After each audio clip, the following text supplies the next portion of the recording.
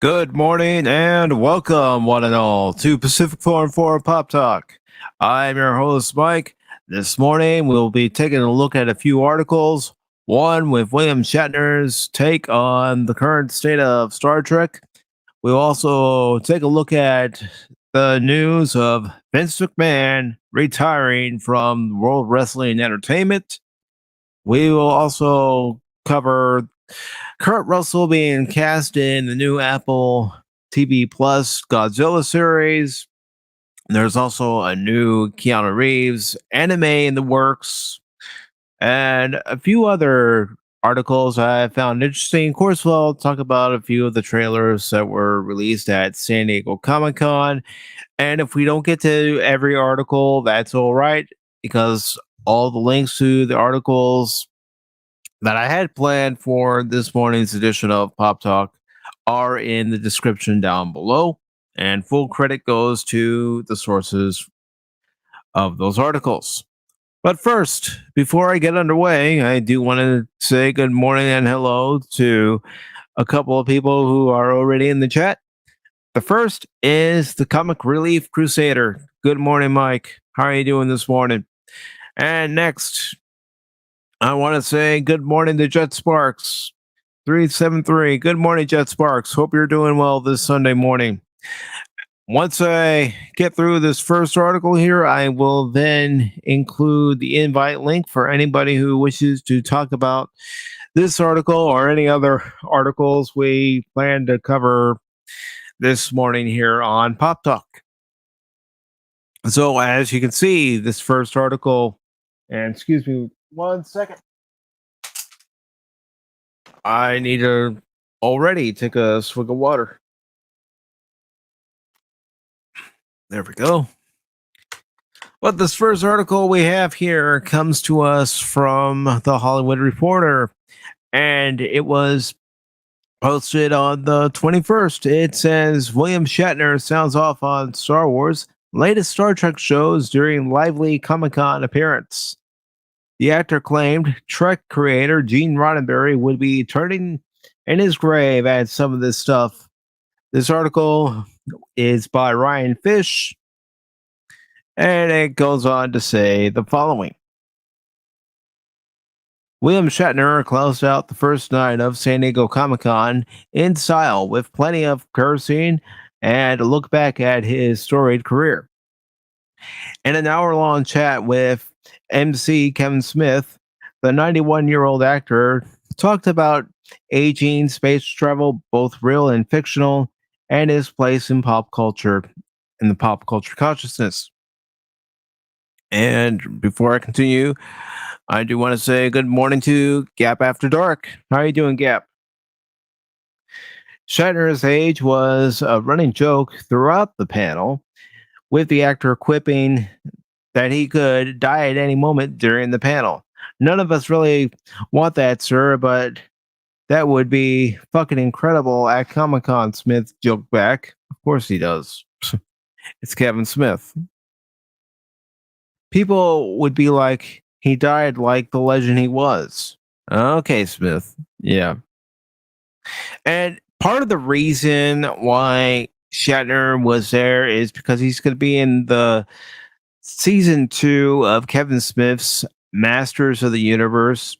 I don't care if Shatner is providing a voice. Nothing's going to get me to watch another season of Kevin Smith's He-Man. I only made it through the first 5 episodes of the first season. I'm not putting myself through that crap again.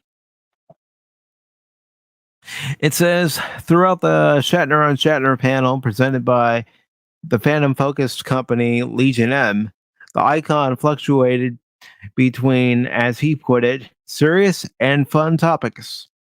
He took time to address the importance and power of fandom to his career, and specifically to Star Trek, which 56 years ago introduced the world to James T. Kirk, his most enduring character. Well, some might also argue that T.J. Hooker is also one of his most enduring characters.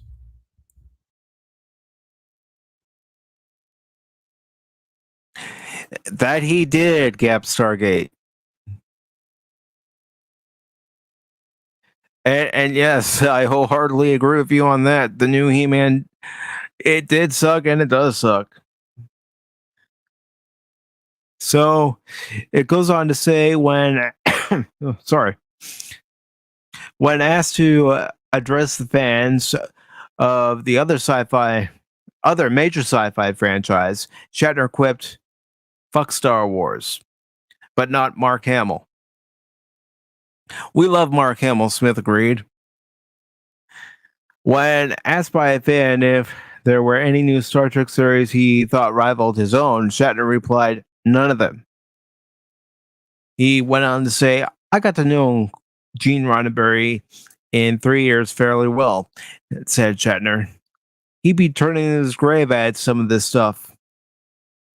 At another point, he gave a fan a hard time for wearing a mask because the actor could not hear the man's question.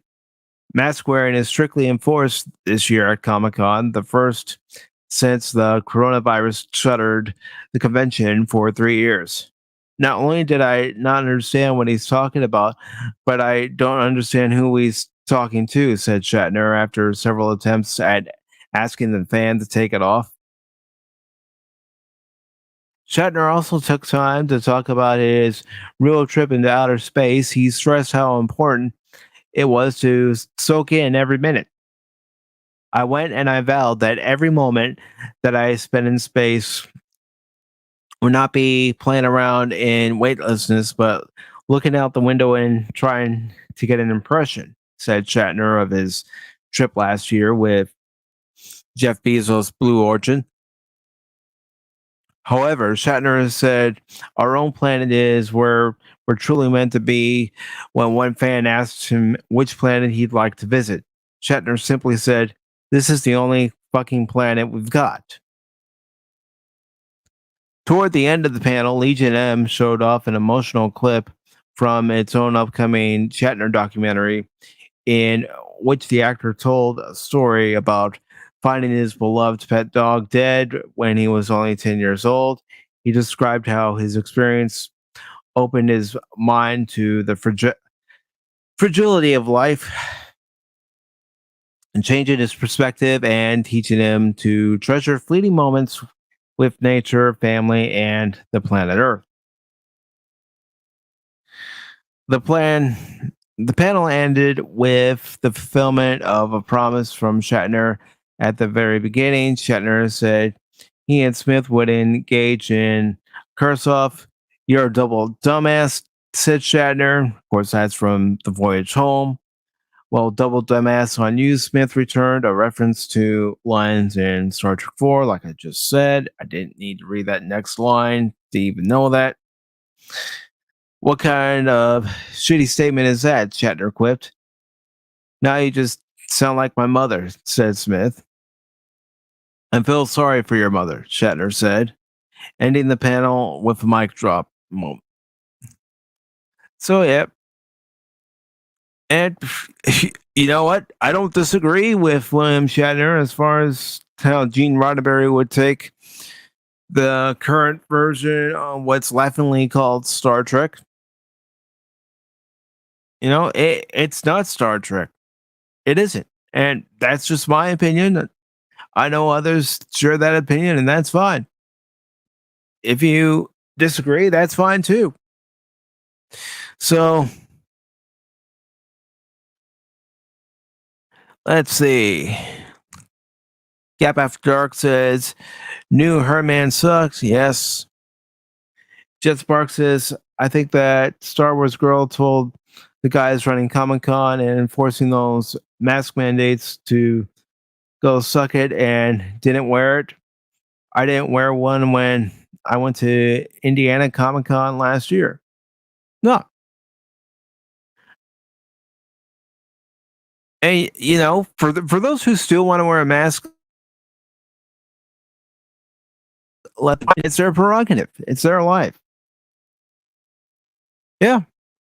Shatner would know Gene Roddenberry's take.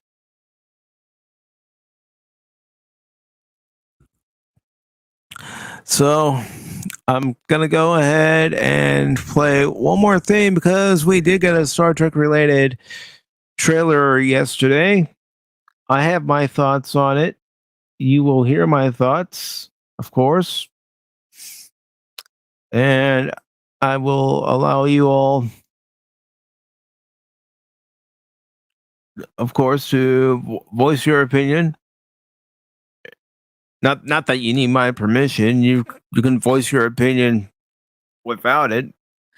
But we got a new trailer, and after the trailer, I'll go ahead and put in the link for anyone who wants to join and give their thoughts on this trailer.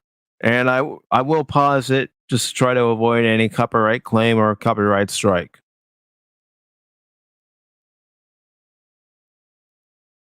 Yes, yes, Gap After Dark, yes.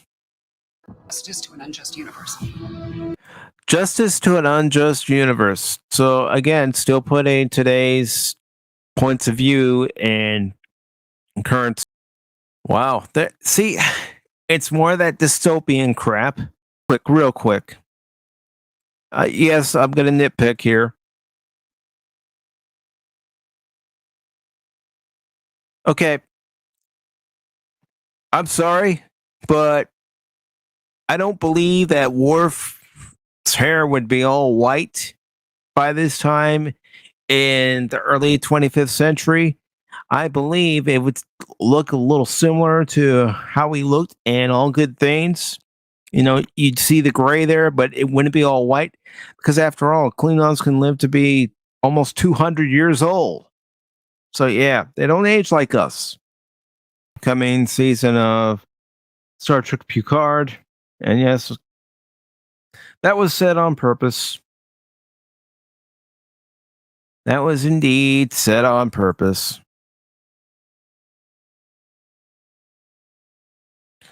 So let me go ahead and include the link. I'm going to go ahead and pin it. And let's see.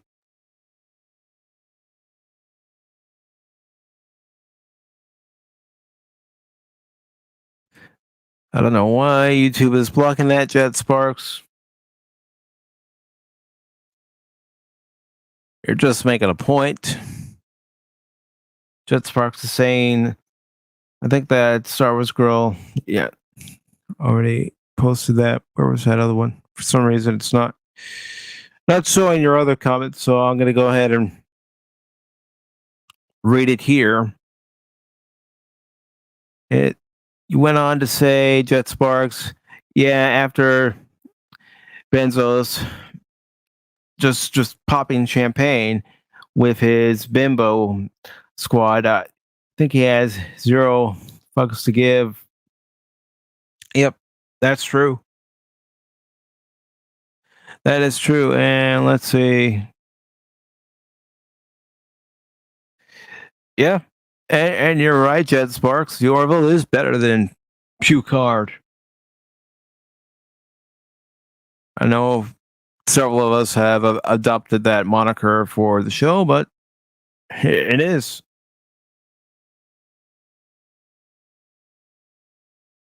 Yeah. Michael Dorn, the actor, looks good, but I'm going to bring something up real quick. So I'm going to stop sharing my screen just for a moment. And bring up somewhat of a comparison.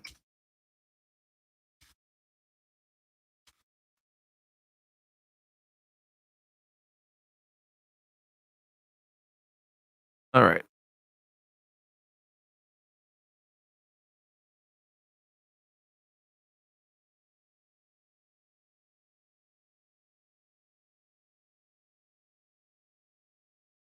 Let's go ahead, open this in another window.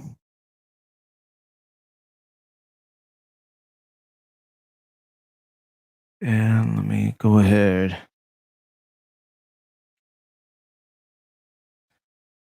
and zoom in. All right.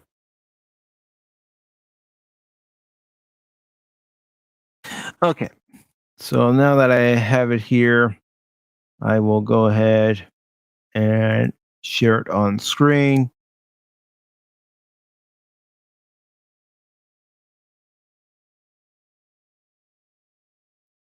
But this is how we saw Worf in All Good Things in that alternate timeline created by Q. Wouldn't he look a little more like this? Don't you think? I know I'm nitpicking, but I do believe he'd look a little bit more like this.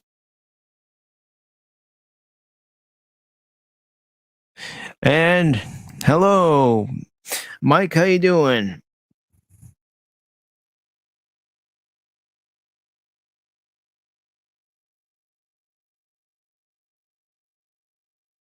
Yep, it is.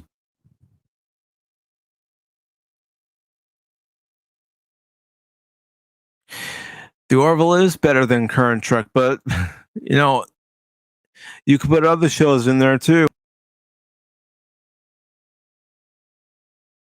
Other shows that currently aren't even airing are better than current Trek. So let's go ahead and move on to our next article here.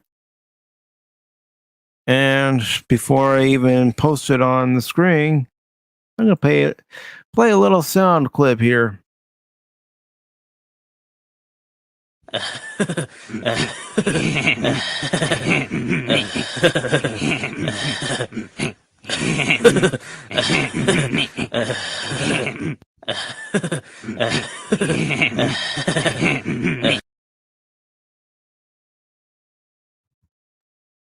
All right, so this next article comes to us once again from the Hollywood Reporter. And before I do that, ladies and gentlemen, please welcome Phil McCracken. Good morning, Phil. Can you hear me? I can hear you, brother. Good morning. How's your morning? Just started about a minute ago. I just woke up. All right. You know how old people are. We oversleep. What do you mean oversleep? There are times you just pack it in. Yeah. I went to bed on time, but somehow woke up and saw it was late. I'm like, wow. I haven't had that happen in a long time, so it's kind of a shock for me. I understand. But just know you don't have to be here right at 11 on a Sunday or right at 8 on Wednesday. The only person that has to be here right on time is me. But it wouldn't be prudent. I have to be prudent. I have know. to be on time. I know. I just want everybody to know that the only person that has to be here on time is me. You're such a good guy. What can I say? Well, I don't want people to feel like, oh, great, Mike's streaming, so I guess I better show up. I don't want people to feel that way. I can understand that. So what have I missed? Oh, I was talking about William Shatner at Comic-Con and how he feels about current Star Trek. God bless that man. God bless that man. And how he said that Gene Roddenberry would be turning over in his grave if he saw the things that are happening on current Trek. I think if Gene was alive today, he would punch Kurtzman right in the mouth.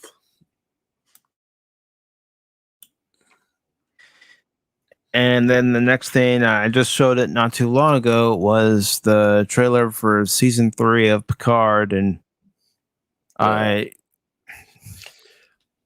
know they're getting the band back together, but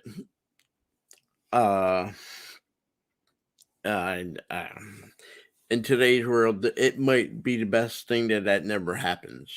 But they're going to try to do that because that's the only card they can play. Mm-hmm. To save Picard. And let's be honest, Picard is maybe, if we're going to ration it, it is maybe a slightly better than Batwoman. Yeah. But even that's not saying much, brother. No, it's not. And I mean, in a real world, right now, people that love TNG would be jumping for joy that the band's getting back together, you know. But in 2022, no. And some of the things that some of the people that are part of the cast of TNG have said some things that really They really rub you the wrong way. yes. And personally, like I said, I can like an actor for their acting ability, but I don't have to like them for who they are. And let's just say some of them, not all of them, but some of them have said some things that put them out there that let's just say they have the Mark Hamill effect. Well, he did say, and by he, William Shatner, that he likes Mark Hamill. Okay, that's his prerogative. Me, I like Mark Hamill as Luke Skywalker. I like Mark Hamill as the Joker. That's it.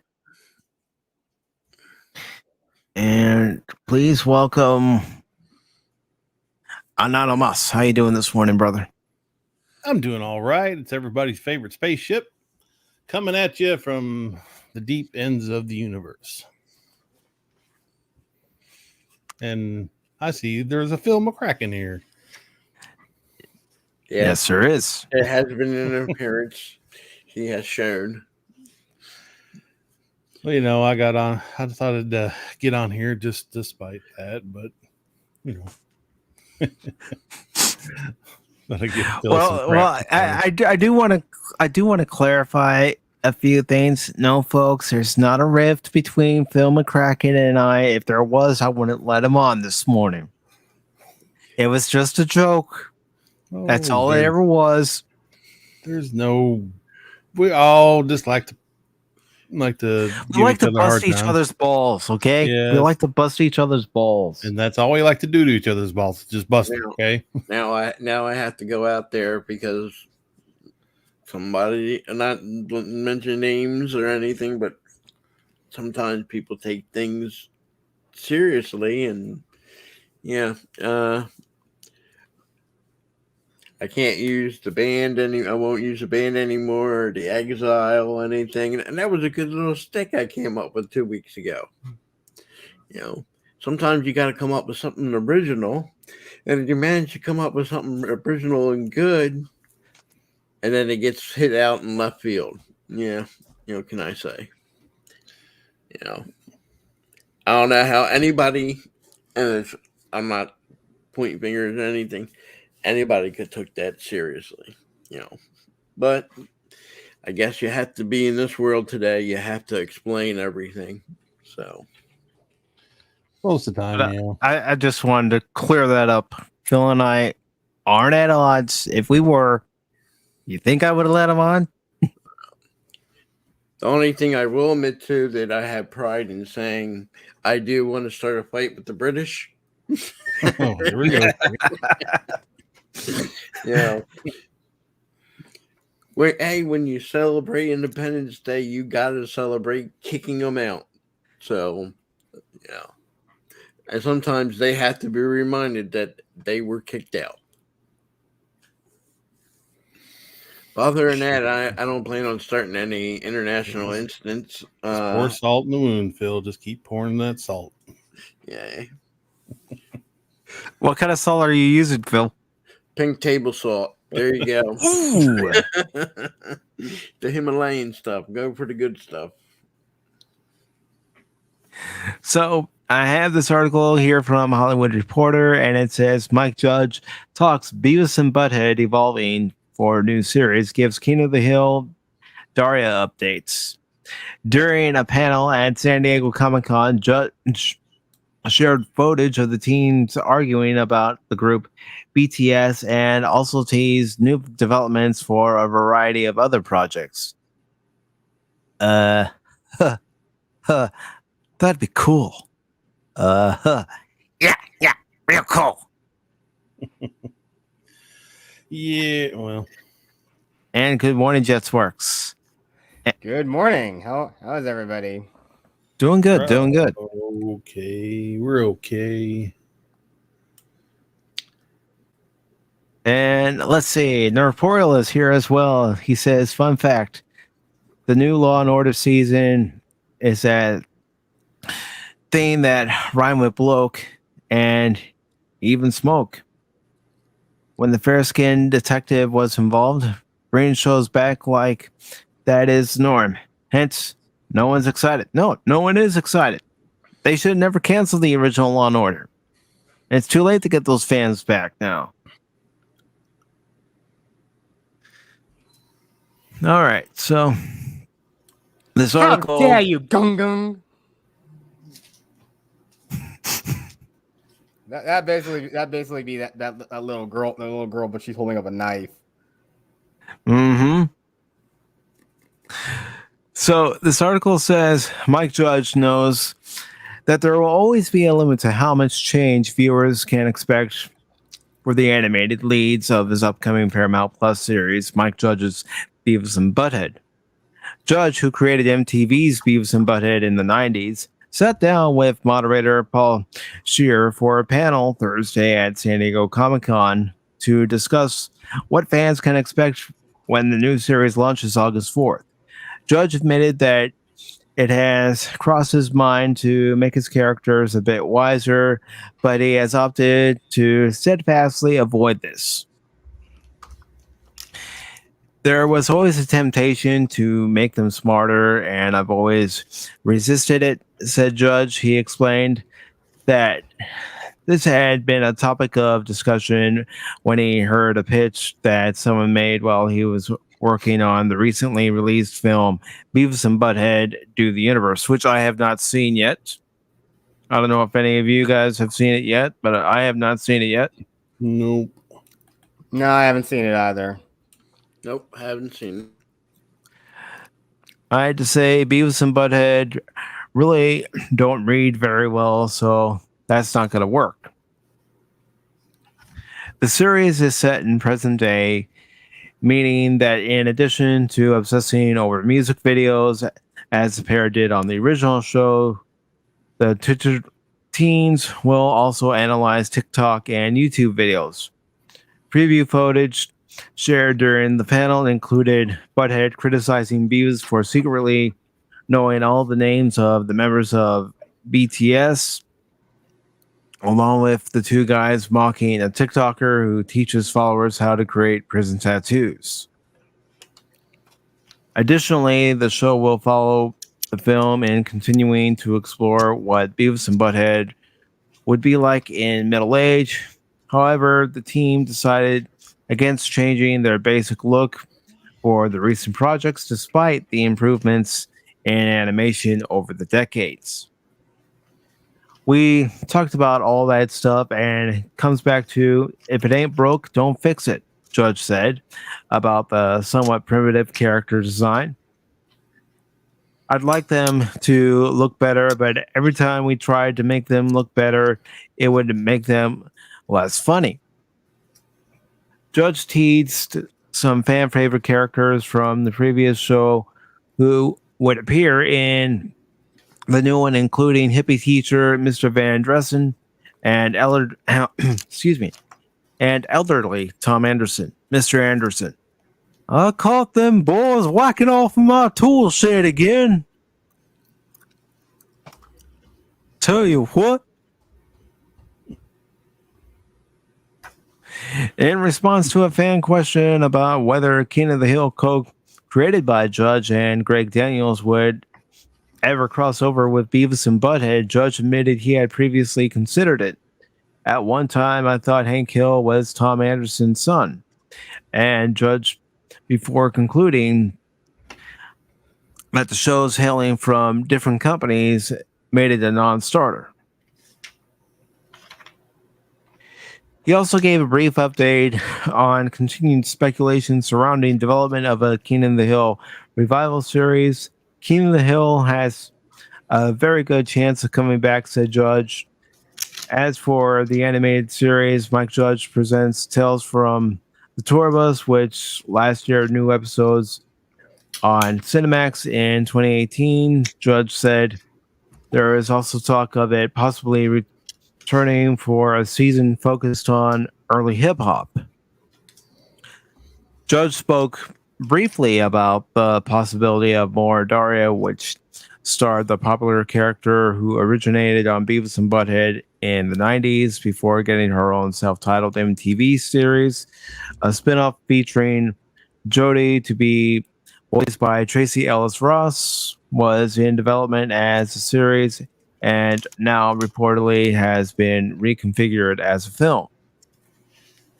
It was unclear if Judge was referring to Jodie or something featuring Daria herself. Teased Judge cryptically, there might be a little Daria spinoff.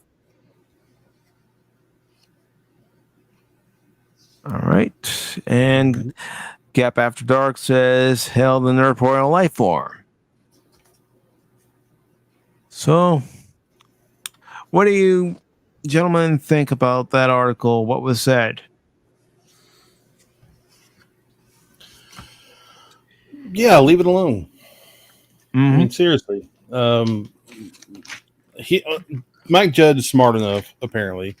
I'm not even sure why he would want to even try to change Beavis and Butthead and make them look better or whatever. But yeah, at least he's smart enough to see that, yeah, you're going to lose what was special about, well, I mean, special ed, but you know, you'd lose what was good, what everybody liked about it. So it wasn't just that they were stupid. The animation itself was, you know, Amateurish. goofy looking, yeah, and It was crude. it was crude. Yeah. It was, but that's what made it funny. That is what made it funnier. It made it unique, yeah. Yeah. And I like that now, even now with all the stuff and cringe we see on TikTok, it's nice. It's pretty interesting to hear their critique on a lot of things, because I feel like, given how it is, yeah, we probably think we need them now more than ever, because yeah, people have gotten more politically correct. I'm glad that they don't fall in line with all this crap. I like it, but they really don't. At least from what I've heard from Midnight's Edge about like the new movie, that they critiqued a lot of modern culture. Yeah, that's what I've heard about it too, and that's what makes me, want to check it out, just to see and judge it for myself. Yeah, I wasn't ever a big Beavis and Butthead fan, I guess, from growing up, but even back then, to me, though, I mean, everybody else has their own likes and dislikes, but it never attracted me, I guess, as far as animation. But I did watch the was it Beavis and Butthead Do America? The movie. I did watch that, and most of it was pretty funny. So give that man a full body cavity search. Yeah, don't stop till you reach the back of his gums. Yeah, that was pretty good. I liked it. And I laughed. So I get it. I understand the Beavis and Butthead craze. So yeah, stay the same. Don't change. And for the love of Pete, don't. You can't make it woke. It just it will not work. You'll destroy who they were. This thing about people saying about the animation, I mean, you're not going to want to see the Peanuts on the holiday season when it comes out every year. You don't see that been changed since the 60s. That's always the same animation. Well, they're not going to remodel it or re-render it. It's perfectly fine. I think because it's in the art style of Charles Schultz. The only time it's been changed was when the Peanuts movie came out, and that was all CGI. That's what I was about to say. Yeah, but it's still being digital, though. It still was. It stayed true to the character style. I mean, they were all the same. They didn't give them definition, and it was just a 3D version of Charles Schultz animation. But as far as Beavis and Butthead and you have to put it in context from when it came out and what it did. It totally changed MTV. I know a lot of people back then, when it first came out,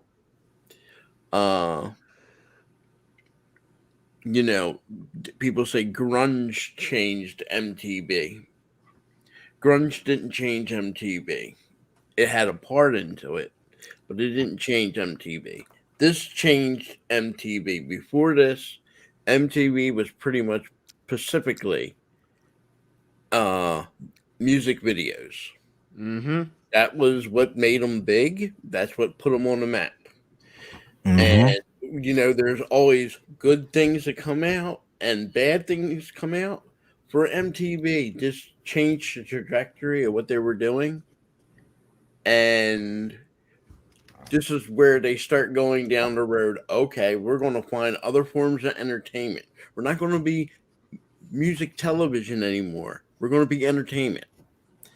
And this started the path of the reality shows.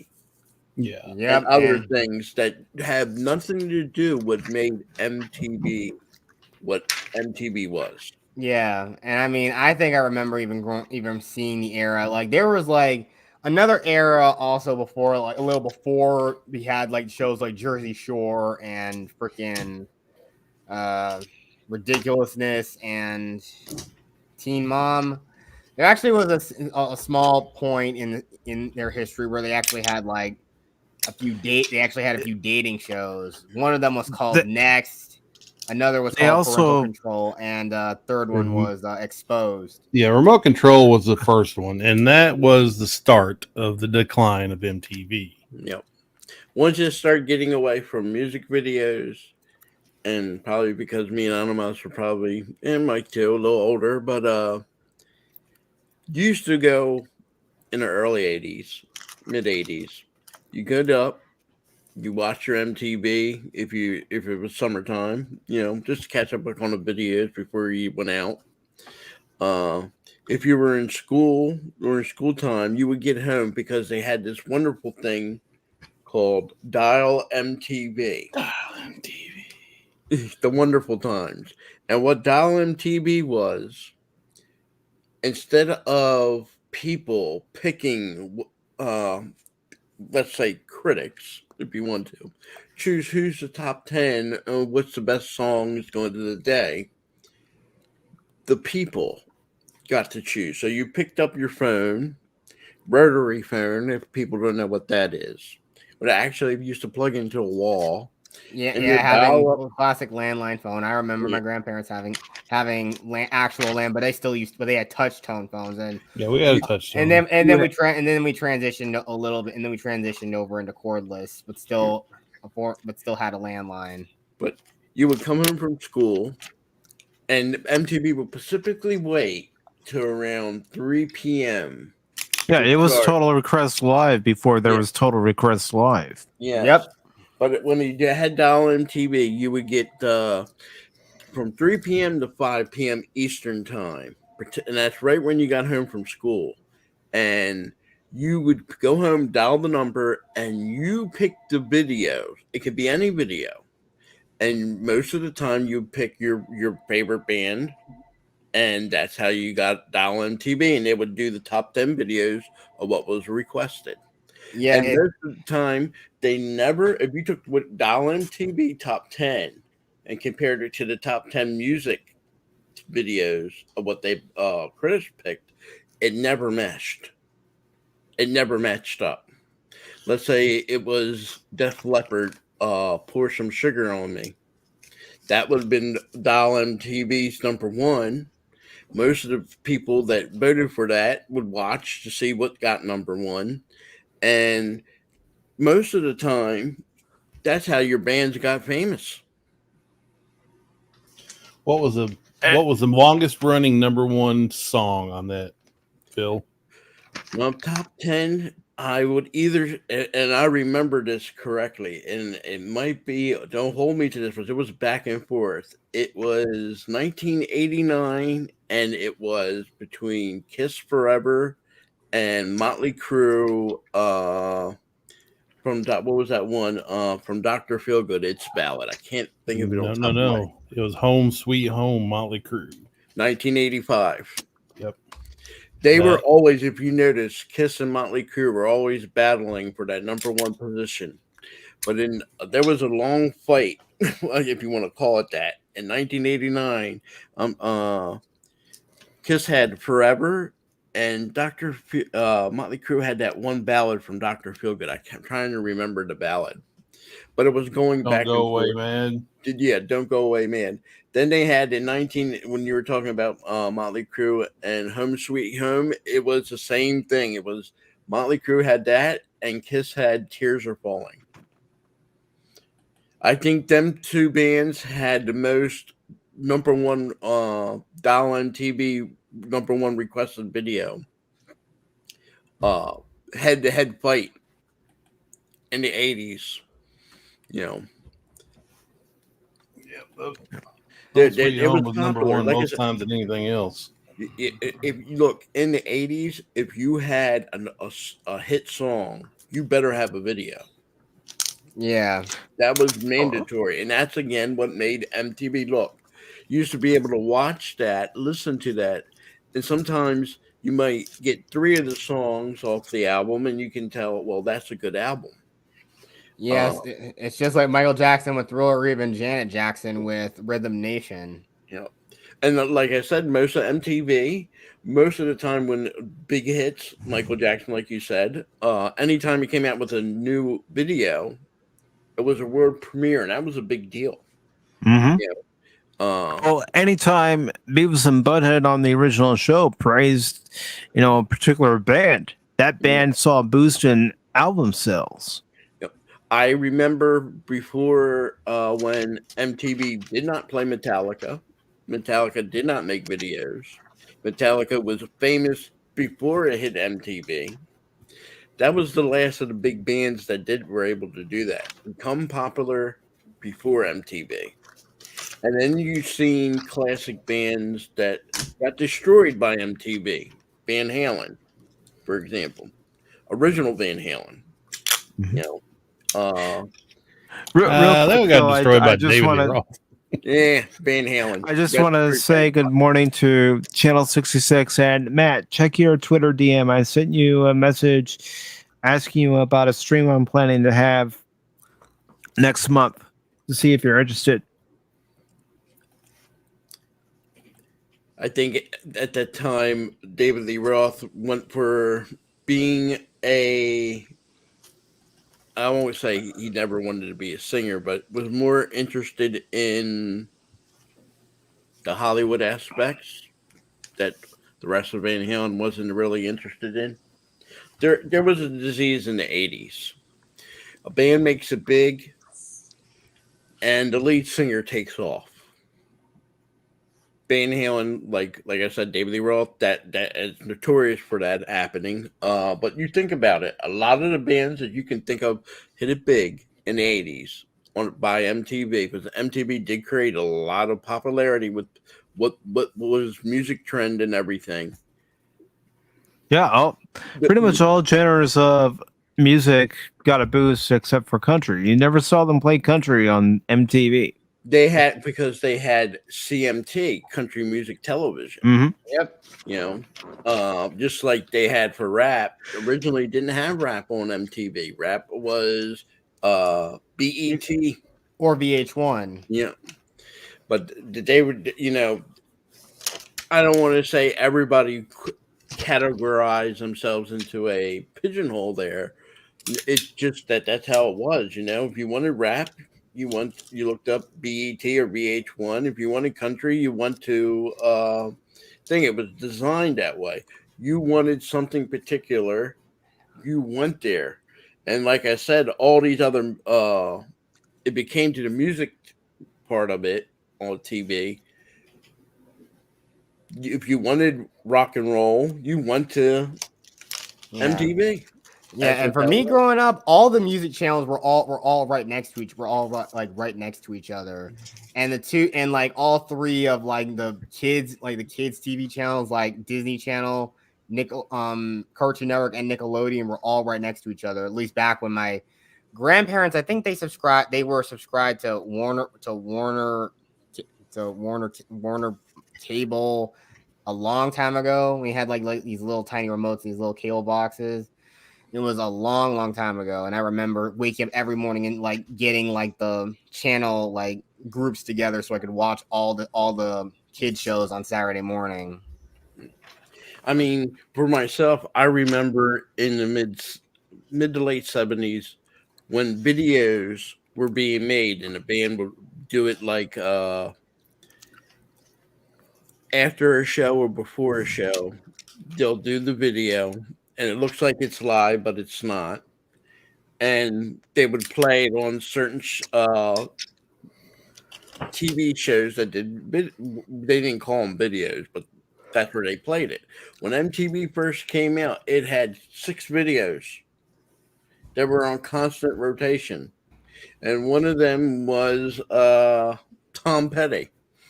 And it got so repetitive. I mean, you watched it for like, if you watched 30 minutes of it, you seen the whole thing, and that was nonstop until like about 10, 11 o'clock, and then they would show dancing, kind of like what did it, Dick Clark, but it was from England, and that's what they would play until eventually a year later they had enough videos they can do it nonstop 24 hours. Yep. And real quick, good morning, Gap After Dark. How are you? I'm doing good. Good morning, everyone. Hey, man. Do you remember the midnight special?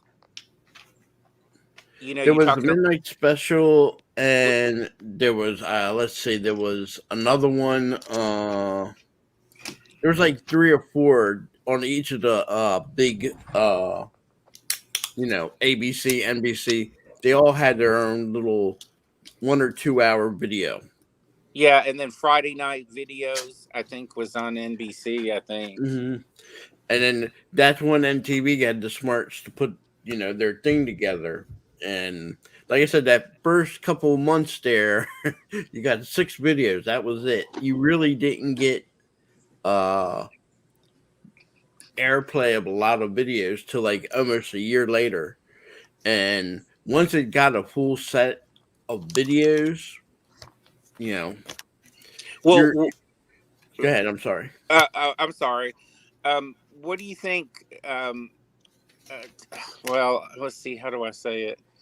Like today's artist, I don't even know what's going on with some of my favorite artists, because it's not like you can't catch a video or there's no advertisement. Do you know what I'm trying to say? It's like videos. It's hard to, go ahead. Videos for music. Let's like I said, a dynamic change. MTV had a cash cow. They controlled because of people's popularity, and according to how they're playing the videos, who was big and who was not. Okay, I can remember when everybody says Def Leppard. What was that album that took 4 years and then it came out in '87? I'm trying to think of it. The one with the Target on the cover. I think that's not Hysteria? Hysteria. Yeah, Hysteria. Yeah. I remember when the first single came out, and I believe it was called Woman. Okay. And it wasn't very popular. And it was not like, okay, let's just say I remember it hitting no higher than 8 or 9 on the Dial MTV Top 10. And all the people that were, let's just say, the host of MTV kept telling people, you guys are not getting a hold of this Hysteria album. This is a great album. They went overboard to push it. And it wasn't until the next single came out that it blew up, and to where it made it sold like 6 million, 7 million. Yeah, MTV had that kind of power. If they said, "Oh, this is the hip thing," again, you had the real band like Metallica. They weren't on MTV. You ain't Yeah, finding Banger's a video. They did it the old school way. We're not here to be popular because MTV's making us popular. Up until they came out for Justice for All, that was MTV couldn't deny Metallica, but it was a cash cow. MTV could have kept that going for another 10 years than what they did. But what they did was change their entertainment from videos. And like I said, Beavis and Butthead, nothing against Beavis and Butthead, but it changed the trajectory of MTV to where MTV 2 or 3 years later was not the same place you went. You didn't come home from school to watch videos to see what was the top 10 videos. You went home because you wanted to see hopefully Beavis and Butthead, or you wanted to see what was that one famous thing, The Real World, and you know. Yeah, but what changed? Like I have a hard time finding any. Well, not a hard time. You can find any piece of information, but like you could tune, like you said, you could tune into MTV or VH1 and find out all the hits, or they would talk about the artist's upcoming album and stuff. I can't really find anything like that today. It's hard. I've got Apple Music, but Well, that got changed because normally, all right, let's just say we'll pick a band, Rat. Rat was never really big, but it was known, but it wasn't really big. Rat puts out an album today. So the difference between 2022 and then, first thing is your company wants to make 3 videos. You had to have 3 songs. That was always the key. 3 songs from your album. Them videos cost a lot of money. If they cost $500,000, you're lucky at the cost. But they got the reward because if your video's getting played, new album, you might get played once or twice every hour. You're getting a return. Then your fans are going to try to put you on the top 10 of Dial MTV.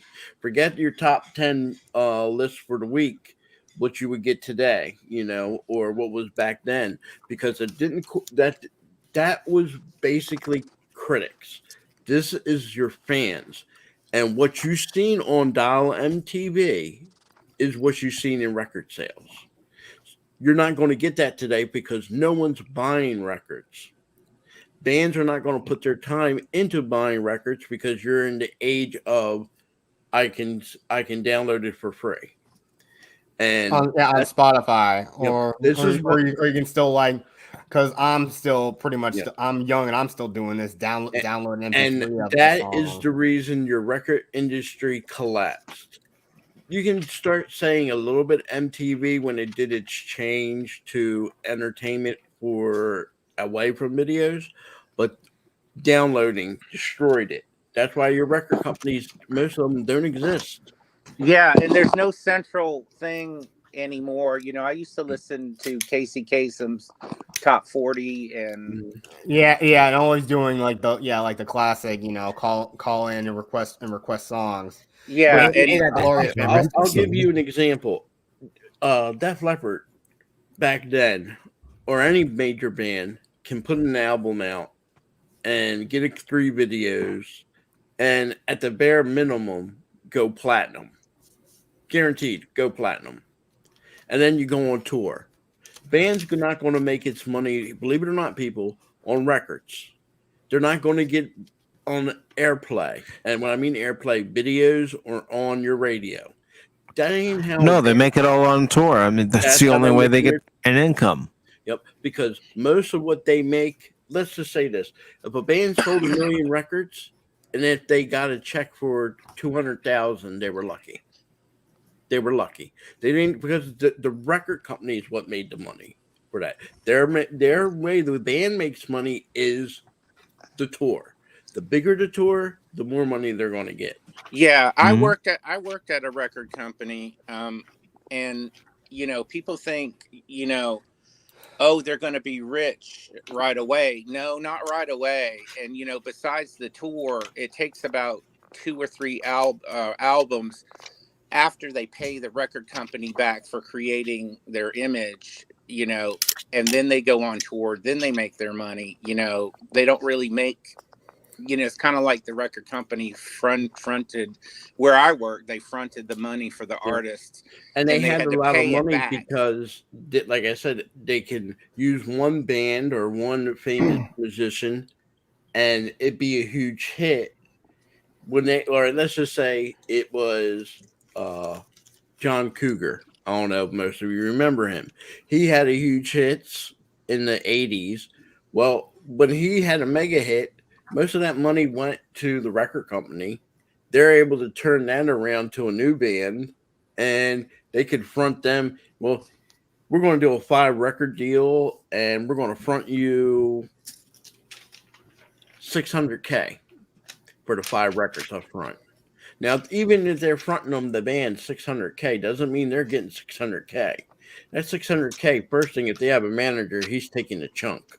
Well, yeah, Mhm. I know for sure because I'm the one at a really big record label. I'm the one that they came to see how much the artists would come and see how much money they actually had. And, you know, and if they were going to, like, back in the time when I worked at this really huge record label, you know, I had one of the artists, like TLC, come to me and say, you know, we'd like to bring our entourage. How much money do we have? How many people can we bring? And I'm like, well, you only can bring this, this, and this because this is how much you have left because we got to take our cut and blah, blah, blah, blah, blah. Yeah. And I mean, back then, let's just put to you this way, even you're looking at today, if an album sells, let's say, 3 million copies, back then records weren't big. It was cassette and then compact disc. And everybody knows how cheap a compact disc is. What did it cost? Maybe 50 cents? I think it was less than that. I think Yeah. it And was how like much maybe they would, 5 cents or less all to right. And make a compact disc. to make a compact disc. Now, remember, 5 cents. How much were they charging Sam Goody and all these music places? Yeah, Was it what? $15 Zoo. for a release, Yeah, new release. yeah. So you're looking at 5 cent cost coming out. Let's say going to the record store to get the record store getting its cut. You're looking at a $10, at least a $10 profit. So $10 profit times 3 million, you made 30 million. Yeah. This is how the record companies also did this to themselves. Now you have to realize by the time technology caught up to the people, mid 90s, you can realize, hey, I can get a burner, I can burn the CD from a friend, and I ain't got to spend all that money. $15 for a brand new CD, and that's not today's money. That's mid 1990s money. Mm-hmm. So they kind of put themselves in a foot where they also help destroy their own industry. And what you have now today is if a band, let's put it to you this way. I'll use Kiss because they're the biggest one out there right now. They put an album out, which they haven't done since 2012, 10 years. That album, even if it hit, I believe it was the last album hit number 2 on the chart. That didn't even make gold. It didn't even sell 500 copies, 500,000. And the way it works, people, is 500,000 in the United States, that's gold. 1 million, it's platinum. Anything additional is your double platinum, your triple platinum. And then if you hit 10 million, and there's very few that do it, that sells an album for 10 million, you got what you call the diamond status. That's what your record gets labeled on. Today's world, if you hit number 2 on your album selling list and you don't make gold, think about that. 20 years ago, that was number 2. That would be at least a 3 or 4 million copy album. That's how far sales have collapsed. So Mhm. bands are not going to make new music because, one, They're not going to. It's a waste of money to make an album.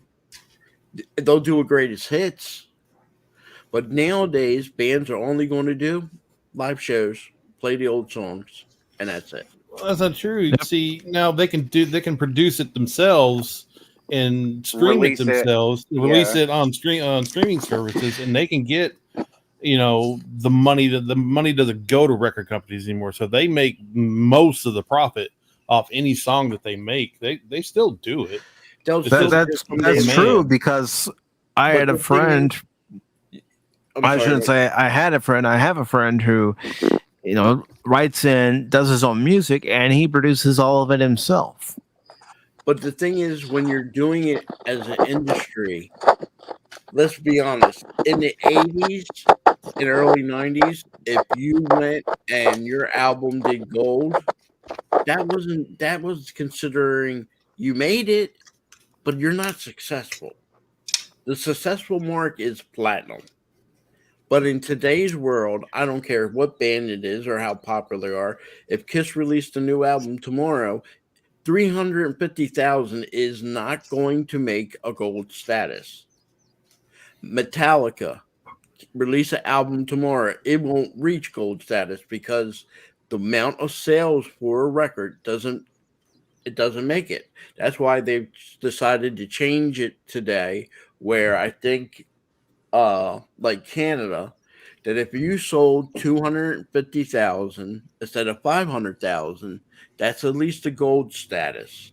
And platinum is now, they want to make it where it's 500,000 instead of 1 million. Yeah, because that's how far record sales have collapsed. Yeah, but they make more money. They make more profit. Oh, the band is not affected by it. If they, like I said, if they want to put an album that you're right, Rhino Records, for example. Most of your metal bands are on Rhino Records. If they make an album, and even if it never makes a gold status, they probably make more money than what they did even back then when MTV was big. Yeah. Mm-hmm. Well, let's go ahead and take a look at this clip, and then we can get back to the discussion.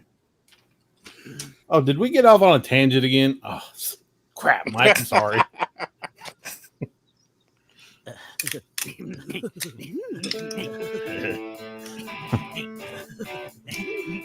Oh, I want to score.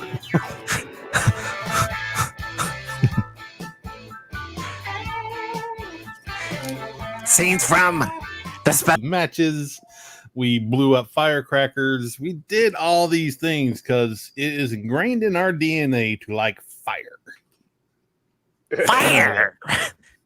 Oh, fire! And Patrick Stewart makes, aka Stoke, makes a good speaker of fire. I can write a blog post about any topic in the world. All right, so that's all I'm going to show, because I don't need CBS or Paramount give me a claim or a strike. But that was just a small little clip from the new season of Beavis and Butthead that's going to be on Paramount Plus. Paramount Plus sucks. Yeah,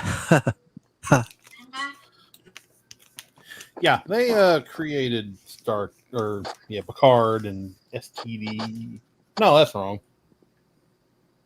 Well, that's right. They didn't CBS join with Paramount. Yeah, they rejoined.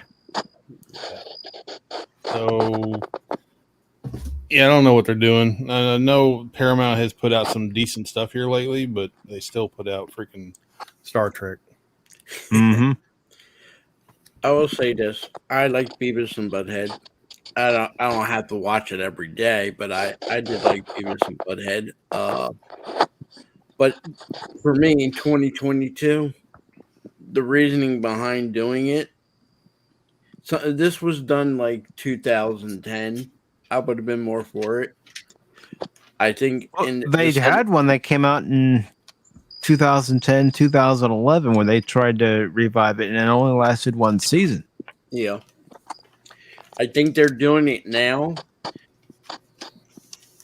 And I'm going to borrow a little animosity from this thing.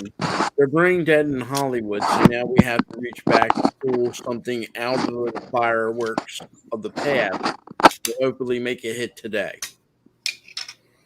We can't. Like I said, I love Beavis and Butthead. I don't mind it coming back, but in this day and age, we don't have anything creative and new. No, because they don't either want to do it, or it's probably cheaper to grab back the past and redo it. They can't do it. They know they suck at it. They're not.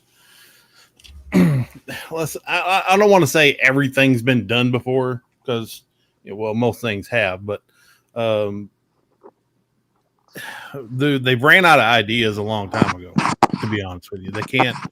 The people they're hiring to do these shows know that they can't create anything good, or they're too scared because they don't want to dip the money. I don't want to say that either because they are wasting butt tons of money doing these shows that nobody wants to watch and getting crappy ratings. So I don't understand why they won't take a chance on something new, to create something new and spend money on it and maybe take a loss versus, destroying other older properties and still taking a loss. So they just haven't learned that lesson yet, maybe, but whatever. Well, and also, it's. Go ahead, Cap. Oh, I'm sorry. The people they're hiring also today don't really, it's almost before the age of technology, so to speak. They don't go in the past to learn things and find new things to do. You know what I mean? It's like Star Trek, of course, that, they're series Bibles, and it's almost like they don't read them or don't watch any of the episodes or anything. No, they don't. Or they skim through it a few times or skimmed an episode or two, kind of read a little bit of here, there, but they don't know the history. They don't know canon. They don't care, obviously. Well, it's like seeing a clip from Star Trek Picard this past season where the Romulan character was saying that the Romulans basically said no way to artificial life forms or any artificial technology, when we all know that's a bunch of BS. They used holographic technology. They use artificial intelligence. And if you want me to bring up an example, Unification Part 2, the holographic Spock. I couldn't get to season 2 of Picard. Season 1 was hard for me, and I've watched both pro and con for Picard, and I have no desire to watch any of it. And then, like earlier, I think everybody was talking about, or Phil was, about the actors and actresses from certain from properties.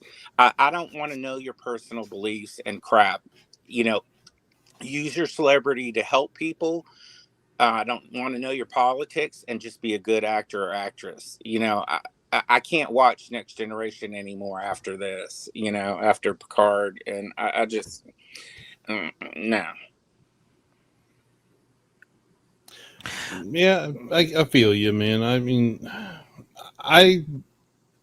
sometimes I can let it go. I mean, like I watched Picard season 1, hated its guts, obviously, but I have to not let it ruin the show that came before.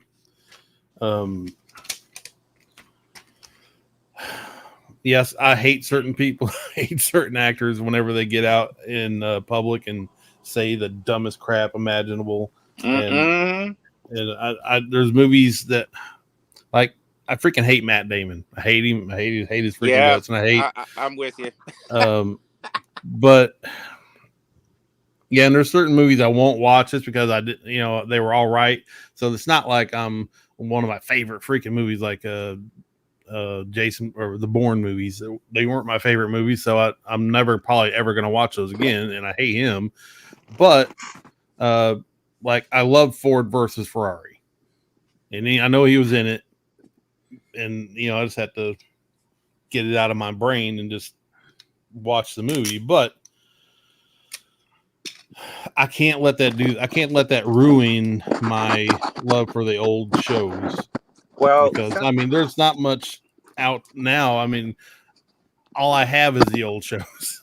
yeah, I see Mhm. I see where you're coming from, but like what they've done to Trek, and I started with STD season 2 because everybody was like Captain Pike, Captain Pike, Captain Pike, and I was kind of like, okay, all right, you're right, he's the best part of it. So I went and watched season 1, and then I was like, hell no. And then I did the same thing. I watched people's videos, the pros and cons, and I just sometimes I can't. Sometimes it permeates you so much that you don't want to go back and watch the old show. The only one that I watch, Star Trek, is the original series. Every Sunday through Friday on the H&I network at 7 p.m. Central, I watch the original series, and I don't ever get tired of it. But I understand where you're coming from about there's no new stuff. And somebody I know that worked on the Stargate series, all 3 of them, said, it's really hard for studios or companies to put money into science fiction because they're afraid of losing more money. But then he turned around and said what you said. It's like they're pouring money into garbage and they're still losing their shirts, but they're scared to take a chance. And like, with Lord of the Rags coming out, if it's a marginal hit, maybe some studios might greenlight some fantasy series or something. It's like every decade and a half, it's like we rehash stuff. They've been doing that for quite some time now. They've been though. doing that since, I would say, at least started in 2000, more so than they did before. But I'm going to say this, and this is just my opinion. You can put a finger on the pulse around 2010 to 2012. I can't tell you for sure, but my belief is this. I believe our government got involved in persuasion when it comes to Hollywood and what's been involved in especially your movies and TV shows. And I think they got together and they said, "Look, we need to promote this." Yeah. And it's out there because look, they all start doing it. But you went to the degree Warner Brothers went.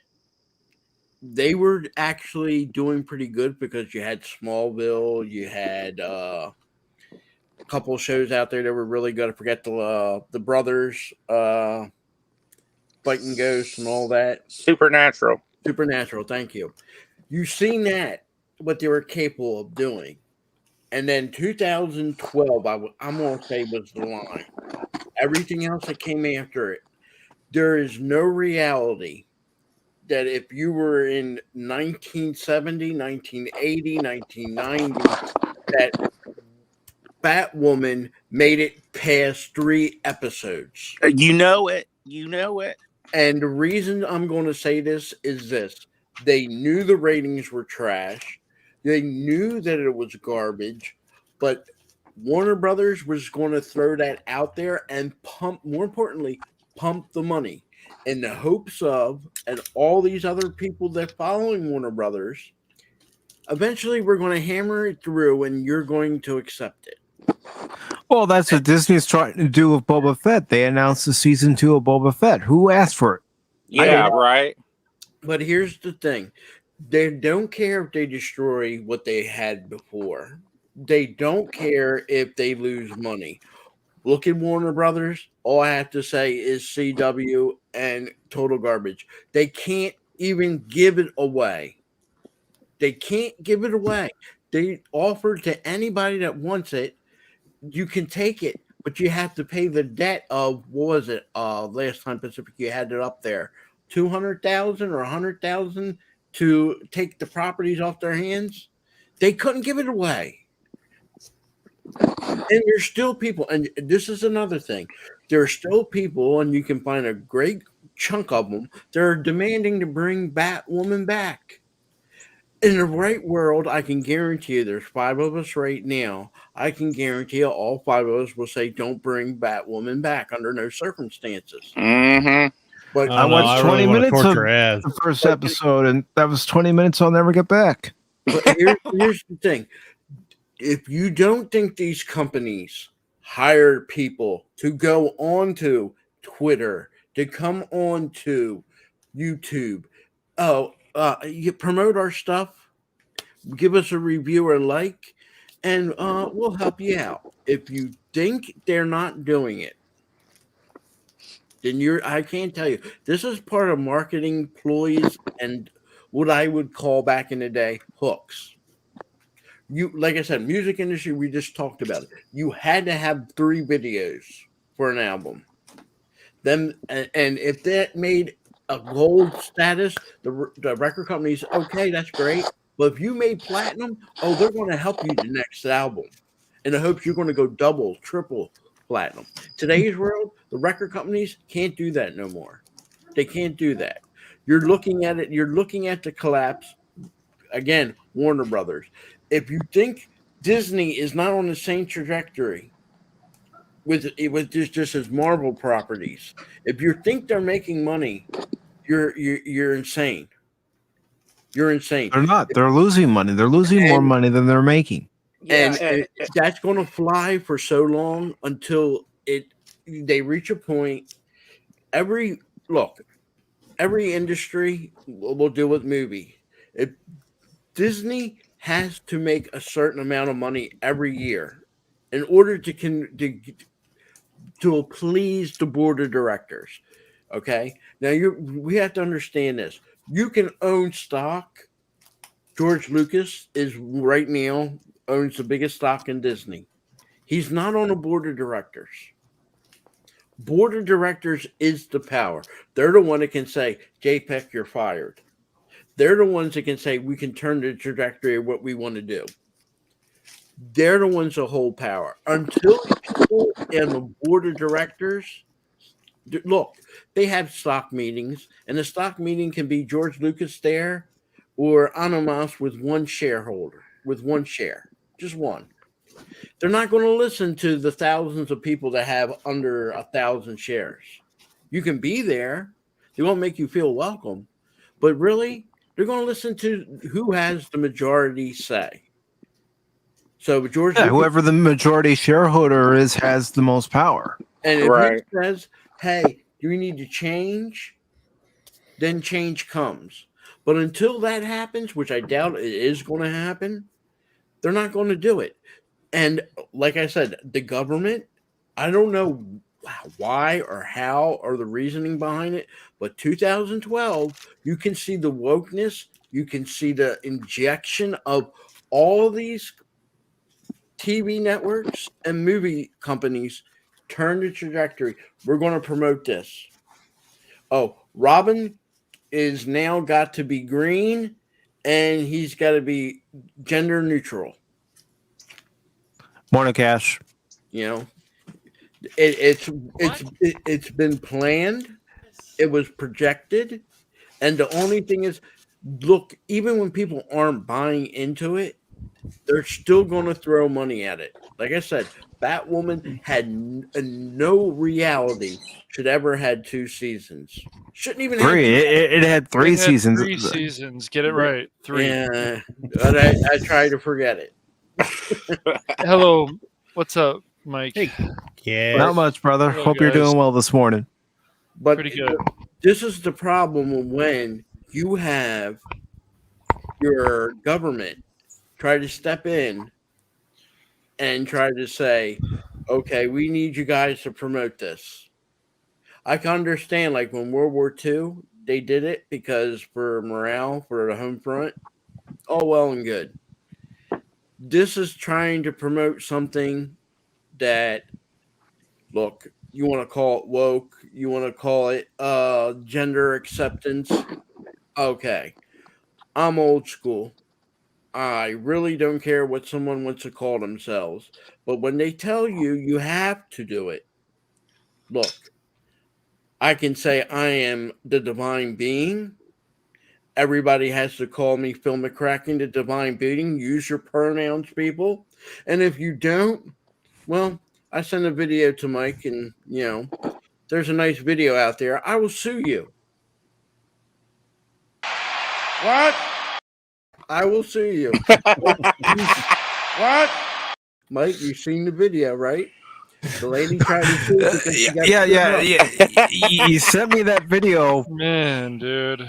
and it was just it was coming out of Detroit, and this lady sued this guy because of a bad date. What? Yeah. Here, let me grab the video. I'll put it in the private chat so you all can check it out. You have to witness this to believe it. Oh, I believe it. What day and age do you think we're living in, Bill? I don't have to see it to believe it. You just tell me the crazy clown crap, and I'll believe it. I wish I could Pretty say I much, was yeah. making this stuff up, but I'm not. I'm not. And if anyone wants to see it in the chat, I'll go ahead and post the link to it in the chat too.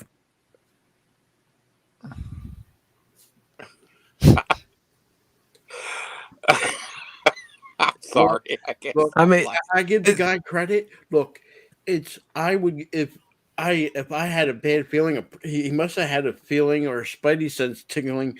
I'm not going to meet her on a date. Spidey sense. Forget it. And I give him all the credit. In today's world, she didn't take the hint. Maybe you need to look elsewhere. No, it's more, how dare you for stooding me up? I am the best thing since Swiss cheese. Well, even listening to her, when she's talking to the judge and she's walking through an airport, it's like, lady, you don't get it. In today's world, Wait, wasn't there a movie? He's just not into you. In today's world, look, when I grew up as a kid, and it might have been social pressure or whatever you want to call it. You call a thing for what it was, okay?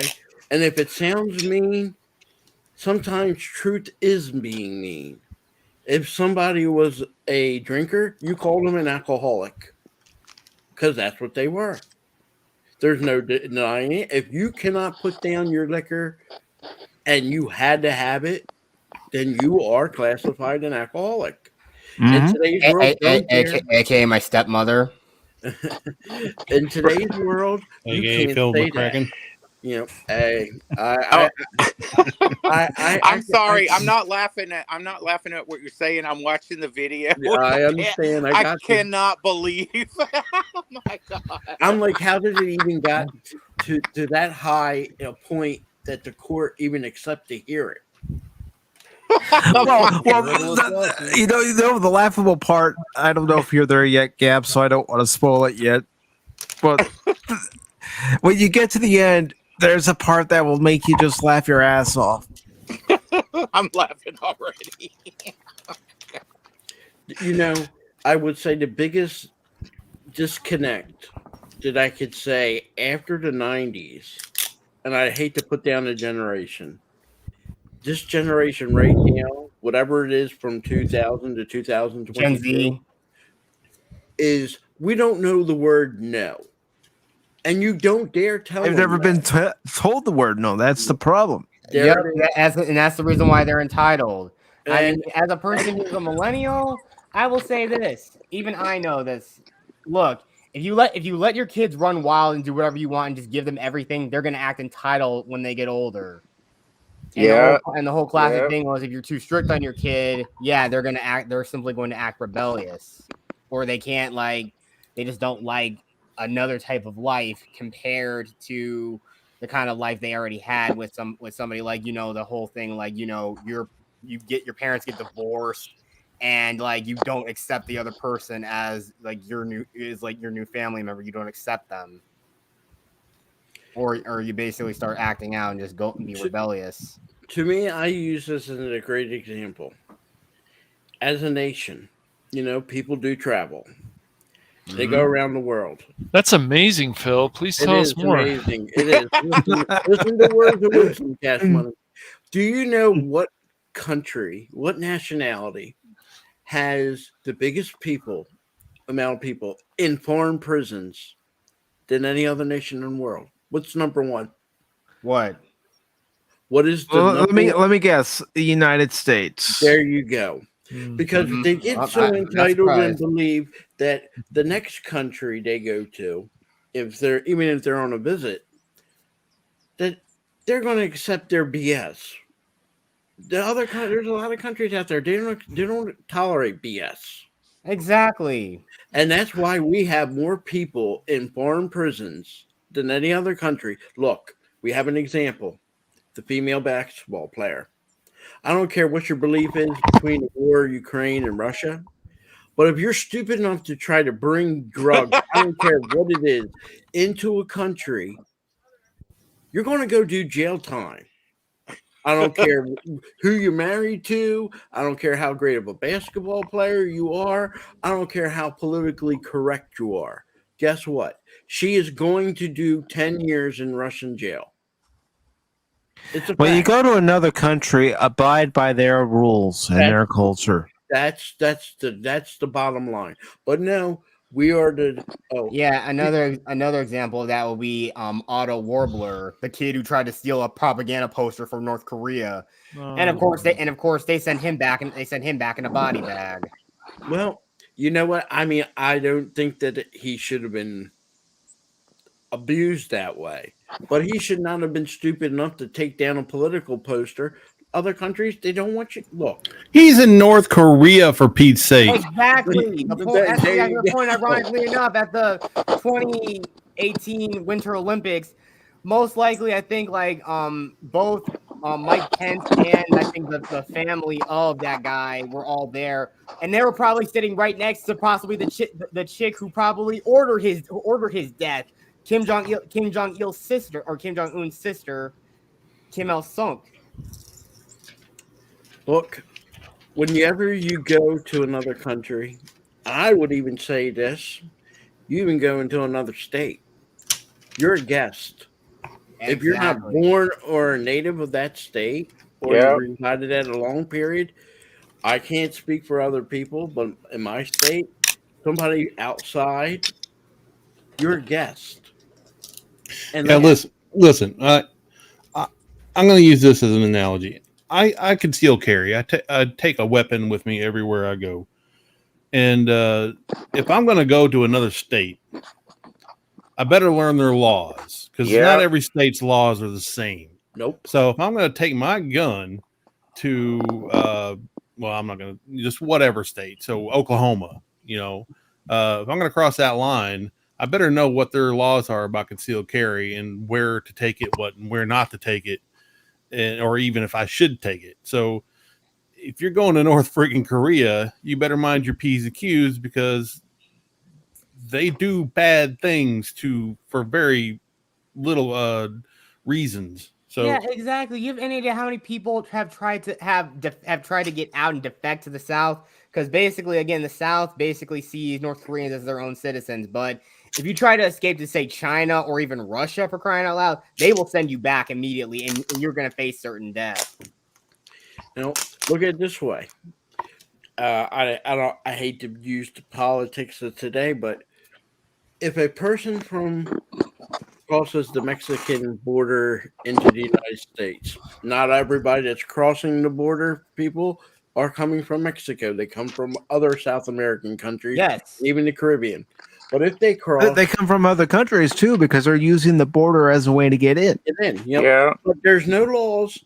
There's no punishment for it. If the reverse is done, if Anamas was to cross from Texas into Mexico, and he don't have documentation and papers, He'd be thrown in jail. 5 Straight to jail. years. Mandatory. 5 years in jail. believe it or not, Mandatory. straight to jail. If there was a gentleman who on the border a U-turn. There's a warning. You're getting ready to cross a border into Mexico, and the guy made a U-turn, but he's still technically crossed into Mexico. Mexico, you're not allowed to carry a weapon, and he was carrying a sidearm. Mandatory, 5 years, Mexican jail. And if you guys ever seen Mexican jail, let's just put it this way. Imagine your shed. And if they put 50 people in that shed tomorrow, they'll put 50 people in that shed and they don't care. And if they can put 10 more people the next day in the same shed, they don't care. Mexican prisons are probably one of the worst prisons in the world. They don't care how many people they stuff in the prison cell. I know people over here say 2, 4, that's a lot to put in a 10 by 12. Guess what? Have you ever seen Mexican prison? Look at what they do in the Philippines. Philippines, it's pretty much they built these big barracks and they put people and you have a foot. You literally have a foot. That's the amount for you to just barely sleep on, and you're practically having two strange people next to you, face to face, butt to butt. It's for warmth, Phil. It gets cold in those desert nights, you know. I'm just saying, but you get somebody who's like jungle. It's mostly like jungle. But you get this people that don't understand that. See, it starts in your house. If there's no rules or law in your house, then you're not going to go out in society and understand the rules and laws of society. And if you don't know the rules and laws of society, you can't travel anywhere, because if you go somewhere, you're thinking, hey, I didn't have rules in my house growing up. I didn't have rules around society outside of my house. So when I go to this other country, I'm still going to have the same mentality of what I was doing back home. And the thing is, no. You can't look at what's happening here in the States. People are going to theme parks and, you know, different sporting events and what have you, and they're starting fights. In Florida. It's a smaller theme park, but they had it because, guess what? People run amok. Yeah, and they let them out real quick, like what they did with that certain congressman that got stabbed.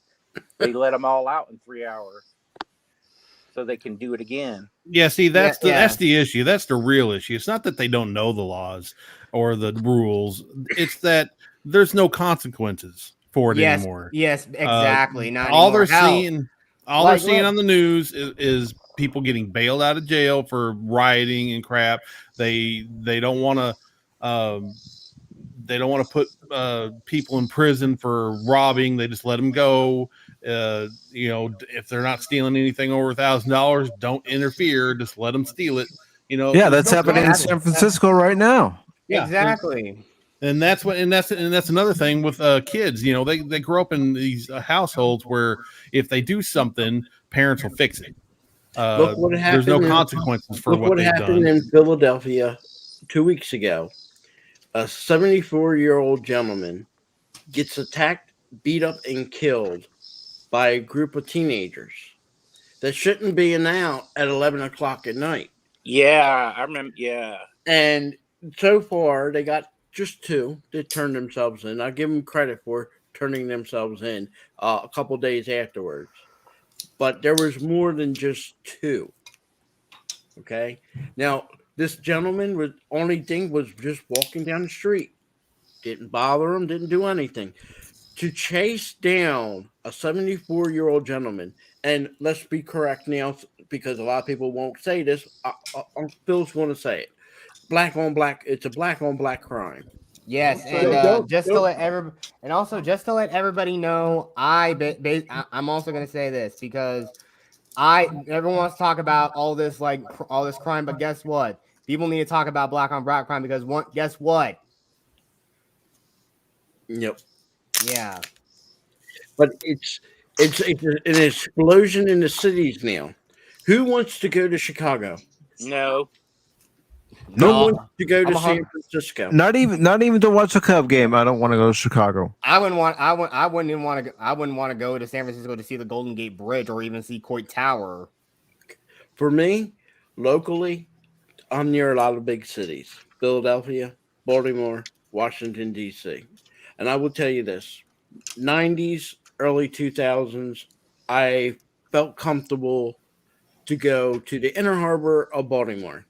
I felt safe. All right. After about, I would say 2002, 2003, It wasn't safe. I haven't been in that city in over almost 20 years now, and I have no plans to, because literally, unless you got armed protection, I wouldn't go to Baltimore. Wouldn't. And I used to like going there because the Inner Harbor. There's the Orioles Stadium down there. Beautiful stadium, Yeah, it's nicely beautiful. built. Yeah. But am I going to risk my life to go there? No. No. And it's not, like I said, I wish I can say it's one city. This is It's all your It's cities. multiple cities. it's You know, everywhere. Thing. And I hate to be political on this, but I'm going to say this, and this might get me in trouble. Mute me if you have to, Mike. We have a court going on with January 6th. Oh boy. Yeah, for 4 months in Portland, people were trying to burn down that courthouse. For 4 months, and nobody did a thing. No one said a thing. 4 months during the rioting last year. Not a single person arrested. Nothing. And what happened there in January 6th in Washington, D.C., took place for 2 hours. It was nonstop every night for 4 months trying to burn down that courthouse. Well, part of this big complex problem, besides nobody doing anything, is that oh gosh, I just went right out my head. Not everyone. You can't paint a. I just lost the thought. Sorry. Can't paint a brush over every single person. Yeah, not everybody's guilty of everything, but here it is. You should go after it's about feelings today, not about the law. Yeah, exactly the point. That This is why a I feel annoyed. huge problem. Yeah, exactly. Right, man. I mean, The it's oppressed can get away with it. The oppressed don't need to be punished for their actions because they have righteous indignation. They are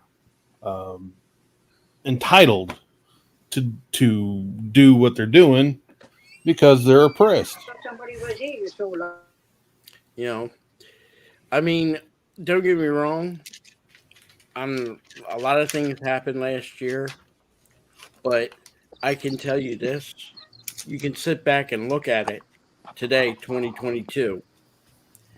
If we're ever near another civil war, it's happening now.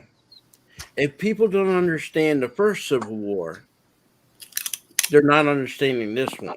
Because the exact same stuff that's going on then happened before because a lot of southern states want to do things their own way. Right. Whether it actually was keeping an entire labor force when the North was actually innovating, but they said no, we don't want this. We are not like going to follow any of the rules you guys are saying. We want to govern ourselves. And pretty it's like, much. you can we're all part of the same country here. You guys can't do that. right. And they basically said, yeah, we're gonna do it anyway. So go fuck yourselves. And we went to war. The Yep. same thing is happening right now. If you're looking at it, Florida and Texas. And where is that located? In the South. Mm-hmm. And I was going to say, you look at California, they're still enforcing the mask mandates. You look at Texas and Florida, they've eased off. Here's the other thing that ties into that. You see the mass exodus. For the West, it's Californians fleeing out of there. Mm-hmm. For People the fleeing East, New York. is New York, and I can tell you this. But here's the difference. The influx of switching populations is able to adapt on the East Coast a lot better. West Coast, not the same. Nevada, especially Las Vegas, there's a huge water problem because it's a city that's not near water. And it's in the middle of the Mojave Desert. Heck, I even watched the thing from Real Life War just about an hour or so ago before I came on here. And here's the thing: if you're thinking that the Colorado River can sustain all, it can't. It can't. It literally can't. California has federal government paid for desalination plants. Not Newsom, not Schwarzenegger, but the one before that I think it's brown. Shut them down. Wow. Moonbeam. Where we Governor Moonbeam. California could have water, but they don't want water. And everybody's going to fight for the Colorado, which is practically going to run dry. Look, the Hoover Dam is only about a couple feet, and it's not going to be able to produce electricity. Where is they getting it? No, their big solution to the problem, here's their solution that the Western states are proposing. Give us water access to the Mississippi. Oh, you gotta be freaking That's their kidding big me. plan. And here's the problem with that. Yes, there's plenty of water in the Mississippi, but you already got cities that depending on that water. Right. Yeah, but of course, yeah. It's all about me. California this, California that. Hell, you know, you guys want to be assholes about it. Why don't you guys just go ahead and secede from the Union? Hell, if China ever decides to invade, yeah, just let them come on. Just let them come on in. We'll be ready to bomb. We'll be ready to bomb. I think we'll be ready to bomb all those ports easily. Here's an analogy that I'm going to give people of how tomorrow there can be a legitimate civil war, and it has only not even to do with our politics. Water. California goes and says, we need water. So they're going to turn to a state like Ohio. We're going to put a pipeline from California to Ohio to that water. Ohio's already depending on that water. And more importantly, it belongs to Ohio. But California's going to say, no, that belongs to the United States. We have access to it. Do you see how a fight is going to start? Then you start saying that, and then the other states that are up in the Great Lakes are going to say, you're going to do that to Ohio. The next thing you're going to do is to us. Yeah, exactly. I can only imagine what happened. I mean, the largest source of water for Illinois and Michigan is, of course, Lake Michigan, and a lot of other states, like I think parts of like even parts of Canada are dependent on the Great Lakes. And you see, when Ohio says we have 100% oil water capacity, but in actuality, we can say safely if there's a drought, we have 125%. But that's for Ohio. Once you start taking water from Ohio to California, they don't have that safety net. Well, I know one thing. The whole idea of desalination plants, I actually implemented that in a store. I mean, again, it's a little alternate history, but again, private industries are the ones that did this, not government subsidy. Okay, so since I'm probably the only one in here from California, Actually, there's two of us. Is there two of us? Oh, right. Yes. Mike is from California. But since I've lived here all my life, and since Phil keeps bringing up my state, the problem with California that I can speak for, because I've lived here, is we have a clown show, as in the politicians. They basically should just hit each other with mallets, of Acme mallets, and maybe then things might get better. But the reality is that we went from Governor Moonbeam, who at the time was like, well, he seems he's coming back, and we don't want this Meg Whitman person. I think it was Meg Whitman, something like that. Some other pinhead, and she was a Republican Party or whatever. So we went with him, and then it was like, okay, and so then he started draining reservoirs. This was also around the time that the dam, there was going to be a dam that may break, but it didn't. In Sacramento. Yes, it was. Yes, I'm pretty sure that was in Sacramento. And so we went from one pinhead, which wasn't as bad, to somebody who was worse, because we have Gavin Mussolini, as I like to call him. And I mean, yes, yeah, and that. Sorry, go ahead. People like Mussolini, as I like to call him, and if this ever gets back, I don't care. I've been living here a long time.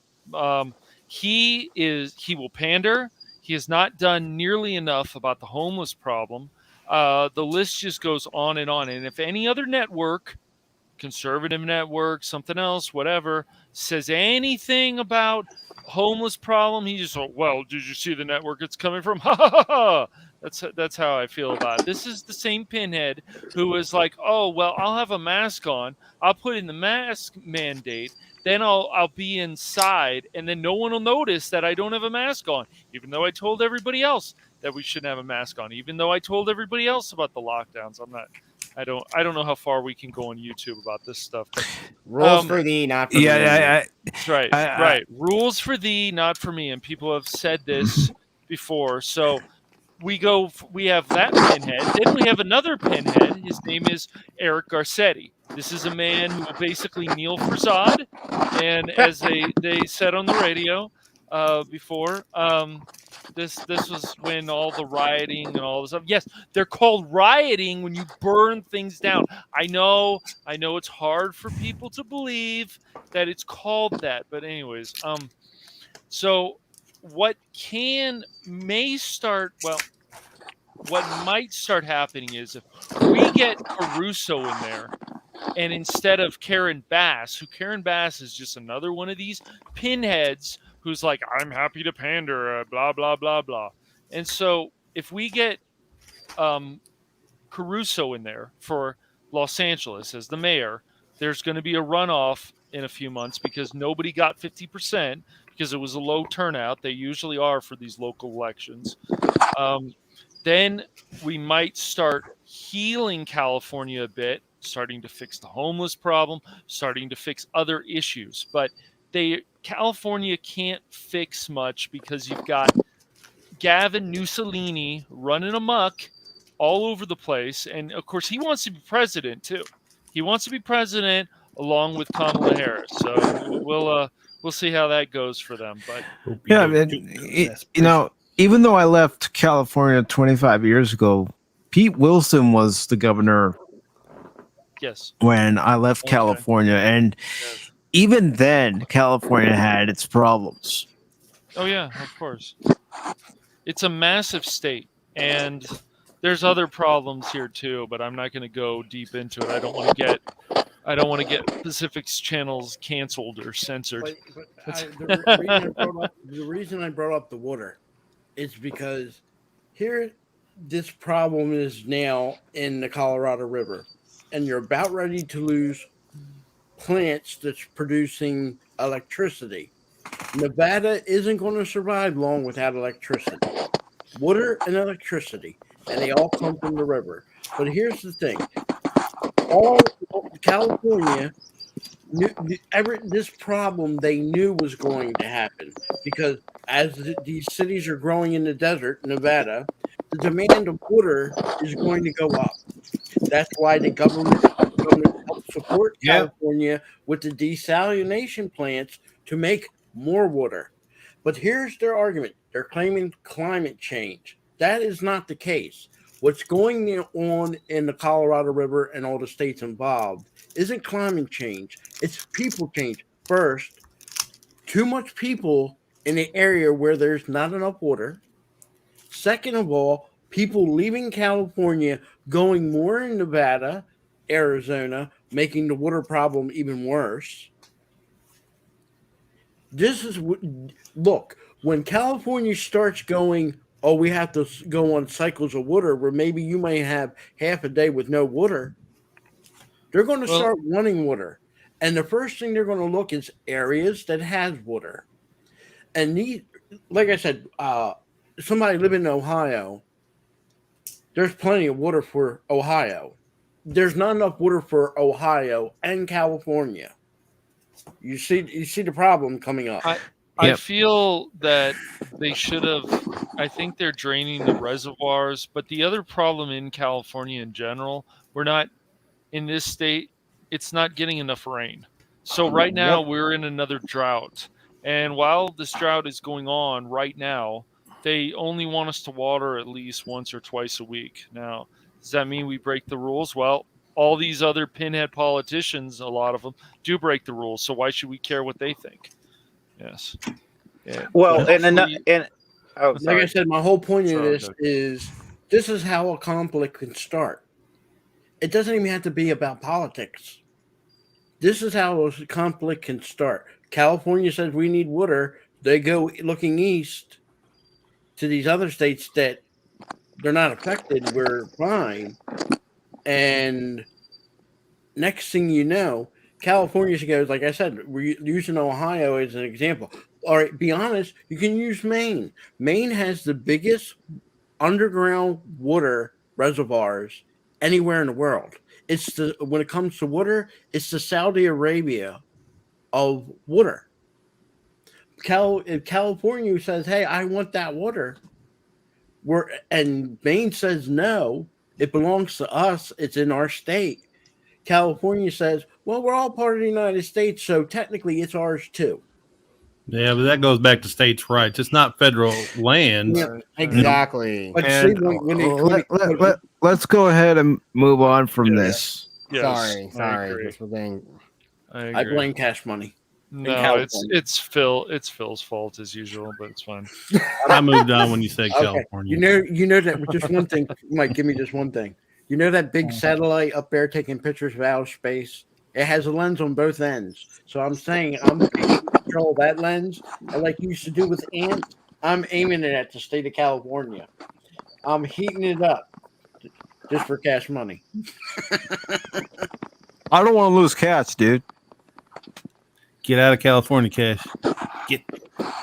So yeah, so I've survived here a long time. If these pinheads want to come after me anonymous, they can bring it. No, it's not just that. Dude.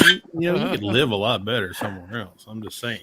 In this Good morning, area, anti-derivative Jill. How are you doing this morning? Hey, Jill. it's pretty good in this area, man. So. Okay. Well. Hey, Just want to say, Mike, you just took us out of the frying pan, and you now are going to put us into the deep fire with this next article. Well, this is long overdue. But I know the reason why he's doing it now. Yeah. But still, it's long overdue. And fans like me, I'm sorry. I don't care if Stephanie's in charge. I don't care if Nick Khan's in charge. I don't care if Triple H is in charge. I'm not coming back. I even tried AEW, and it was still the same thing in the end. It started off good, but you start seeing some of the same things that you saw in WWE. It's like, no, I came here because you're supposed to be different. You're supposed to offer a different type of product. And now I'm not seeing it, so see ya. But it's like the same with boxing. You've got to have the people that draw. You've got to bring in the fighters or the wrestlers that people want. And also, as far as I know, I haven't been keeping up with wrestling that much, but as far as I know, a lot of wrestling now is just people sending out messages, isn't it? Hasn't there's still pandering going on? It's not just what it used to be fun and people trash talking all the time. It's gone woke too. Oh boy. Yes, it has. Yeah, excuse me, everyone. I've got to get running. But Mike, everybody on the panel, it's good to see everyone. Good to be on here. Thank you very much. I enjoy this, and yeah, I'll just say this on Vince. He's probably trying to avoid me too. But anyway, everyone have a good day. He is. Yeah. You too, Captain. Thank you for coming on. You're always welcome. Yeah, I appreciate it. Good You guys talking have to a you. good one. All right, bye. You too, man. You too, brother. Yeah, and it's kind of ironic that he actually got a thorough beatdown by Trump in that one match, I think. All right. Yeah, who would have known at the time, WrestleMania 23, that Trump would be president? Nobody. Yeah, I think. Yeah, no, I'm just saying it was just funny to see like two big moguls go at it. Oh yeah, celebrity deathmatch style. Yeah, no, I wonder if Trump took over something like that, like the WWE. That would be interesting if he wanted to. I'm sure he has the money for it. Yeah, I think he lost flavor with sports after the USFL collapse. Oh, I know. I can't believe. I actually heard he was gonna try and bring that back. Like seriously, Vince. At first, Vince he was try again. Yeah, well, that's different. I do remember that. I remember that it was XFL. This was back in the 80s. They had the USFL, which they are also bringing back. The USFL I can't. They had a good thing, And Trump tried his best. I would say out of all his investments, he really liked his football team. And yeah, he tried hard to get that to go, and he even put out his own money to pump up the USFL. The USFL had some good products, had some good football players. Reggie White of the Philadelphia Eagles, Gary Clark of the Washington Redskins. Can I say Redskins anymore? But say what you want, dude. I'll still call the Guardians the Indians. Oh no, all I'm saying is they had a quality. They had everything in the USFL that the NFL had. The only problem was not that even the TV ratings. Yes, they were there. The problem was sponsorship and advertisement. The NFL pretty much took a chokehold on the advertisements, telling their advertisers that if they support the USFL, the NFL is not going to keep them in. Let me also tell you, Phil, about the NFL. This is when you started seeing there was more garbage going on. When they got rid of the show Playmakers, that was a more realistic. I don't know if any of you guys watch Playmakers. This was on ESPN a number of years ago. But the NFL put so much pressure on that to get rid of it when that show had talked about drugs, talked about other things. And I'm guessing they didn't want that was getting a little too close to home for them in the NFL, in the actual NFL. And they're like, you know what? Let's cancel this after a season or two. Or maybe it was just one season, or maybe it was just a few episodes. I can't remember, but I think it went on for at least a season. Do you guys remember Playmakers? I remember hearing about it, but I never watched it. It was a quality show. If you ever get to, you'll be like, oh, I could see this actually going on the real NFL, but they didn't like it. It just was another example, just like the Ray Rice stuff, that you get these wrong commissioners, the wrong people running these sports, and everything starts going to hell. Yeah. When it comes to the XFL the first time with Vince McMahon, good idea. Everything was set up. The problem where he messed up was he didn't have, excuse me, the investors as owners. For example, you have mega millionaires as owners of NFL teams. He didn't do that. He tried to keep all the ownership under how can you put it? He kept it under the WWE banner. There you go. He wanted full control. Yep. And he was also using money from what the WWE to bolster the XFL rather than using it as its own entity. Well, remember when the XFL first had their first game, he used WWE at the time, WWF superstars to heavily promote the XFL because he knew they would be the drawing point in getting people to tune in. And what derailed the XFL's second comeback was the Coof. Mm-hmm. Apparently, in its second comeback, it was starting to get good ratings, but then the Coof happened and they canceled the rest of the season. But he still did the same mistake. He didn't have ownership of the teams. That is, I think, had he had even on a second run, if he sold the rights to the team like they do in the NFL, and you have ownership of the team like in baseball too, you're not, one person can't support a whole sporting. Yes, but you forget, Phil. You're talking about Vince McMahon. I know Vince McMahon. The guy with the biggest ego there is to have. He even had his own professional, bodybuilding company that even lasted for a short while. The guy has always had a huge ego, and with all these allegations coming out that he paid money to these women that he slept with and had dealings with, it's all coming back to bite him in the ass now, and he's stepping down because of that. Yes, he could be ill. He could be ill. He's 77 years old. No doubt about that. but the man has needed to retire from the World Wrestling Federation, World Wrestling Entertainment, whatever you want to call it.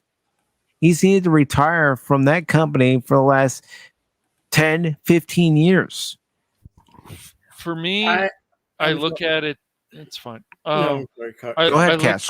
I look at it this way: is if they can, it's like any of these sports, but we'll just focus on wrestling because, of course, that's what we're talking about with Vince McMahon. If the new people running it can get draws like the Hulk Hogan's and the Jake the Snake and these people that have that personality, then I think things can start getting healed, or it'll make people more excited again about wrestling. But will they be able to take that chance again? That'll be the question. Well, I was talking to our good friend, Phantomology Paul, and he was telling me that apparently just this past Monday on Monday Night Raw, it's back to a TV 14 rating. That doesn't necessarily mean that theirs could be a better product. Right. A more entertaining product. I get that. It could be even worse. Mm-hmm. The thing is, I don't think he's really retired. I mean, he's never gonna fully be out of WWE. And the reason why behind the scenes doing it. And the reason why, Phil, is because he's still a majority shareholder. He's still going to call shots from behind the curtain. Mm-hmm. Stephanie and Nick Khan may be the quote-unquote CEOs, but Vince McMahon is still going to be pulling the strings. Like I said, it's no different than any other place when it's quote unquote family owned. It's always keep it in the family. But like I said, when you have somebody like Vince McMahon, knowing how we know Vince McMahon, he can say I'm out officially, and that's to protect the WWE from anything. But unofficially, behind the scenes, he's going to use Stephanie as the face while he does whatever he does behind the scenes. And, I don't know everything, what's going on or what he's done or alleged been done. It does not surprise me. Vince McMahon is part of, I don't want to say the club, but he's part of the boys club. Let's just come out and say it. He's part of the boys club. Here's the thing. It's a double-edged sword. You have Vince McMahon. You have Mr. Jello Pudding Pops. You have the founder of Playboy. Let me just say this. I don't doubt when people say stuff happens. We know it happens. The thing to doubt is, one, did the person willingly do it and then decide to change their mind after they did it? Happens a lot. The amount of people that even back in the day, you can always remember, you always had these girls in high school. Their big plan was, I'm going to Hollywood to become a star. Oh, boy. And it might not be as much today, but that was a big thing. And we all, Mike, we know this, man. Yeah, Phil, but nowadays, it's like every teenage girl probably wants to be a social media influencer, which most of them probably are. That's the new thing. But here's the thing. When you go to Hollywood, and I said this before on many channels, and you're a woman, you got a certain amount of time. Men have a little bit more. You don't have a female equivalent, very few, to a Mel Gibson. That's because roles are normally given to younger women. And let's say, I hate to say this, age does play a part. So as they're getting older in tooth, they have 5 years. And you have certain people that can't handle after them 5 years, they're not getting the parts. Hollywood ain't calling me. Studios ain't calling me. TV ain't calling me. What am I going to do? Then that's when you get your Roman Polanski's, you get your the big one that's the big kahuna, I won't say his name because I don't know if you'll get in trouble for it, Mike. They step in board. You do me a favor, I do you a favor. Now, they're all fine doing the favor if it's going to get them what they want. But 20 years later, now it's a problem. My thing is, if Vince McMahon did what he did, and one, he paid them, and they agreed to accept the money, then now if all of a sudden they're bursting, they need to return the money. They have to return. They're not going to do that, Phil. They're not going to do it because that's the big motivator for some people. But I'm just saying, there's the problem there in our society. The other thing is, why would you wait 20 years? If Cash Money robbed me, I'm not waiting 20 years to say something. I'm saying something right then and there. Why are you using me as an example? Yeah. Come on, dude. That's why his name's Cash Money. That's why he's the Vince McMahon of YouTube. Okay. What, Mr. Cash Money, Mr. Money in the Bank? He got two. Look, he's got the name. Look, it's all right. We understand because Phil is just still in denial about some movies he likes that are pretty awful. It's okay. It's all right. I've got one of them all ready to go here. It's one of Phil's favorites. Excuse me, I'd just like to ask a question. What does God need with a starship? Release the Shatner cut. Wait. Does he like Star Trek 6? 5. That's 5. He likes Star Trek 5. Mm-hmm. Oh, It's very funny. I like it. Phil needs his pain. Phil likes it. Phil likes that. Conan the Destroyer. Ugh. And then also Caddyshack too. Let me ask you all this. Here we have Vince McMahon. Maybe he did this, maybe he didn't. We give him benefit of the doubt, innocent until proven guilty. And all this craziness, going on there. Yet Disney, owners on a weekly basis down there in Florida, its employees gets busted for things with children. And it's not you don't have to do, YouTube doesn't have to do anything. You can look on YouTube and you'll see it.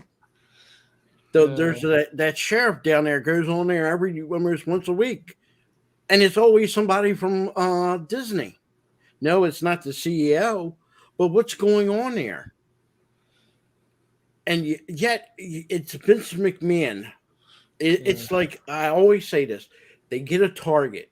They find a target. And once that target's on somebody, you're never going to get it all. I'm not saying Vince McMahon is innocent. I'm not saying that. I'm saying I don't understand why now. They want him gone.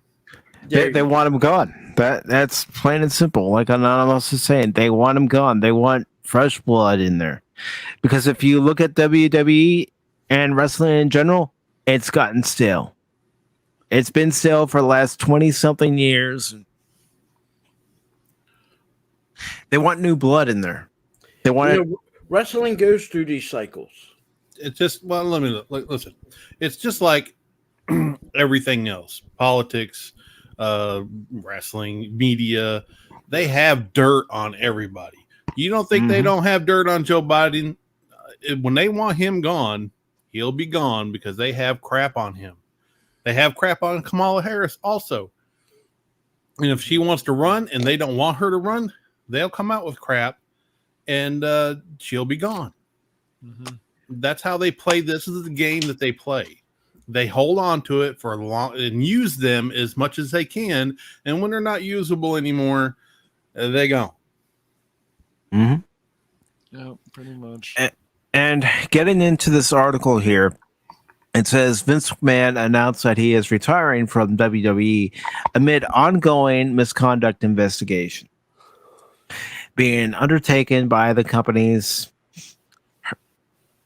board of directors.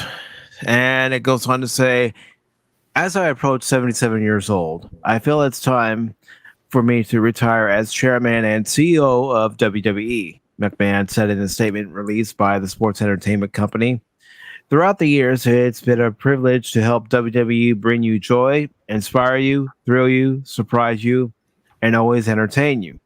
Well, that last part, I'll even question it because there have been things I've seen while watching wrestling that's even made me go, "Oh, why did they even approve this? Who greenlit this? Oh, wait a minute, Vince did." Never mind. It goes on to say, "I would like to thank my family for mightily contributing to our success, and I would also like to thank all of our past and present superstars and employees for their dedication and passion for our brand. Most importantly, I would like to thank our fans for allowing us into your homes every week and being your choice of entertainment.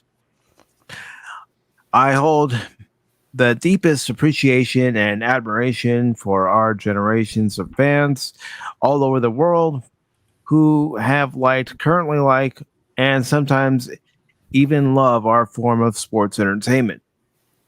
Don't get me wrong. I'm not gonna mock it. I'm not gonna say I never enjoyed it.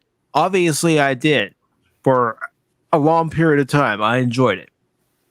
You can even see some videos from going to Monday Night Raw and SmackDown, and also going to my one and only WrestleMania. So obviously, at one point, I had a love for WWE and wrestling in general. But like a lot of things, it does get stale. And the article goes on to say McMahon's retirement comes after it was announced in June that he would be stepping down from his roles as chairman and CEO of WWE amid an ongoing investigation into allegations that he paid out millions of dollars to multiple women to keep quiet about alleged affairs and misconduct. The Wall Street Journal reported that McMahon ultimately paid a total of 12 million as part of the agreements. He remained on board as head of creative since then, but he will now be exiting that role as well. McMahon went on to say in his statement that his daughter Stephanie and WWE President Nick Khan would serve as co-CEOs upon his departure, with Stephanie also serving as chairwoman. She had been named interim CEO when her father initially stepped down. Since taking the company public, McMahon remains WWE's biggest shareholders.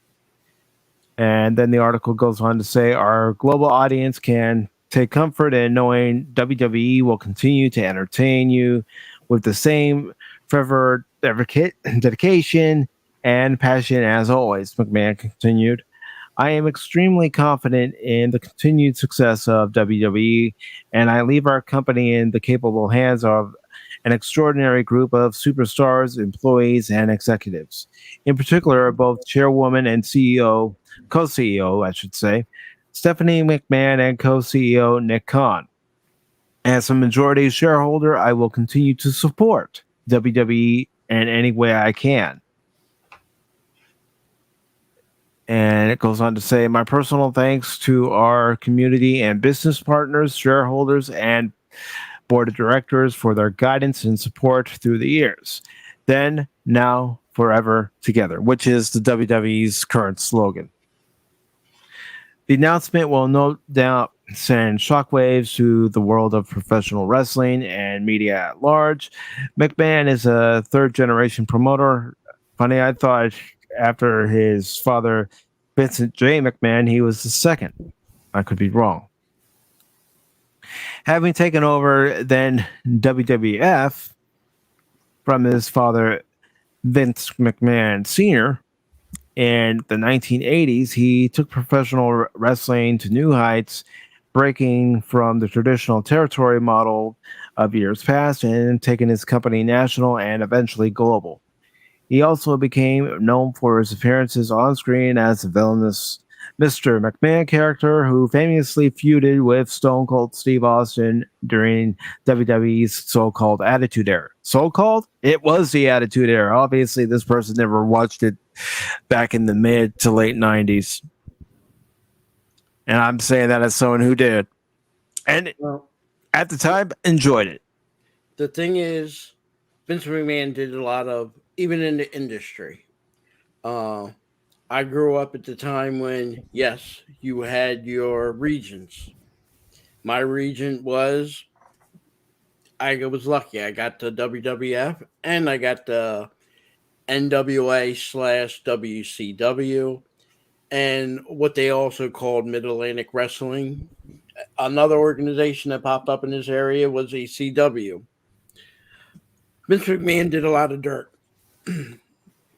And, excuse me, as a businessman, he didn't listen to his dad. His dad told him, don't try to go outside the region. Stay in your region. Get your popularity. You'll be fine. Vince McMahon didn't want that. And don't forget, there was the infamous weekend. I believe it was 1986 or 87 when Vince McMahon bought NWA/WCW for the first time for one weekend. And the reason why he only held it for one weekend was a mass revolt from WCW, NWA, let's say employees and management, that he literally had to sell it back to Ted Turner. That was only for one weekend. So there was a time where even before and during the wars, he actually did own WCW, NWA. That's why you had the infamous Ole Anderson conflict. People ask why Ole Anderson is not in the Four Horsemen as the inductees. Because when Vince McMahon bought him the first time, Ole Anderson was so angry at Vince McMahon for trying to break up the regions. He not only cussed him out face to face, but he also cussed out Linda McMahon right to her face. It got ugly. It got ugly. If somebody was to ask me today, would I prefer the regions? I don't think wrestling will be in the position it is today had it not been the regions been bought out. And let's be honest, Vince McMahon ended up with all the regions. He got them all. He succeeded. So what happens when you hit the top? You get complacent. You don't have anything to compete for. WWE, I could tell you, and I've been there from the 70s, when there was the Midnight Wars between WCW and WWE, that was the best wrestling you ever got. The best. You don't have that now, even with AEW right now, because they're not competing on the same nights. I mean, yeah, somebody's gonna probably come back and say, but Mike, Rampage is on Friday nights. Yeah, it's after SmackDown has already gone off the air. You don't have your WCW programming starting at 8 o'clock and then your WWF programming starting at 9 o'clock, and that, channel flipping to see, okay, what's WCW doing? What's WWF doing? Okay, it's a commercial break. What are they doing now? You don't have that. No. And let's be honest, the way the dynamics of the regions, by the mid-'80s, it was going to fall. There was a period in time, even WCW/NWA, whatever you want to call them, they started doing what Vince McMahon was doing. There was the buyout. The great buyout was WWE buying, what was it? UWF. They bought out a region, and NWA bought out the other region that had a Sting, and you can see it's happened around 86. They both bought big regions. They kind of like were in cahoots. And after they bought out them other two organizations, it pretty much put an end to the regions. It was done. Now it was a free-for-all. Whoever can go anywhere and do anything. And let's be honest, Vince McMahon might not have had the money Ted Turner had, but he had that was his business. That was the industry he was in. Ted Turner, he had a portfolio. And WCW was only a part of a portfolio. It wasn't his gravy of doing business in. He wasn't a wrestler industry or owner. He was a portfolio. So up cahoots, Vince McMahon had it. And let's just say we can see the drop off 5 years just out of the Attitude Era. And I'm not just talking about. Oh, it started happening right away. As soon as Vince bought WCW, that's when things started going downhill. Now, like I said, he did help out Paulie Dangerously in ECW, money, financially, crossover, and everything. But I always thought ECW was going to. I loved it, but I always felt that he was going to take that out sooner or later. So I know we have AEW. There's another one. There's AEW, there's Impact Wrestling, and there's the new NWA, whatever they're calling themselves today. That's pretty much our 4. And 2 out of the 4 you don't hear much anymore about.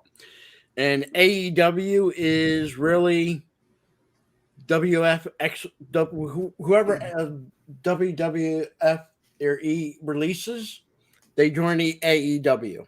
It's a secondary. It was the same when TNA Impact was trying to make and I don't mean this as a pun, but an Impact. They would hire anybody who was recently released by WWE. It's no different than when WCW was around and they would bring in guys that were no longer under contract with WWE. Yep. It happens. It's the wrestling business. You'll see men and women pop up in another organization. Even after they say, well, I'm not working for that organization again, they'll show up. If the money's there, they'll show up. Yep.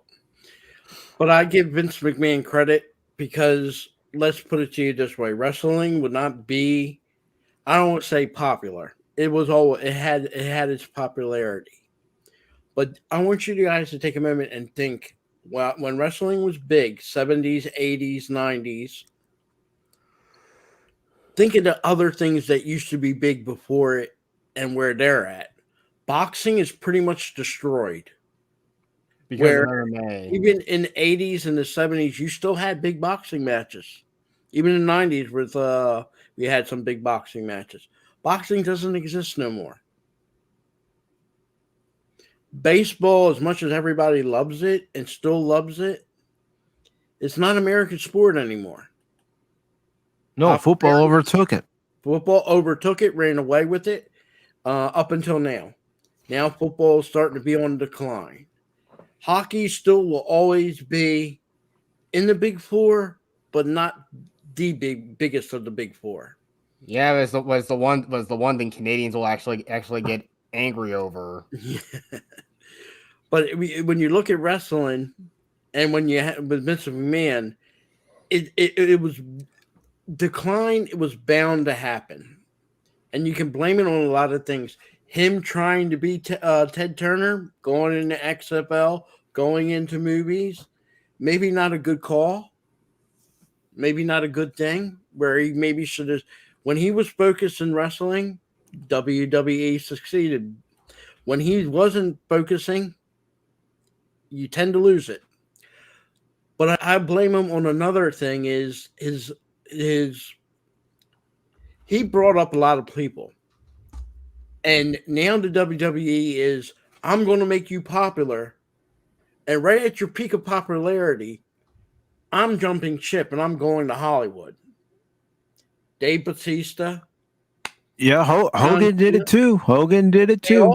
They all did. Ric Flair didn't do it. And I think he had the smart brain to know, I'm a wrestler. I'm staying in wrestling. But look at Wayne Johnson.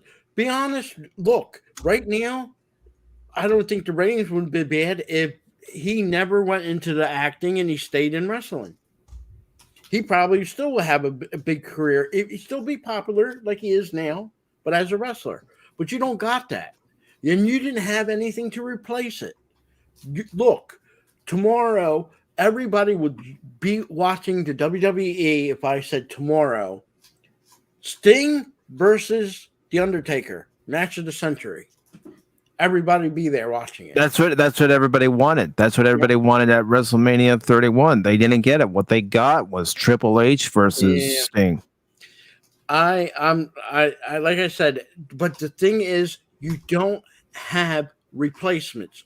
Who is the big superstar that can replace the Triple H's, the Undertaker, The Rock, Steve Austin?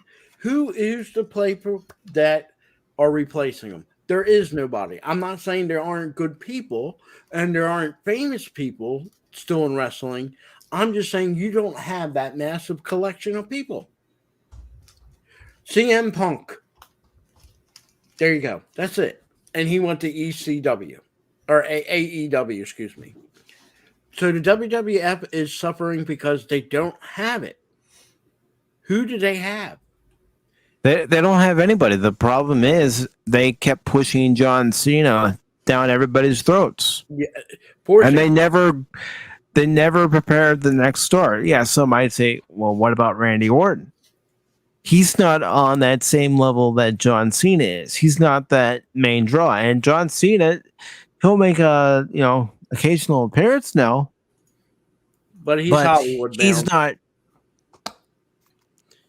He's Hollywood.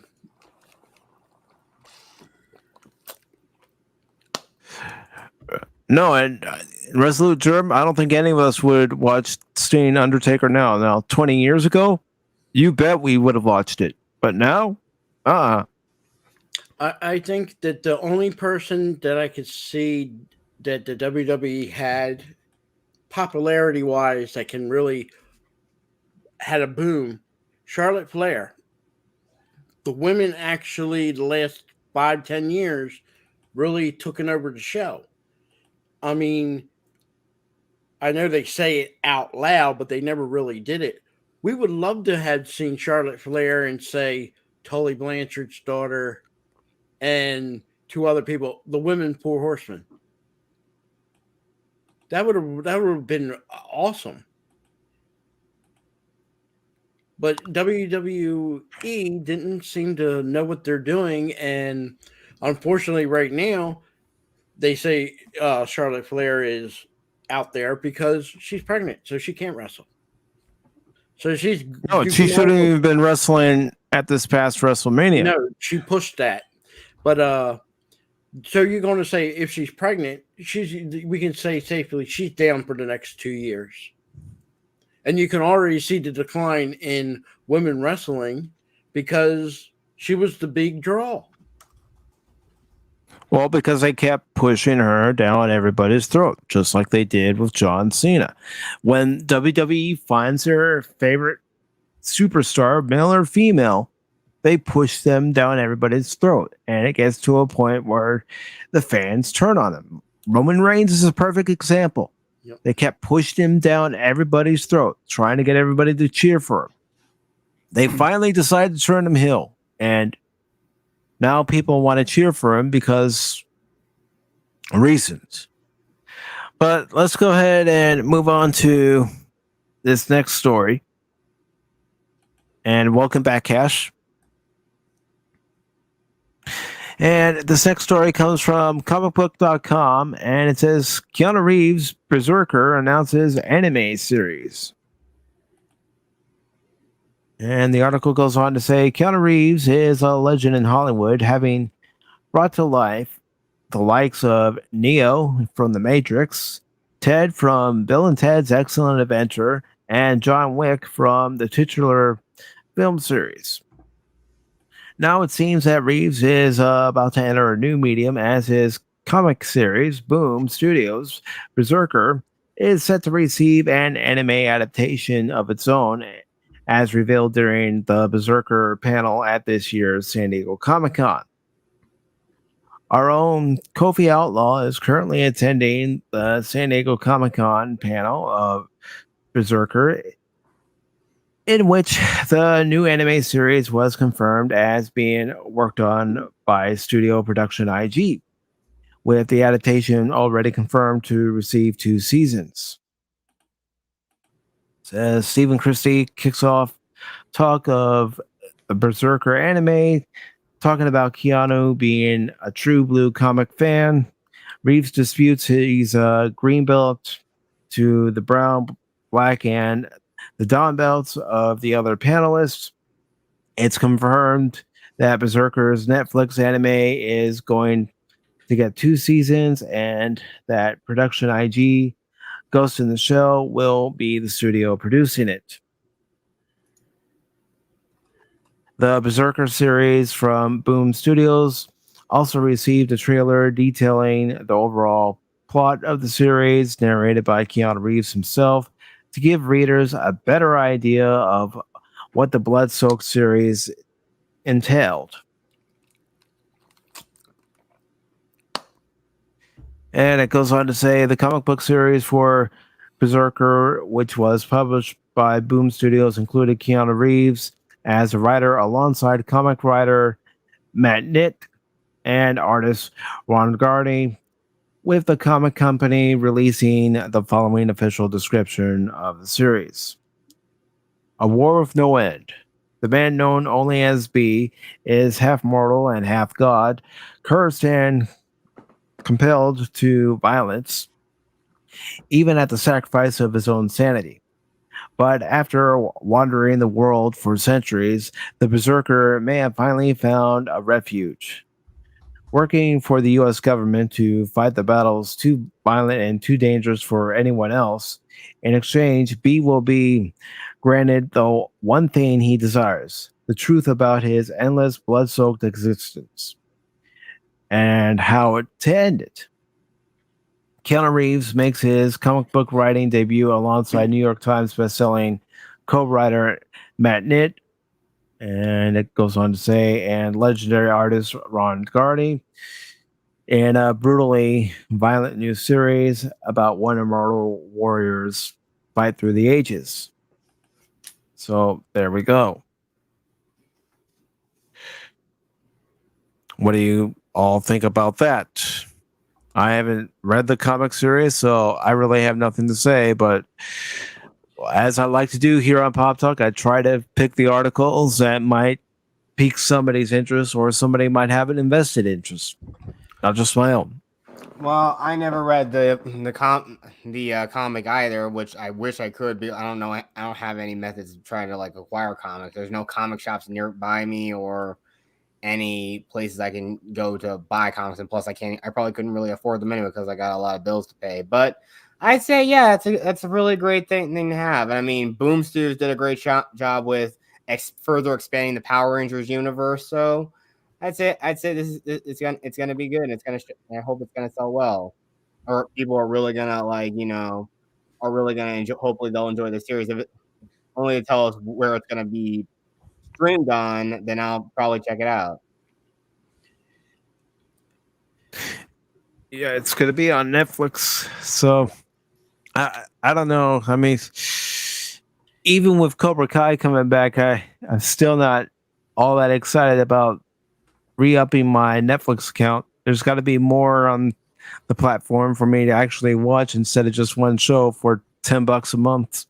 Yeah, and I know Netflix has got expensive, but I canceled mine because of a certain movie that definitely why it even exists is beyond me. Mm-hmm. That's fair. Yep. I give Keanu Reeves a little credit. He's doing something that he likes. Unfortunately, in this time and era, and this is personally my opinion, we're getting too much now comic books. It's too much in entertainment right now. It's like the lifeblood of entertainment. Yeah, we are kind of like we're getting burned by it. We're getting burned out hard. And here's the other thing: you already see their eyes are turning. Where can they go now? Where can we go to get future entertainment? Anime. And I can already see that comic book and is dying, and the entertainment with comic books are dying. Once they start going in anime, we're going to have the next 10 years of anime until they burn that out. Well, is this so that this is just another series? Because obviously we've had Berserker as an anime. I know a little bit about that. And so this is just a new series then, Mike, pretty much? That's Or what it sounds reboot like. series? Okay. All right. Well, I mean, I don't know. After all these years, like Trigun is coming back, and you look at that CGI, and you're just like, no. Trigun was more intimidating in the freaking Teen Titans show, but they pretty much made him a stereotypical cartoon dad in the hyperactive mess that is Go. It's going to be very odd to see like what's going to happen with stuff like One Piece, and there's going to be a live action version of that. I know Crit's very excited about that. Other people, I'm sure, are excited. Well, maybe 50-50, but what they need to do is just follow a simple blueprint. Just adapt the product properly, and you make more money. That it shouldn't really be that hard. Bring on the people who either wrote the story, who worked on the stuff earlier, and it can work. But I understand where Phil is coming from. Now we're having another Berserker series, which we've already had Berserker. So this is not even a movie. This is just another series. And there's certain things I really enjoy that Keanu Reeves does. There's other stuff, not so much, but stuff like John Wick, and I think he works well, and Matrix, and stuff like Bill and Ted. But I don't know. Do we need another series of Berserker? That's the question. I think if this was done 15 years ago, I could say be a lot more enthusiastic about it. But at this point, if you get 3 more announcements of up and coming shows, movies, it's comic book related. And there's nothing wrong with comic books. It's just that it's overplayed.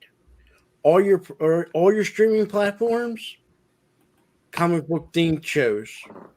A lot of them, yeah. All your movies. Look, you were lucky to get 1 or 2 movies, maybe every 2 years, of a comic book theme. Now you're getting 10, and most of it's one company. See, that's where I disagree. Yeah, I will agree to a certain extent that they're doing a lot right now, and that's all they want to do. But if all these properties were good and they held true to the content and the lore and all that stuff, or at least a lot of it, or just a lot of it, story. There's always hit and miss, but if they did quality work, it would still be freaking popular and people would spend their money on it. I think even if it was, let's just say, good quality, you're still getting overplayed by it. And I think to an extent, but not that much to me. Okay, if next year I tell you we're going to have 4 new Marvel comic theme movies, DC's going to throw 3 of them at us at the same time, so that's 7. You don't think that's overplayed? A little, yeah. They could if they can keep it within 2 to 3 a year, it would be fine. And if they did it right, obviously, but I just think that they're overdoing it. I don't want to use the Star Wars as a reference. I think a Star Wars movie should be made. If they ever do Star Wars movies again, 1 every 2 to 3 years. Gives you time to digest it. You know, you don't get bored of it. See, that's the problem. Like when we were talking about wrestling, at some point, if you don't have anything new, it's going to get played out. Comic fatigue. That's exactly what it is. And see, they already know. You already see it. They know it. Yeah, so you already see it with the MCU. Yeah, all the and you're already seeing. These companies are knowing it and they're feeling it. they're not going to acknowledge that their wokeness is destroying it, But which is yeah, the major problem. But how can you know it's comic book fatigue when, the most of the properties they're destroying are the comic books franchise? But how do you know it's fatigue versus I'm tired of you screwing up my stuff, everything that I like? So Yeah, I think I know. I really don't entirely believe it is just fatigue, but the only reason why people would say it's fatigue because we keep constantly getting bombarded with it. Yeah, I can. That is the case for it, but just most of that stuff we're getting bombarded with is bad. So it's kind of a combination of both. If let's say we spend a 3-day weekend, all of us, and for 8 hours or for the majority of that each day, we're going to watch movies. And we watch a total of 8 movies in total each day. And 6 out of the 8 movies are comic book related. You're not going to get bored and on Monday morning coming around, you're going to say, yeah, I'll watch even more. I'll watch a comic book movie. Not if they're all the good freaking movies. I'd be like, ooh, comic book theme. Awesome. Yeah. You hit me with The Dark Knight. You hit me with Avengers and Captain America and Iron Man. You hit me with all those phase 1 through 3 movies and a lot of the DC like Batman and Batman Returns. I'm there. I'm fine with it. I'm totally fine with it. I can understand that, and I can understand it. Trust me. But there's a reason why TV shows, when they were originally made, was made once a week. The episode was for once a week. Reason is it gives you time to digest. Yeah. If you rewatch it, if you had the ability to watch it, but if I was to say, here it is, a new movie, 1980, TV show, The Robin Show, just about Robin, and I played one episode every day for 7 days, and let's say they did 40 episodes for the season, you don't think there would be a burnout if they turn around with a similar season for, let's say, The Penguin, and they did 40 episodes right afterwards? You don't think there's a burnout? You know what? I'll bring up an example of burnout. What about, during the period of all the Westerns, whether it's movies or TVs? There were a lot of Westerns, and at a point, people just stopped watching Westerns because they got tired of them. Well, not just they got tired of them. Technology shifted. The culture shifted towards more advanced stuff, and who wants to watch horses and buggies when you can watch Knight Rider? Things shift. Society shifts. People's likes and dislikes shift. Yes, I get that. But let me put this on you. Soap operas. People watch freaking soap operas every day, a new one every stinking day forever. It's because they like it. I'm not saying it's we're soap opera mentality. It's just that those people who like soap operas, they don't mind watching it. It's if you enjoy raw drama, you can find that in soap operas. Right. That's what I'm saying. It's all about what you like. If we love comic books, Monday through Friday, the weekends you didn't have soap operas. Well, I'm just saying a lot of soap operas went under because they just didn't have the fan base, or the soap operas went and decided. And that's another part of society too, right? Because you didn't have all those housewives staying home anymore. Because a lot of them had to get out and work. You had to have 2 jobs nowadays. My mom stayed home most of my life, and then finally one of the days she had to actually go get a job, and she couldn't stay home and watch, All My Children and One Life to Live and crap. So all those shows pretty much it took a number of years, but there's only a few soap operas left that are even considered daytime. Daytime soaps. Yeah, my grandmother, may she rest in peace, she loved The Young and the Restless. Yeah, they all did. The reason that show is still going on, and Bold and Beautiful and some of these other shows, there might be a few others, is because they still have enough of a fan base, and they still have raw drama, and you got the same person who worked on the same person who did it, the Bell, who worked on both Young and the Restless and Bold and Beautiful and so on. But it's just I'm ashamed that you know this. I know a lot of things, dude. I grew up in the era when, yes, there was a lot of people watching soap operas, but the shift had gone to at nighttime soap operas. Dallas, Falcon Crest. That was still going on during the same time. But there's see, stuff here's the that thing. yes. But here's Dynasty. the thing with all this. Dallas is the one that came back, I think, for some reason. When it came to minus your daytime soap operas, which never took a break, Dallas, there was the season end, so there was a break. That's the thing. There's a break, a time to relax, you can say, so to speak. Today we don't get that. We don't have them taking a break. That's what I mean with the Marvel. True. You know, if we had two Marvel movies a year, I would be fine with it. But if you count since what, Black Widow to now, how many did they do? And some of them weren't that good. Yet it seems like all of them weren't that good. What are you talking about? I mean, it's a production line. It's not just like that. It's the same with some of these games. Like, these companies won't bring back games people want. Jet Set Radio is one of those. Sega won't bring it back. They won't bring this stuff back, and it's frustrating.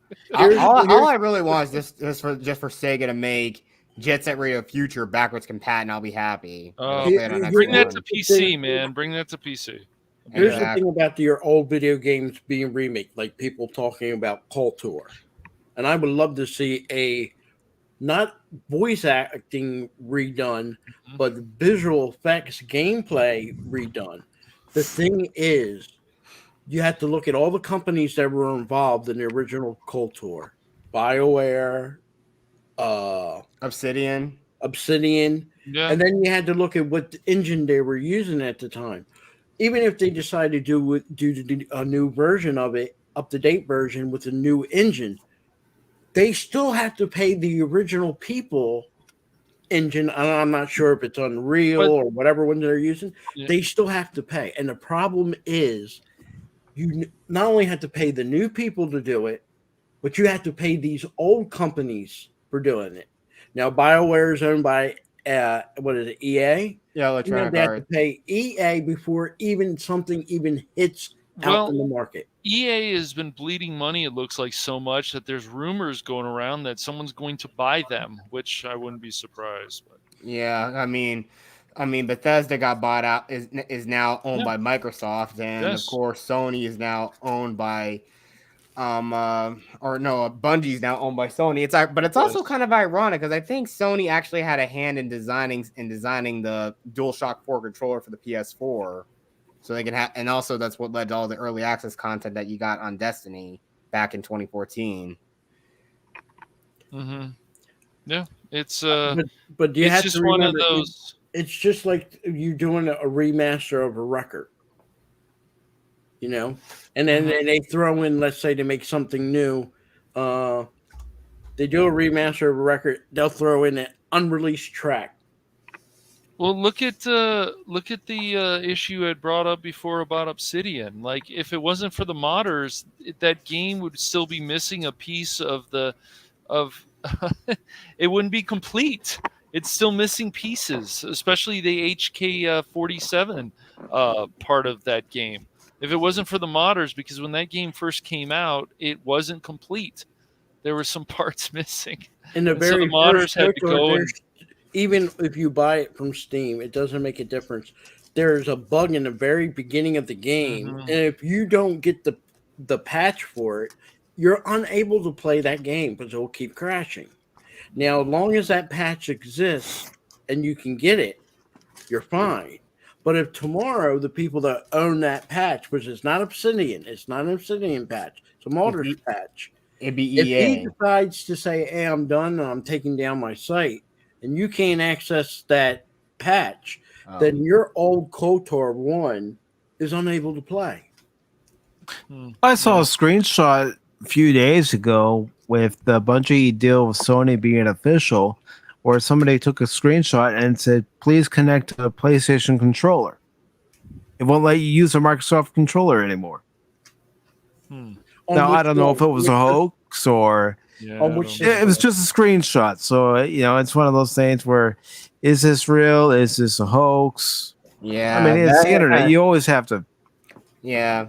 But I mean, the thing is, I kind of really don't like the idea now that everything's gonna be more fragmented now, because big like all the that used to be third party companies are now gonna be Microsoft exclusives, and now like Bungie's gonna be a Sony exclusive property. But now it's just like, look, the only company that ever truly, again, you only go and play their system for their games was Nintendo. And that was about it. But now everything is like all like sectioned up. But a majority of all the stuff that people got on the other consoles, like PlayStation or Xbox, a lot of it was third party stuff. Think 3DO's Neo Geo. And if there was ever a company that had the gaming industry in the palm of their hand and blew it, it's 3DO. But Neo Geo, I think, was console exclusive. Now, Yeah. 3DO, I don't know a lot of people remember them. They were neck and neck with EA back in the late 90s. And they were doing quite well. They were like number 2, if not number 1, compared to EA. And what happened to that company was internal fighting, and it really brought the company, it dissolved the company. That's why they don't exist anymore. They totally just got wiped off the face of the earth by their own people because they start arguing. Neo Geo, that system was one of the best systems.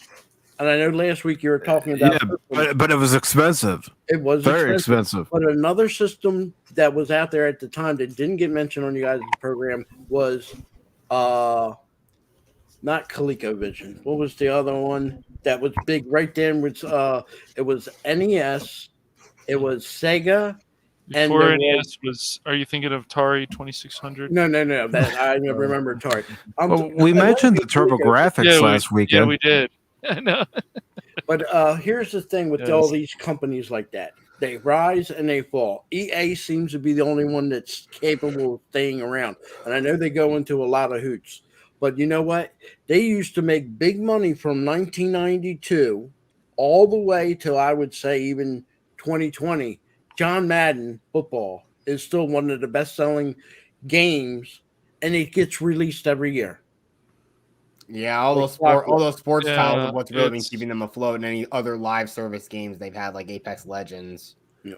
And like I said, when you look at their model, did that one, yeah. Most of EA was sports. Now you see them going to other areas, and I think that's the reason they bought out BioWare was because they wanted to go into the area BioWare is known for, and that's what your Star Wars, your Mass RPGs, Effect, but the thing is, they did damage to them. I mean, it's not just the fact that the doctors left, but it's just damage. Even if people enjoy Andromeda or whatever, it wasn't the same.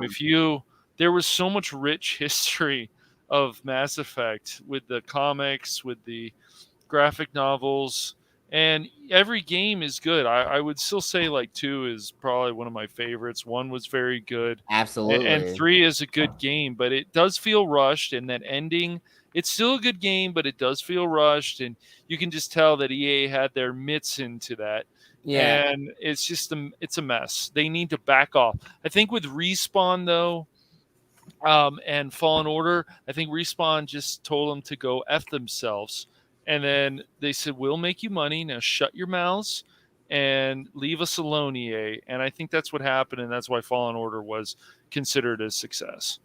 That's my guess. I could be wrong, but I think Respawn's one of the developers to tell EA to shut the hell up. Yeah, or at least they grew some balls. Every other developer that works under EA cowers in fear of them. Yeah. Or basically more or less cowers in fear of the board, especially literally the CEO, who is also pretty much talks like he's a Bond villain. I know a lot of people have this Sony versus Xbox Microsoft thing, which is bullshit. But let me explain something, and so people get a grand understanding. Sony is nowhere going to be hurt. Sony won the war between Sony's Blu-ray and Xbox's HD. HD doesn't exist no more. It's like VHS versus beta. It's done. Yeah, the HD DVD. I know my dad.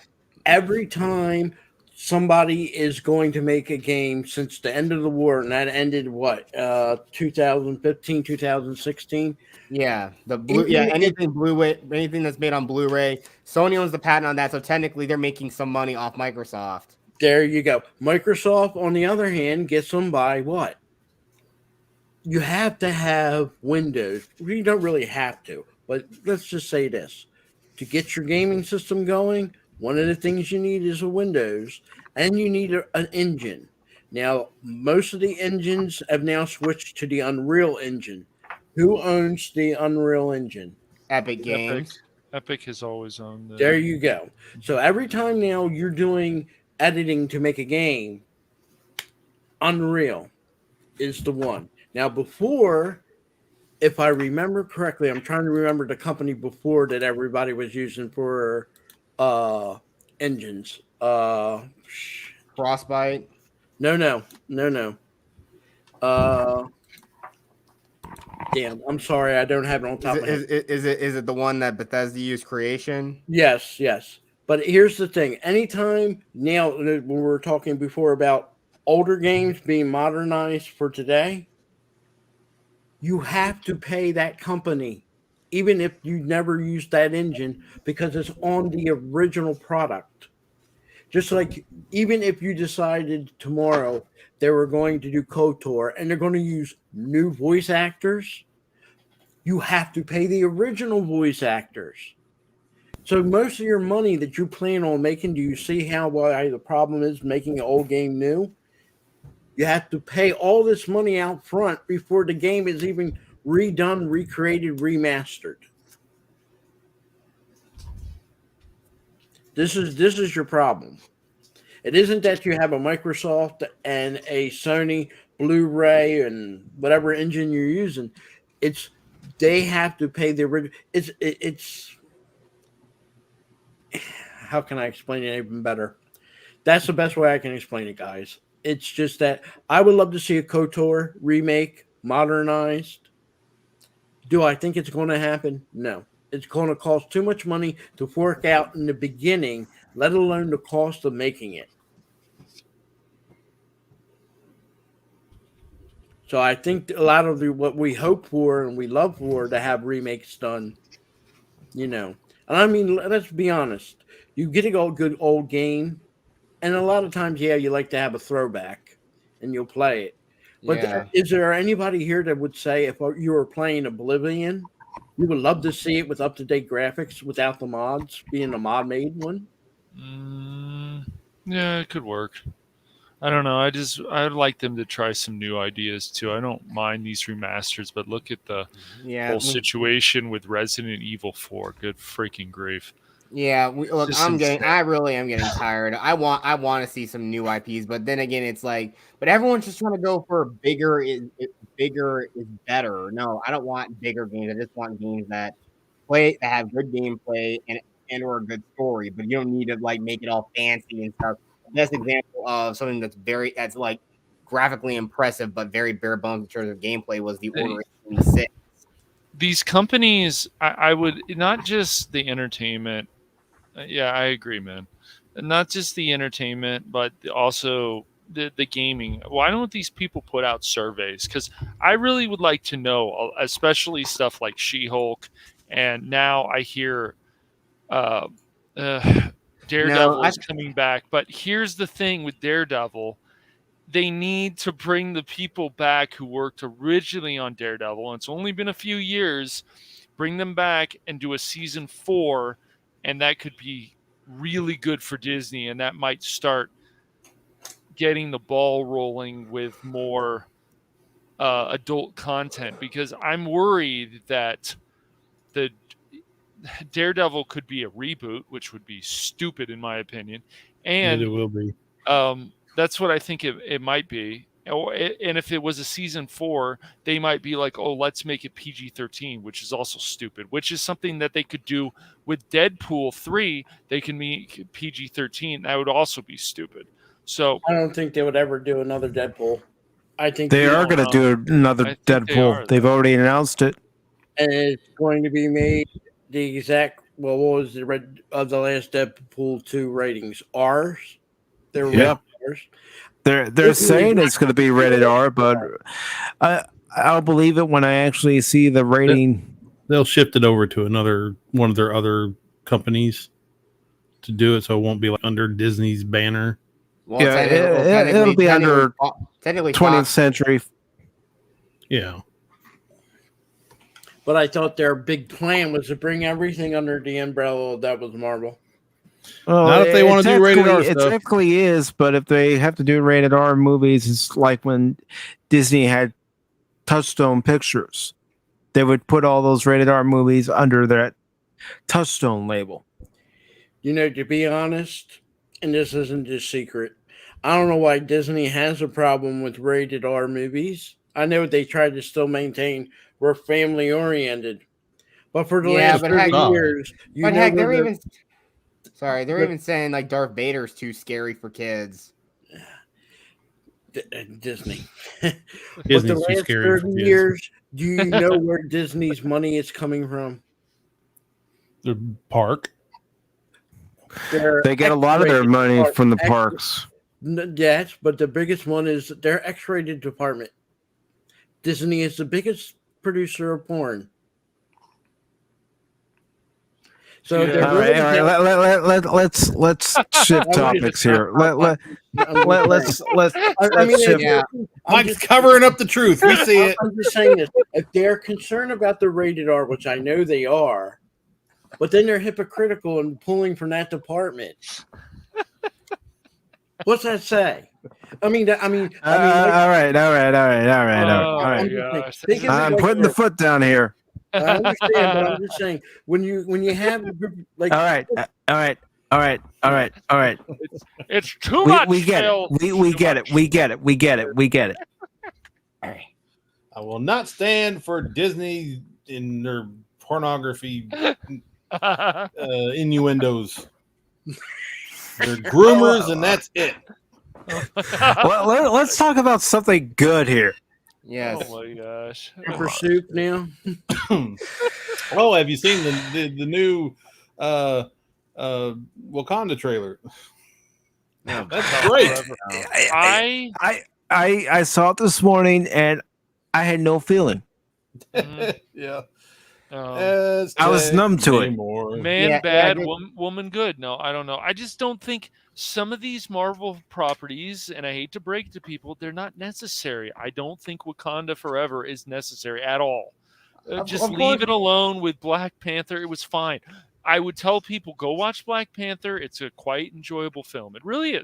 Yes. I'm inclined to agree, but of course, no, they got to do it because, of course, they'll gladly dump on a dead actor's legacy. They'll gladly just dump on it because they can, because we need more money. What happened to the one movie and done? I mean, does every Marvel character now needs to have multiple movies? Yes, because that's what the Disney overlords say they need. Of course they do. I mean, for some reason, we're getting. I don't want to even go into the details of this because it's just like they want, like, they're doing National Treasure and they're going to do a Disney Plus series, and then for season 2, and it's funny. It's like, oh, you guys think you're going to get a season 2 already? Okay. They want Nicolas Cage to come. It's like, no, leave it alone. We had 2 movies. It's okay. If it's not Nicolas Cage, it doesn't need to be made. No. The first movie was good. The second movie wasn't as good, but they were still enjoyable films. Just leave it alone. It's like with everything from Dookie Howser and all that. Just leave it alone, but they can't. They can't leave it alone. It's just crazy. Well, if there's a man version of this, we need a female version. No, you don't. You don't need that. It's okay. It's like if there's a female version of this, you don't need a male version of this. It's okay. I want a male version of Tomb Raider. You know what we need? We need to go back to a classic game collection, and that's Teenage Mutant Ninja Turtles, the Cowabunga collection. There. Yes. Why are we bringing the Teenage Mutant Ninja Turtles? Because he has the article up, dummy. Because I have the article up. It's something. It's something. I'll admit, I'm looking forward to having all the games in one collection instead of having to connect one system and another system just to play the games. This game is racist. I don't Keg. Yes. Finally. The truth has come out. All right, you heard it here first, folks. Phil doesn't even like the Teenage Mutant Ninja Turtles. I think he was joking. I hope he was. You never can tell. It's racist, and I can say it's racist. You can say it. Okay, if Phil TMNT was here, he probably wouldn't just put a sword on the table and just walk out. Okay, I hate to ask this, Phil, but what do you have against the Teenage Mutant Ninja Turtles? Why did they have to have Italian names? It was bad enough to do the Mario. You know what happens when you open Pandora's box? You can't close it. Wait a minute, wait. They had to use. Why did they have to use Italian names? And why does pizza have to be the thing? Come on, dude. Is this a serious? This can't be real. This can't be real. Seriously, what the heck is wrong with him? Okay, seriously, he needs a straight jacket. He does. In fact, we need to put all the have a marathon all the Teenage Mutant Ninja Turtles shows to teach him a lesson. We have to. Bring it back. He's got to be trolling. That's the most ridiculous. Hold on. Either Ninja Turtle. We should have Japanese names and Phil. How about no? It should be sushi, Japanese, seaweed, not pizza. Splitter was the one that ate sushi. Okay, the turtles. Okay, the turtles aren't Japanese. They're from New York, buddy. The turtles are New Yorkers. Okay, so what do they smell in New York? A lot of great food, and they smell pizza. So, in your words, they're not Ninja Turtles. They're just New York Thug Turtles. They're Ninja New They're York not Turtles. ninjas, but they're not from Japan. Splinter is. It was a ninja master. Yes. Look, just because you train somebody doesn't make it so. Haven't you ever heard of He was American a sensei. Ninja? American Ninja, Phil. Somebody get Miyagi-san in here to teach this dude a lesson. Time has come. Execute Order 66. You need to re-edit that and just put when he says 66, you just need to say despite your calls, Mike. You use the generation term, an old white man, imperialistic white power to solve your problems. Wow. Let me ask you this question. How much soy have you had this morning? Seriously. Exactly. Oh my gosh. How do you know he's white? Do you know his parents? And he's half black. Is an actor. He's white. Well, you don't know about typical style white role. You know. Yeah, Phil, Phil, you suffered a lot of emotional damage. Yeah, Phil, you have, dude. You guys he ate a lot of paint chips when he was a kid. You guys didn't listen to Cash Money. He told you straight up. He knew. What did I tell him? What did you tell funny, I must have missed that memo. I'm trolling you. Yeah, I figured. I had a feeling. Yeah, we all know that you're the biggest troll here on YouTube. There, your secret's out. I have other people's secrets. When you're bridge, you get the secret.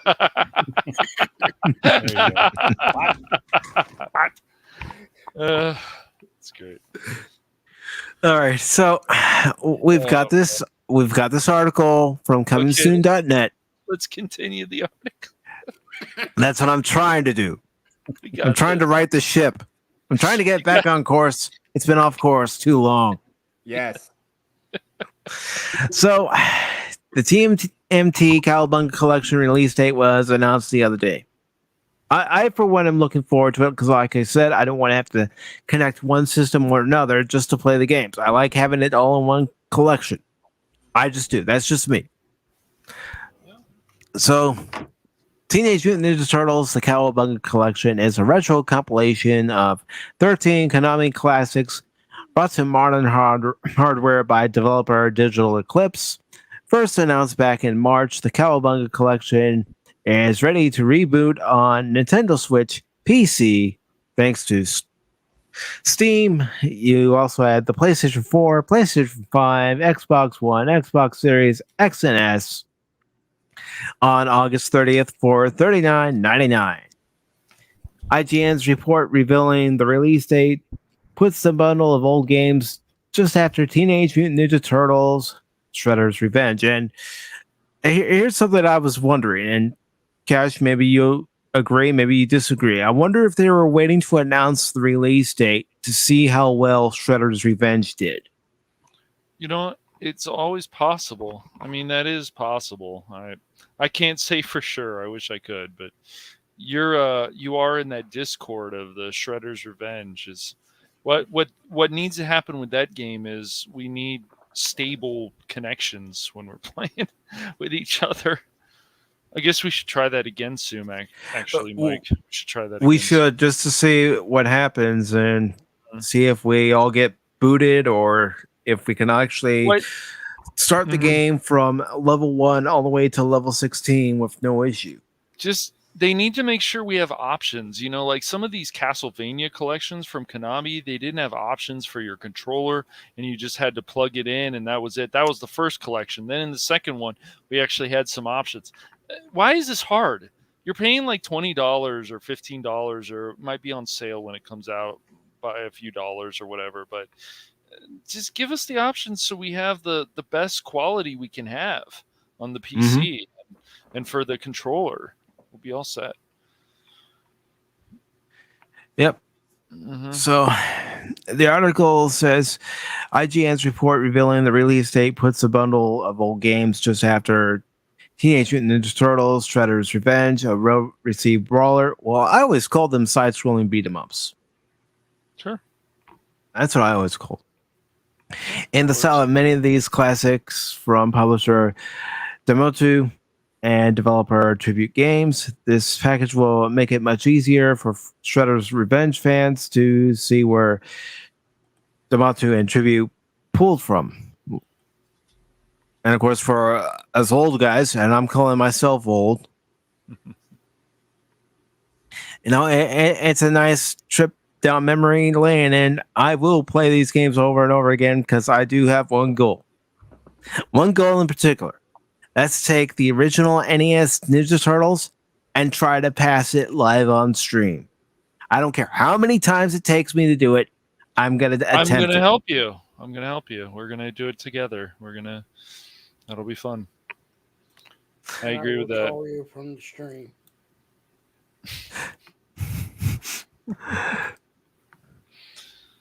But yes, I think, you know, I think people learned a lot from Angry Video Game Nerd, and you just got to go from there.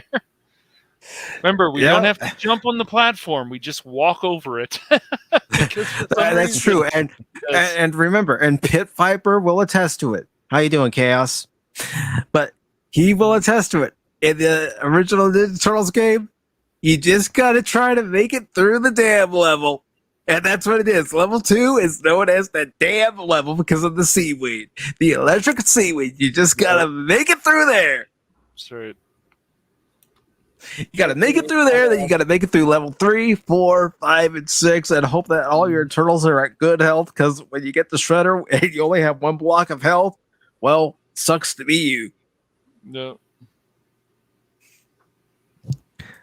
So the game's coming out on August 30th, and as you can see here, you get the original Ninja Turtles arcade game, you get Turtles in Time, the arcade game, and these two games will have online multiplayer, so you and 3 of your buddies can jump on and do some turtle powerly things. And of course, you get Teenage Mutant Ninja Turtles for the NES, Turtles 2 for the NES, Turtles 3 for the NES. You get the Tournament Fighters for NES. Now, I've got a question. I know none of us will be able to really answer it, but with Tournament Fighters on NES, remember that game, you had the D-pad and the A and B button. So are they going to keep it that way for the controls, or are they actually going to update the controls for a modern system to make that game more playable? Because if it's still the D-pad and 2-button system, I'm not streaming that. If it's on Steam, if you're buying it from Steam. But I'm talking about the original controls, Phil.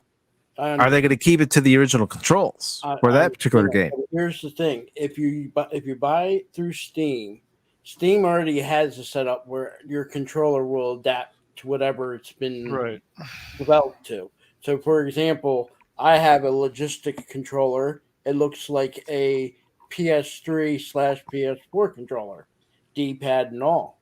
I don't have to do anything. If the game is designed for a pad, it's automatically there.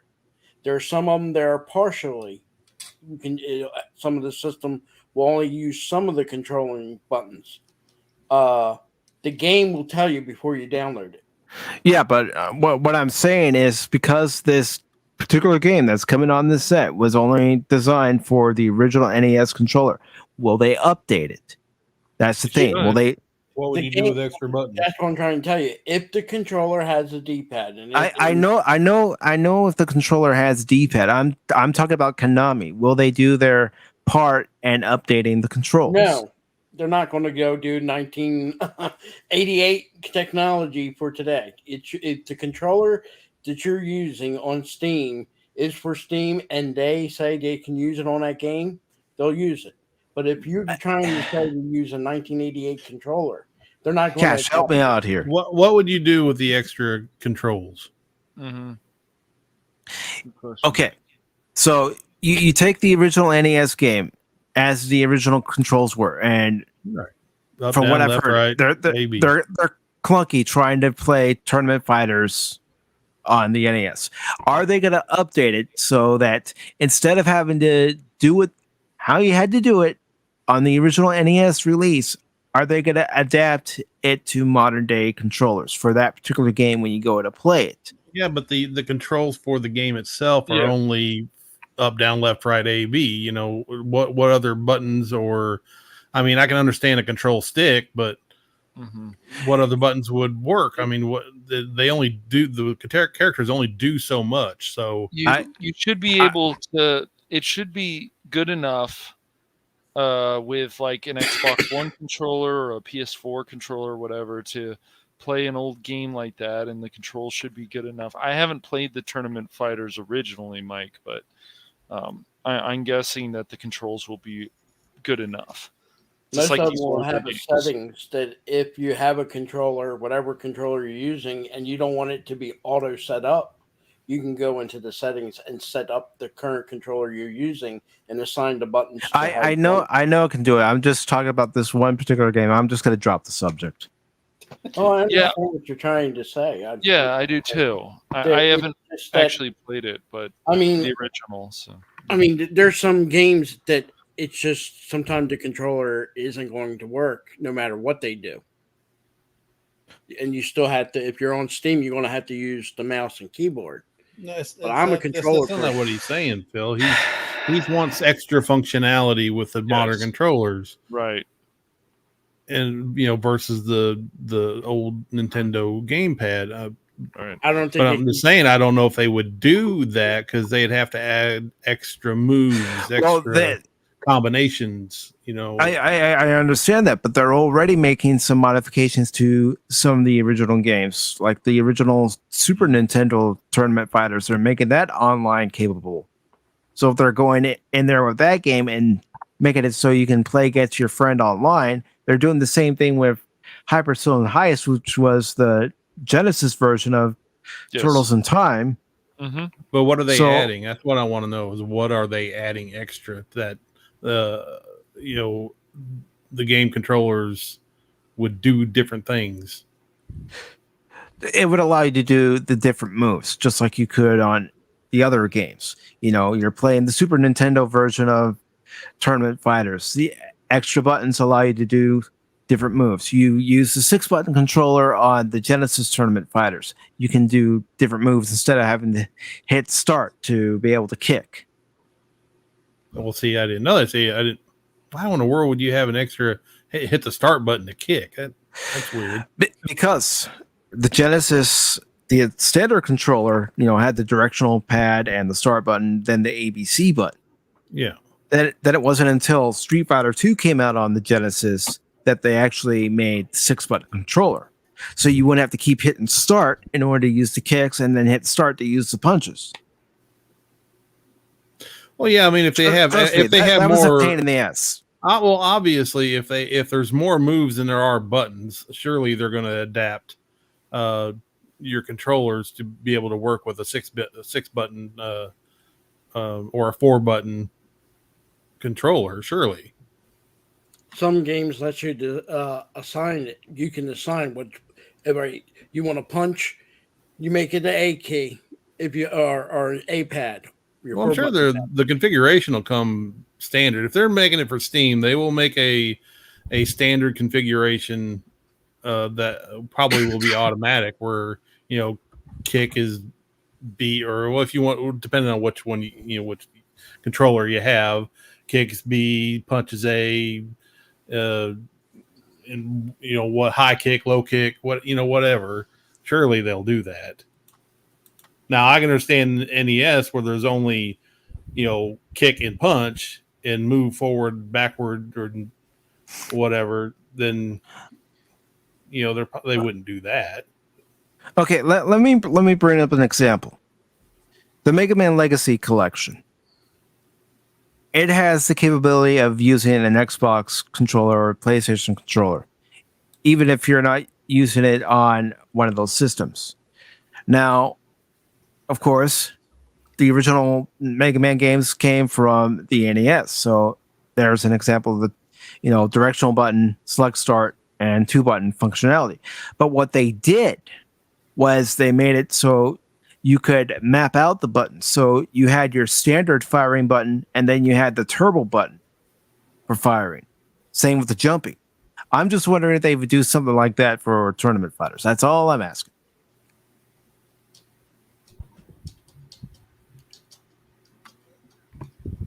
I don't see why not if there's more functionality to have with extra buttons. Yeah. So, anyways, I'll go through the list of games again. It's the original arcade games, Turtles and Turtles in Time. Then you had the original NES 4 games, and I'm counting Tournament Fighters as the 4th game since that was the last Turtles game to come out on the system. You also had Turtles in Time for the Super Nintendo, Tournament Fighters for the Super Nintendo, Hyperstone Heist, Tournament Fighters for Genesis. Then you had the 3 Game Boy games. And what they say here, Teenage Mutant Ninja Turtles, Turtles in Time, the Hyperstone Heist, and Tournament Fighters will feature added online play, and the entire collection will support local couch co-op, button remapping, save states, and rewinding so players can more easily get through these retro titles. And I'm just going to let you all know right now, I ain't doing it the easy way. I am not rewinding when I mess up. If I mess up, well, I mess up and start over again. Yeah, it does it, but it's nice to have that feature. Just yeah. With it, so. And it says, as with most every digital Eclipse release, Teenage Mutant Ninja Turtles: The Cowabunga Collection will also have archival documents, pictures, and other behind-the-scenes artifacts displayed alongside these classics. While the standard edition will be available digitally, there is also an elaborate physical limited edition that comes with more items and collectibles. And from what I've last seen, unless they change it, it was $149 for that other collection. Nope, sorry, I'm not spending that. That's a lot. Yeah, this is only going to be $40, so it's probably a little bit steep, but for it, Cash Money has plenty of cash. She'll hook you up. Oh my gosh, dude! Oh, it's California rich. Cowabunga, huh? Gosh, dude. Yeah, Phil. I was gonna let you borrow some money, but then I found out your name is Phil McCracken. I'm like, it's okay. I didn't accept California money. Good. It's tainted. It's covered in street poo. It's dirty. God. Oh, God. That's like San Francisco. I don't live near San Francisco. So what is the currency called? Cali bucks? Oh, Cali bucks. It reeks of marijuana and crack cocaine. I don't think so. You're him on around about that. I don't know. I haven't looked into that. I guess it's possible, some of it. I can imagine what Phil's money reeks of, though. Oh, sure. No. Butt sweat, spoop. Yeah. All right. So I don't know if our good friend, the Smoking Patriot, is lurking and listening, but this is a story right up his alley and partially up mine. And me too. All right. So 3 people. Yeah. All right. So this article comes from Geek Tyrant, and it says Power Rangers and Ninja Turtles team up again with Mighty Morphin Power Rangers Teenage Mutant Ninja Turtles 2. Actually, that'd be a fun game too. If you think about it, if it's done right. All right, so it says back in 2019 and 2020, Boom Studios teamed up with IDW and Nickelodeon to release the Power Rangers and Teenage Mutant Ninja Turtles team-up comic event fans deserved. It was a lot of fun and way better than previous team-ups of the iconic franchises. Ryan Parrott led the charge as writer with artist Simone DeMeo. Boom recently announced fans will get a new team-up adventure of the franchise in Mighty Morphin Power Rangers Teenage Mutant Ninja Turtles 2. Parrott will return to write it. He'll be joined this time by artist Dan Mora. The story will be a new adventure to save the world, and I'm so freaking excited. That's what the author of this article is saying. So it says Mighty Morphin Power Rangers Teenage Mutant Ninja Turtles 2 is a brand new adventure with 2 of the most iconic teen fighting teams coming together once again to save the world from a rising danger that threatens to bring both teams to the brink. The first Mighty Morphin Power Rangers and Teenage Mutant Ninja Turtles team-up resulted in iconic moments such as the reveal of the Green Ranger Shredder, the Ninja Rangers, and the Mighty Turtle Zord. But if you think there's nothing that could top that, just wait till you see what's up next for both teams as they face familiar faces and unexpected villains in an adventure full of the new shocking twists and turns. Fans can read Mighty Morphin Power Rangers TMNT to #1 in December with an wraparound main cover by Mora and more. Okay, so there you go. More turtly goodness for turtle fans. Make my monster grow. Shredder, make my monster grow, and not those 2 idiots, Bebop and Rocksteady. That would actually be an interesting fight, like Goldar and Bebop and Rocksteady, like trying to like triple team the Megazord. But also to make everything a little bit clear, though, there actually is a Turtle Zord in Power Rangers. It's from season 2 with the Thunder Zords. It's like a carrier Zord called Tor, but it was slowly getting crushed under the foot of Serpentera. And it's basically like when it flies up against the Zord, it's basically like a fly compared to that Zord. Okay. Yeah.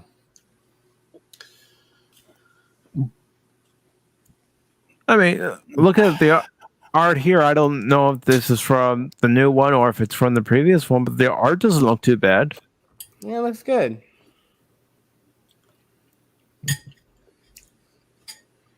Power That's pretty Rangers cool. were the huge disappointment for me. This actually wasn't the very first time we've seen the Ninja Turtles and the Power Rangers team up. They actually did team up back in the 90s with that other turtle show that was also being produced by Saban at the time, The Next Mutation.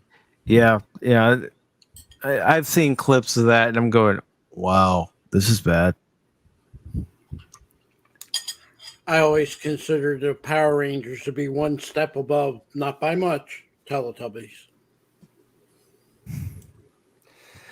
Well, I know one thing. At least some of the smarter things that have happened in later seasons. At least a lot of either like the method of how the monsters are grown. Usually, the villains just use some big laser cannon just to basically enlarge them in size or something, or weirder things like saying if you strike them somewhere on their body, exposes their mutant DNA, and they immediately just grow to giant size for some weird reason. But at least you don't see somebody like Rancid just waving their magic wand around to make his monsters grow. Or probably the best region is like one of the more recent seasons where if the monster does get destroyed, it's destroyed, and they just like transport a partial robotic drone version of it. Yeah, because basically the monsters in like Beast Morphers were basically just robots infected with a virus, or just household items turned into monsters infected with virus data. Stuff like that. I'm completely out of date when it comes to Power Rangers. Yeah. I'm too much of a nerd for that franchise. You sure like to know a lot about it, though. There's nothing wrong with that. Well, I know, but I'm just saying. Well, no, I'm not going to go there. But yeah. Power Rangers was, I don't know, back in the day when we were just like into X-Men, the animated series and stuff, and then I saw an advertisement for Power. Me and my buddy saw an advertisement for Power Rangers and was like, "Oh, this looks promising," and they had this like one of them had a staff or something and it looked like a lightsaber, and because it was all glowing and stuff. I was like, "Wow, this looks pretty cool," and then we watched the first episode. It was like nothing like we were thinking. The original show is like, it's a product of it. Really, truly highlights everything 90s. Yeah, and it was, oh my gosh, what's going on here? But there's like several other seasons of the series. Some were actually even produced by Disney for a time. Yes, Power Rangers was owned by Disney for a few years. Yep, and Disney, being Disney, didn't know what they were doing. Yep, they just lost interest in it. They just kind of just got their hands on it when they bought out like Fox Family. All right, so our next story that I have here comes from Deadline, and it says Kurt Russell returns to television with Apple's Godzilla and the Titans series. Son Wyatt Russell also boards Legendary's MonsterVerse franchise. So this is how the MonsterVerse is going to continue through this. Yep.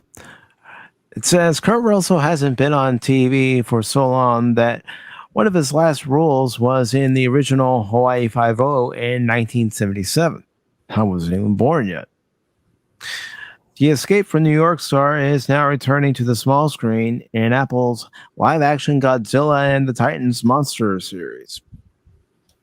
He will be joined by his son, Wyatt Russell, in the series, which will air on Apple TV Plus as part of Legendary's MonsterVerse franchise.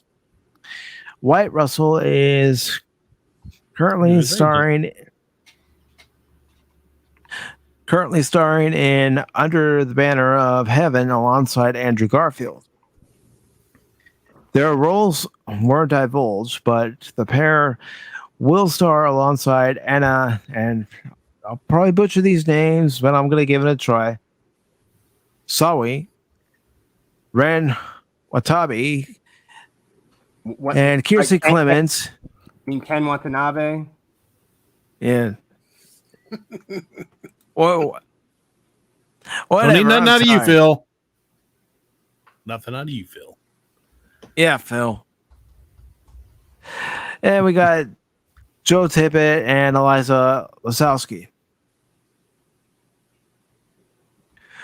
Following the battle between Godzilla and the Titans that leveled San Francisco and the new reality that the monsters are real, the Untitled series will explore one family's journey to uncover its buried secrets and a legacy linking them to the secret organization known as Monarch. One Division's Matthew Shockman will direct the first 2 episodes, which is produced by Legendary Television and executive produced by co-creators Chris Black and Matt Faction. The series is also executive produced by Safe House Pictures, Tori Tunnel, and Joby Harold. And Toho's Hiro Matsuka. And, I'm not even going to try. I'm just going to butcher it. Nothing from you, Phil. It follows the universe that includes 2014's Godzilla film, 2017's Kong Skull Island, 2019's Godzilla King of the Monsters, and 2021's Godzilla vs. Kong, as well as anime series Skull Island.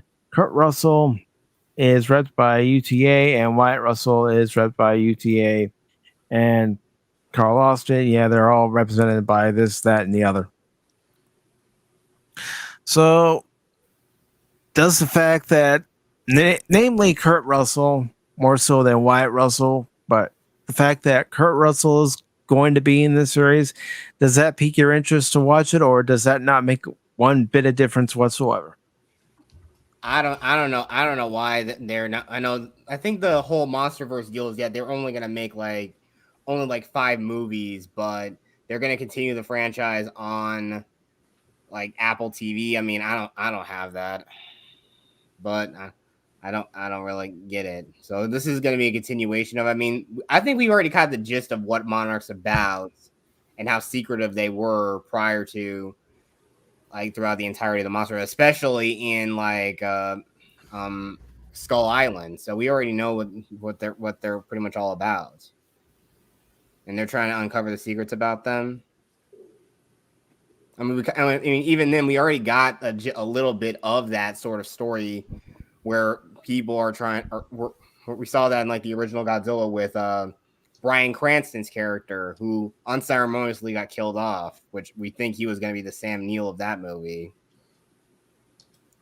And even also the same thing, the family from King of the Monsters, when they had, they basically, I think they joined Monarch after the attack on San Francisco from Godzilla. So are they kind of retreading old ground with this series? It sure seems like they are. Justice for Godzuki, by the way. Yes, his kid. I know the article pointed out that Kurt Russell hasn't been on TV in ages, but you have to understand the mindset. He's old entertainment. When an actor goes from TV to movies back in the day, you didn't do the reverse, because that's considering you are acknowledging your career's in decline. Yeah, career suicide. Anytime a TV actor makes the jump to movies, it's a one-way street. And you normally never see a TV actor, I'm talking previously, take the last 20 years out, a movie actor, go to TV. Robert De Niro never did a TV show. There's a reason for it. He's a movie actor. It's just the way it was.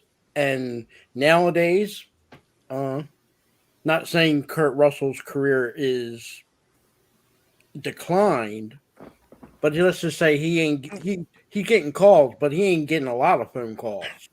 So Kurt Russell has earned the right to call his own shots for his career by now.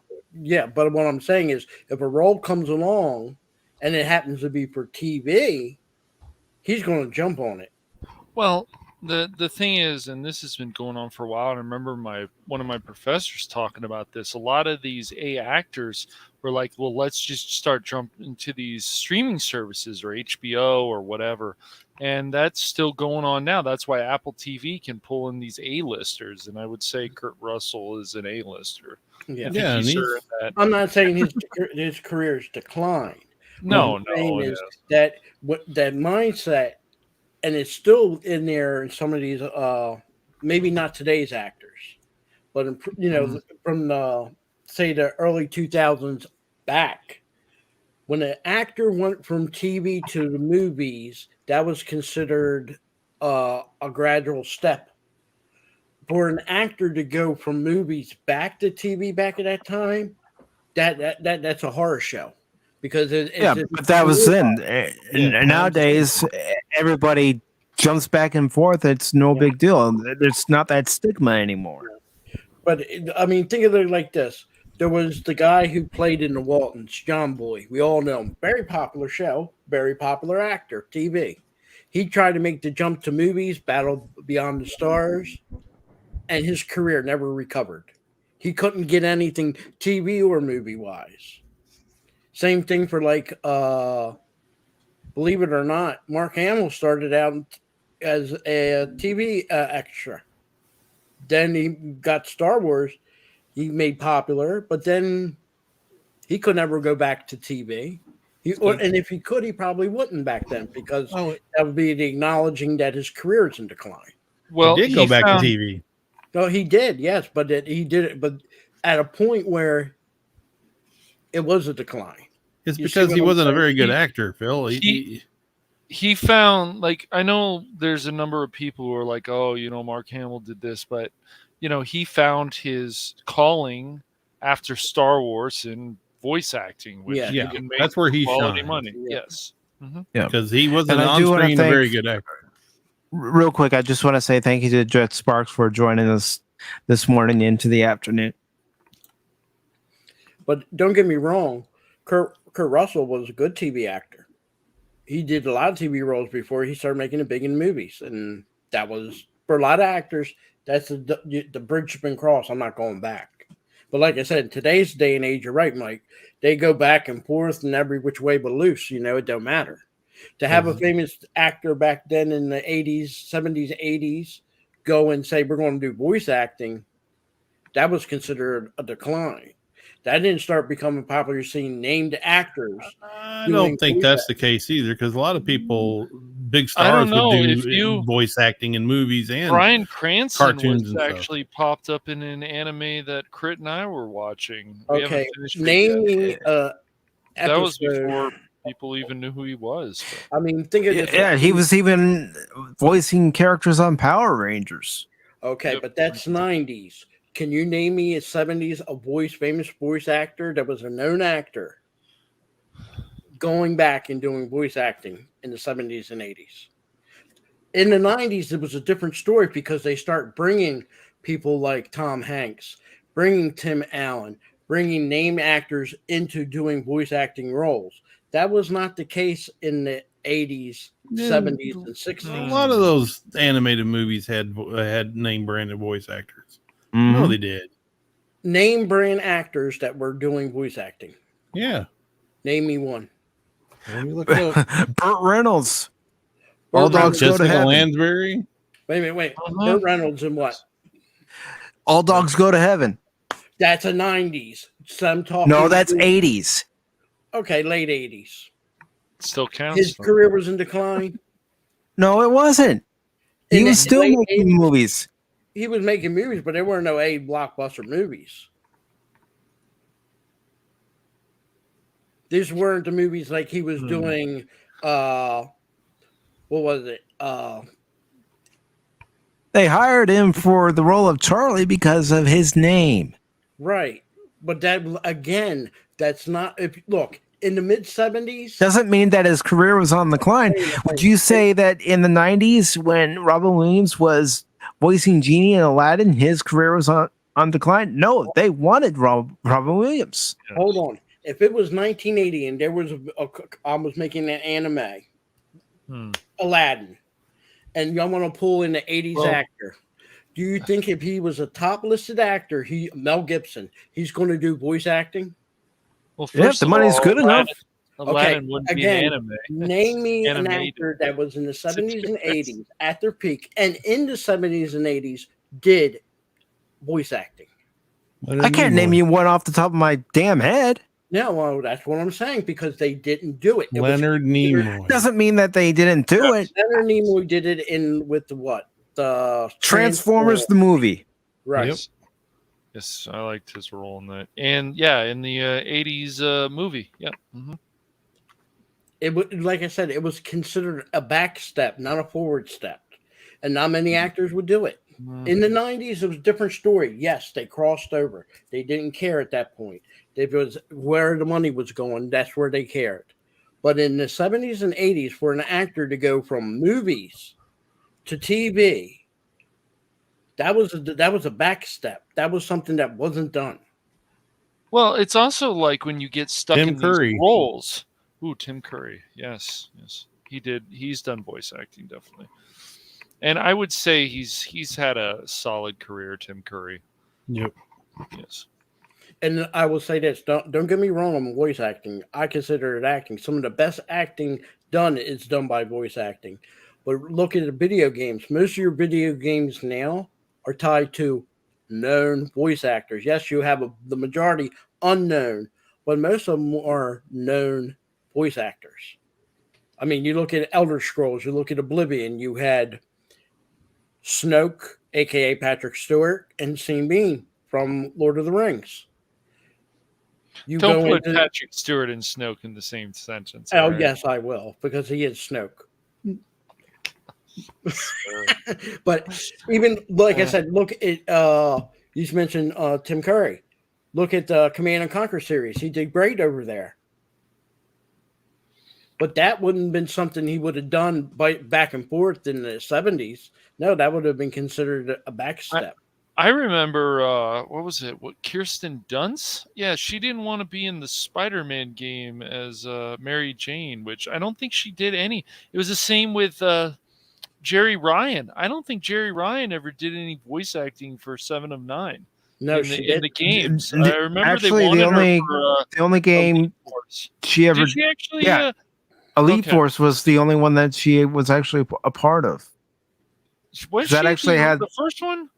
I don't know. Yeah, if they the first Elite Force. Yeah. Well, I think you're right, but I want to go. I want to check. The lady that played Captain Janeway, she had a hard time getting roles, but she started getting voice acting roles in video games. Yeah, and nowadays it's a fill-in. It's a legitimate job, and I'm not saying it never was.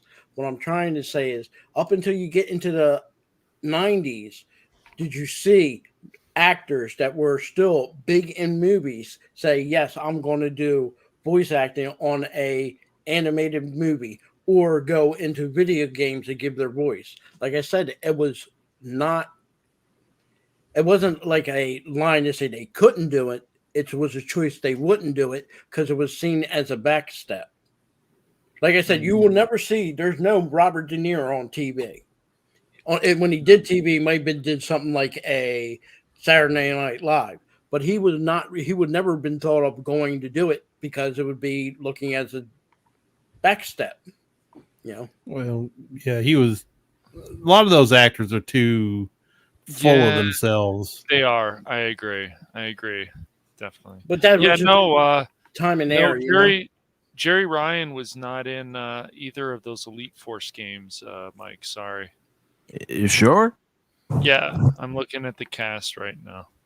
I think Jerry Ryan said that after she got done with Voyager, that she wanted to focus outside of acting, if I remember correctly. And I think she was focusing at the time really on her marriage because of the strain that being in a sitcom was doing with her and her marriage. So.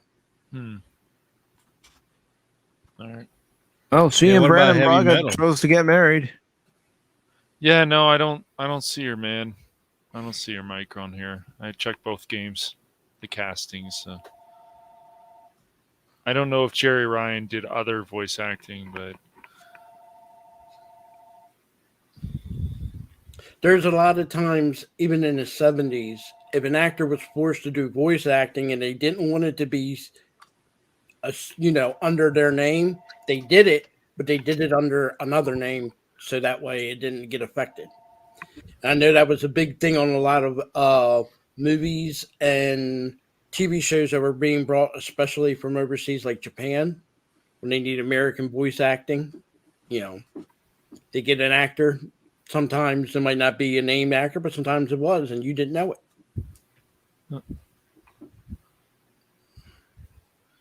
Yeah, I didn't see it, Mike. I don't know. Like I said, I think Jerry Ryan might have. Maybe she did some more. Maybe she did some voice acting at some point. Here, let me just pull up a clip of Elite Force and we can listen. Okay. I mean, it didn't show her in the cast on IMDb, man, but. Oh, I wouldn't exactly go by IMDb. They should have all the cast members, though,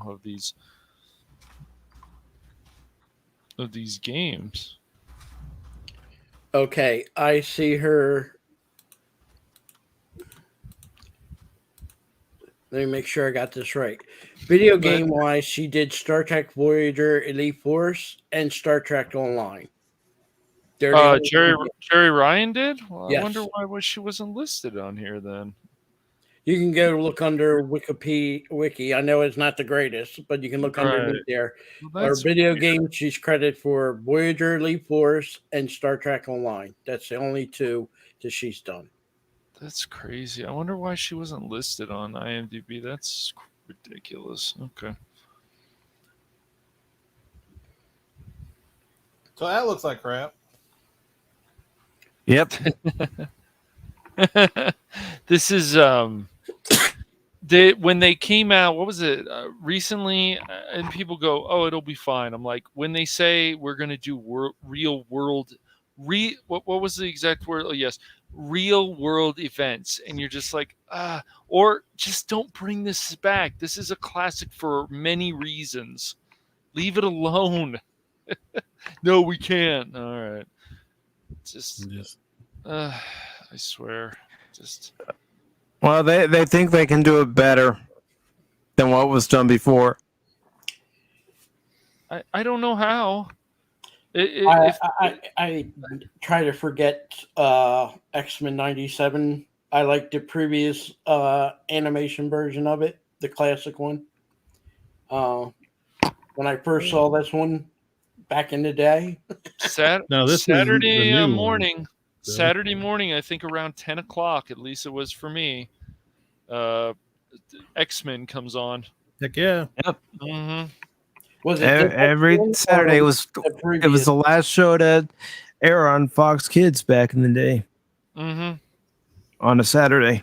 I'm not saying it's the last show that ever aired on Fox Kids. I'm just saying for any given Saturday while it was on, it was the last show. Dang, they got a bunch of voice actors back, though. Jeez, I bet they're getting bank. I bet they're getting paid really well, even better than they did in the 90s. Mm-hmm. Yep. I mean, heck, you have Cal Dodd coming back as Wolverine. Hey, bub.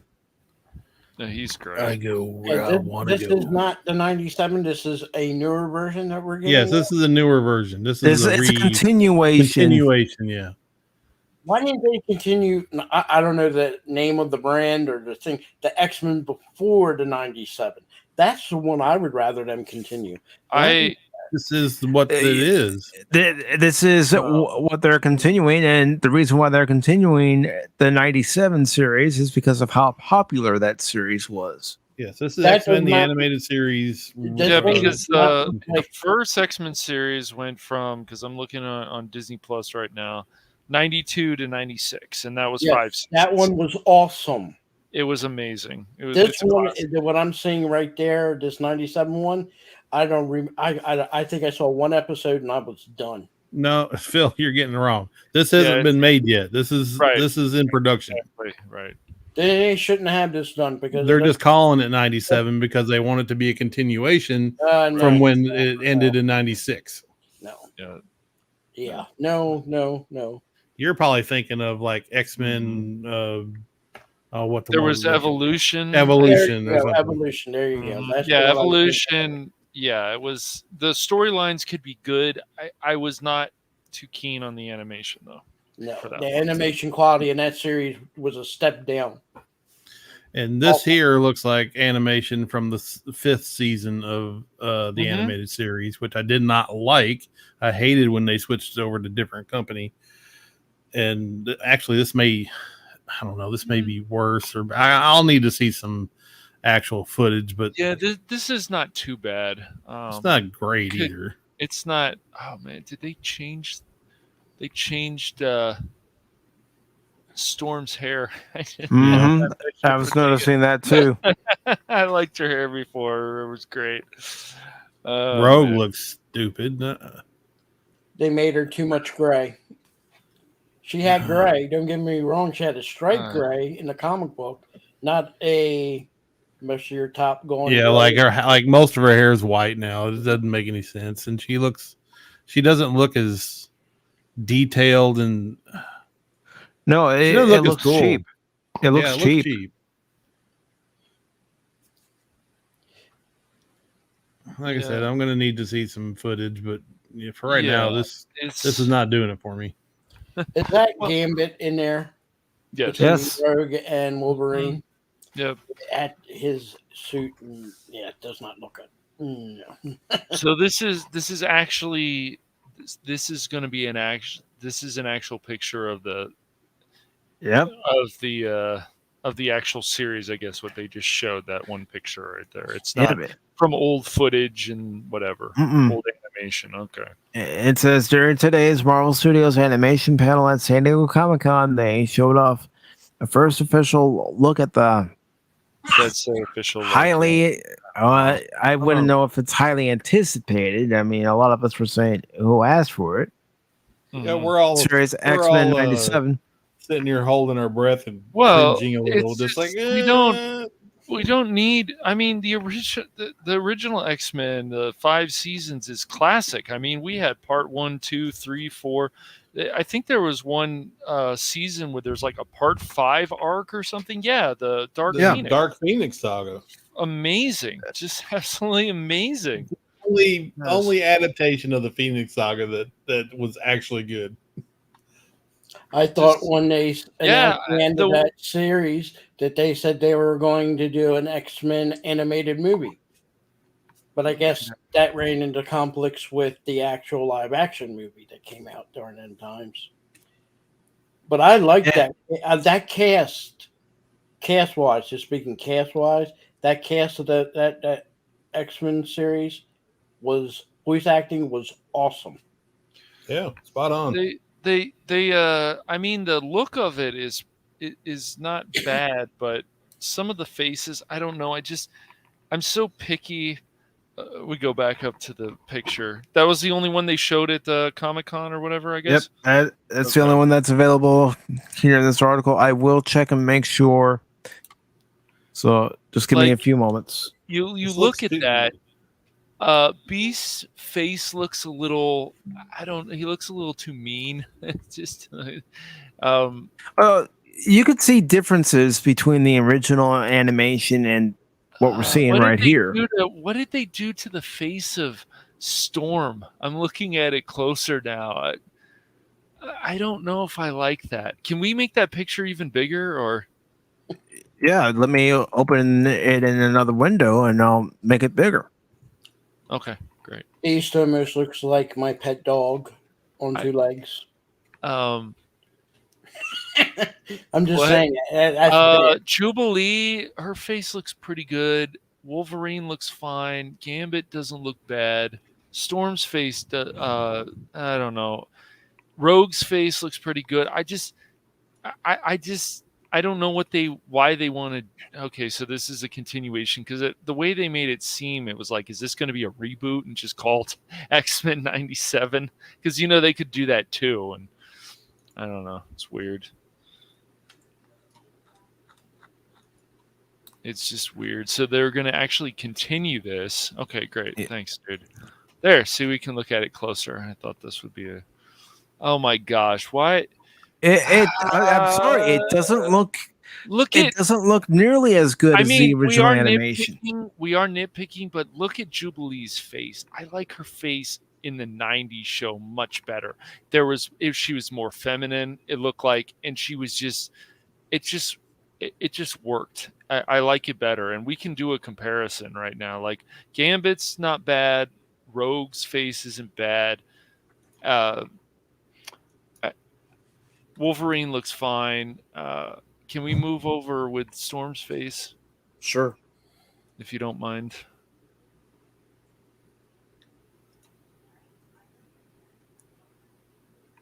Yeah, I don't know. That's a good question. Okay. Just look at Beast. Just Beast's face is just not. I don't know. We'll have to pull up the other picture of the original, but Jean Grey doesn't look bad. I don't know. Storm's face just doesn't look the best, and I'm sure now with these companies always like, well, if you criticize us, just like the whole nonsense with Secret of Monkey douchebag or whatever, but it's just no. I don't know. Just some of the faces look a little lazy to me. Beast's face looks okay, but the original was just better. It just was better. Just had a more masculine feel to it. Yeah. And yeah, Beast looked more back in the day. He looked more. He looked right. He looked more smarter. He's he looked not. Yeah, and wise. He's not that. He doesn't really look that aggressive. He's a scientist. So yeah, he's a gentle giant. He doesn't look like he's about to eat your face. He can get upset, but he's not. That's not. He doesn't want to. His whole purpose has usually been, even in the movies, he wants to bring humanity and mutants together. He feels. There you go. You look at that. I mean, we can also find another picture of that, I'm sure too. But Jubilee's face in that, yeah, she looks Chinese, strong, feminine. Yes. They did it. They went. She's Asian American or Japanese American, is it? I think so. Yeah. Yeah, Japanese American, which I'm pretty sure she was like half and half or something like that. She wasn't full Japanese, I don't believe. So, but this they looks like they went full, full-blooded Asian and gave her the eyes and everything. Yes, and that doesn't look bad. I like the original better. Just looks like there's more love and passion into the art. I don't know. I'm very picky about a lot of art now.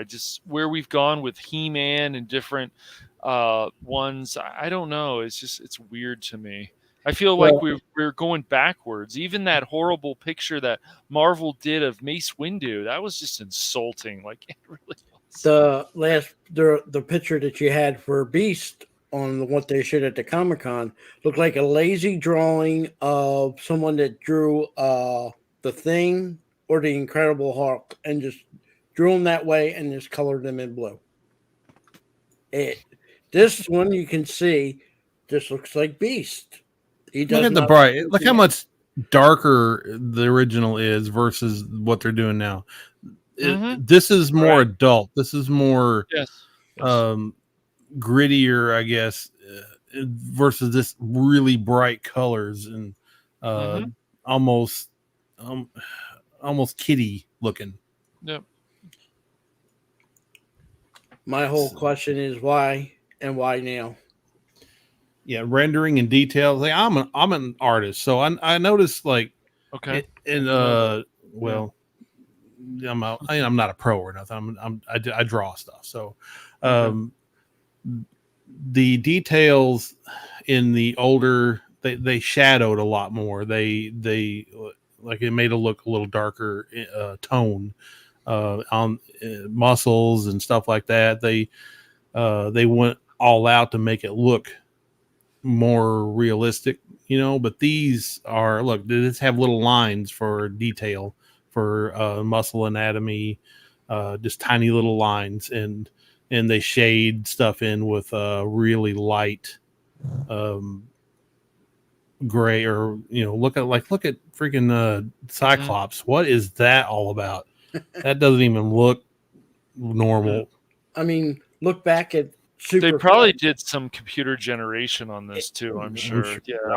Look at Super Friends and look at the animation on that, and compare it again to X-Men, and now compare it to this X-Men of now. We are de-evolving when it comes to the art. I mean, Super Friends, we're just accepting lazier art. It's I ask people, even I've with the whole thing of Monkey Island, I says, what do you guys like better? Do you like the top with the like retro type animation, or do you like the bottom with the blocks? Like the blocks is not terrible, but the reason that got criticized so much by people is because it's like, dude, we like the other art style better, so why don't you go closer with that one? Like, I don't know, it's just really weird to me. Yeah, it's lazy. It is lazy art, and this is what happened in season 5. You can tell a gigantic difference with the animation styles from 4 to 5. And look at that. Yeah, there was a big issue with that, and they had to switch companies or whatever. But the animation style went from really good to not so good. Sometimes you something get like this. pay for. Did it get better in season 5, or did they No, it keep got the worse. same artist? Okay. It got like this. It looks like the new stuff. Yeah. Well, the 97. It looks more like 97. Sometimes you get what you pay for. You do. When you go cheaper, doesn't mean you're always going to get better. Right. And I know they have to do the cost thing. Does it justify the cost? When you're doing animation, and my feeling on it, it justifies the cost. When you take a step back, and it's, look, we're adults and we can see this, but if you're a child and you're watching this on Saturday morning, you're going to be like, what the WTF, Yeah, that's why with people who are actual artists, you can usually tell when they have more detail. Like, I don't understand some of the art style. Like, I don't mind Phineas and Ferb. I don't mind Gravity Falls. I don't mind those art styles. I don't think they're bad. But they are when for I what look they at, are, right? I mean, exactly. the style of a cartoon that it is. Yep. Like, do me a favor, put that picture back up that you just had before. But I want to show you like guys something. Princess And of Power, where people are getting attacked for not liking that art style, or even a lot of the Cartoon Network art style just looks really lazy. What they did to Thundercats, excuse me, even stuff like Teen Titans Go just doesn't look as good as the original Teen Titans.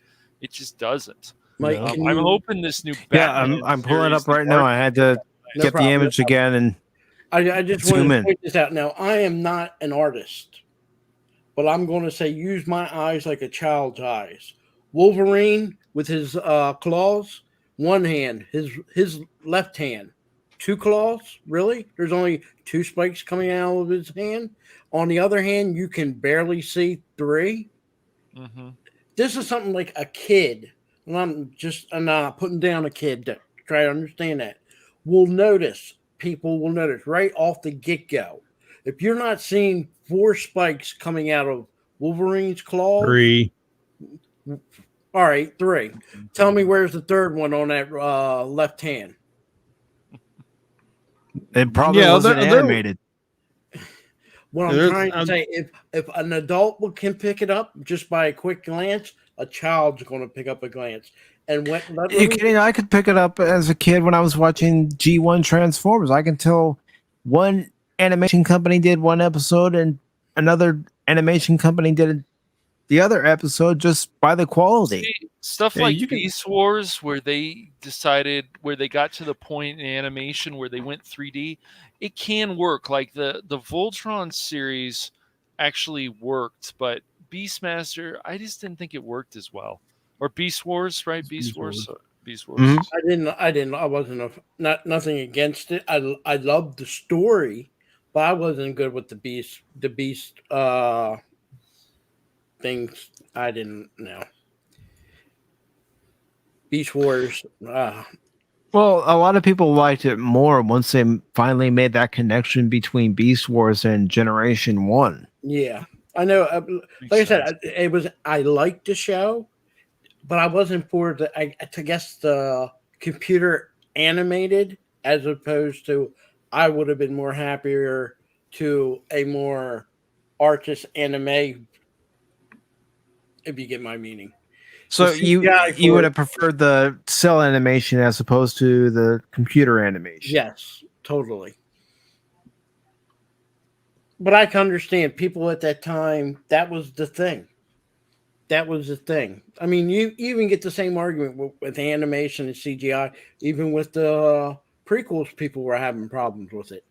You know? No, yes. So, I mean, you have to understand, to me, it seemed like the CGI was, and if they were complaining about cost like they always do, I don't even want to know what the price of the CGI for that Beast Wars series cost them. It was new. It was new. Anything new usually costs a lot more money until it, price comes down. But yeah, I'm sure it costs a lot. And when I first saw it, of course I was upset. Optimus Prime was no longer Optimus Prime. He was a freaking gorilla. But I watched the series and it kind of grew on me after a while. But it is what it was. And back then, you're always looking to see who's doing digital animated stuff better than the last stuff. When you watched Reboot, that was like the beginning of digital animated cartoons, and I love that show. And then it just kind of it progressed and Beast Wars was far better than that, and just watch it get better and better. I mean, like I'm seeing this one picture now. To me, this is even though two different brands, this is styled no different than the Super Friends. If you had Batman beside Wolverine right there from the Super Friends, you'll see the muscles, you see the movement. You can see, even though it's animated, you can see the drawing, the leg movement. You see the knee going up because they cared about that detail. They cared about seeing that fluid of movement. That's why you look at the Superman one, I still think that animation holds up. You look at Justice League, that holds up. Brave and the Bold holds up. X-Men holds up. Spider-Man holds up. I think those cartoons all hold up. They do. And I think even stuff like Freakazoid holds up, or Tiny Toons. I think that animation is still quality stuff. Even the original Animaniacs, I think that holds up too. Yeah, all that. I mean, like I said, it's depending on what genre of a cartoon you're doing, depends on what kind of animation you should be using. I guess any of these comic book shows should be using just as good or better animation as this right here. And Tiny Toons and Bugs Bunny, stuff like that, uses a different style animation, which works great for what it is. So yes, it does. This storm here is my storm. When I think of storm, that's the hair I see. Right. When I saw the storm that they're showing, I don't know, what is she doing? Some punk rock from 1990s or something? No, they mixed. What they did, they mixed two different styles of Storm. Storm used to have a mohawk with a white-haired mohawk, but she was in her black suit. Okay.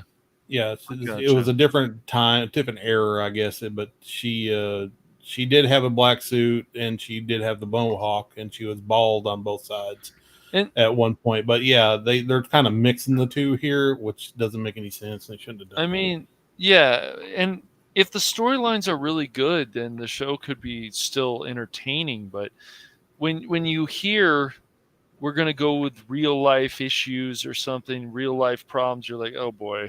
It's just, that's the real crux of this issue, isn't it? And people will say, and I understand this argument too, You haven't watched it yet. Sure. Watch it, see what happens. I watched an episode of Miss Marvel. I did not like where that show is going, and I was like, I was done after one episode. I watched Hawkeye.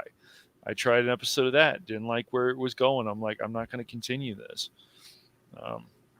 My big question is, why are they bringing this back now? I don't know. And it's not for I can say they have all this property. Yeah, it is. Yep. Well, I know they want to bring stuff out, and I'm not against that. But the whole purpose of this to me, is Marvel's way is this is a way we can take something that people hold and love and how we can recycle it to fit our agenda of today. Now, I haven't not seen an episode, but I can almost guarantee you the events of today is going to be in the show. Pronouns will be used. There were no pronouns being used back then.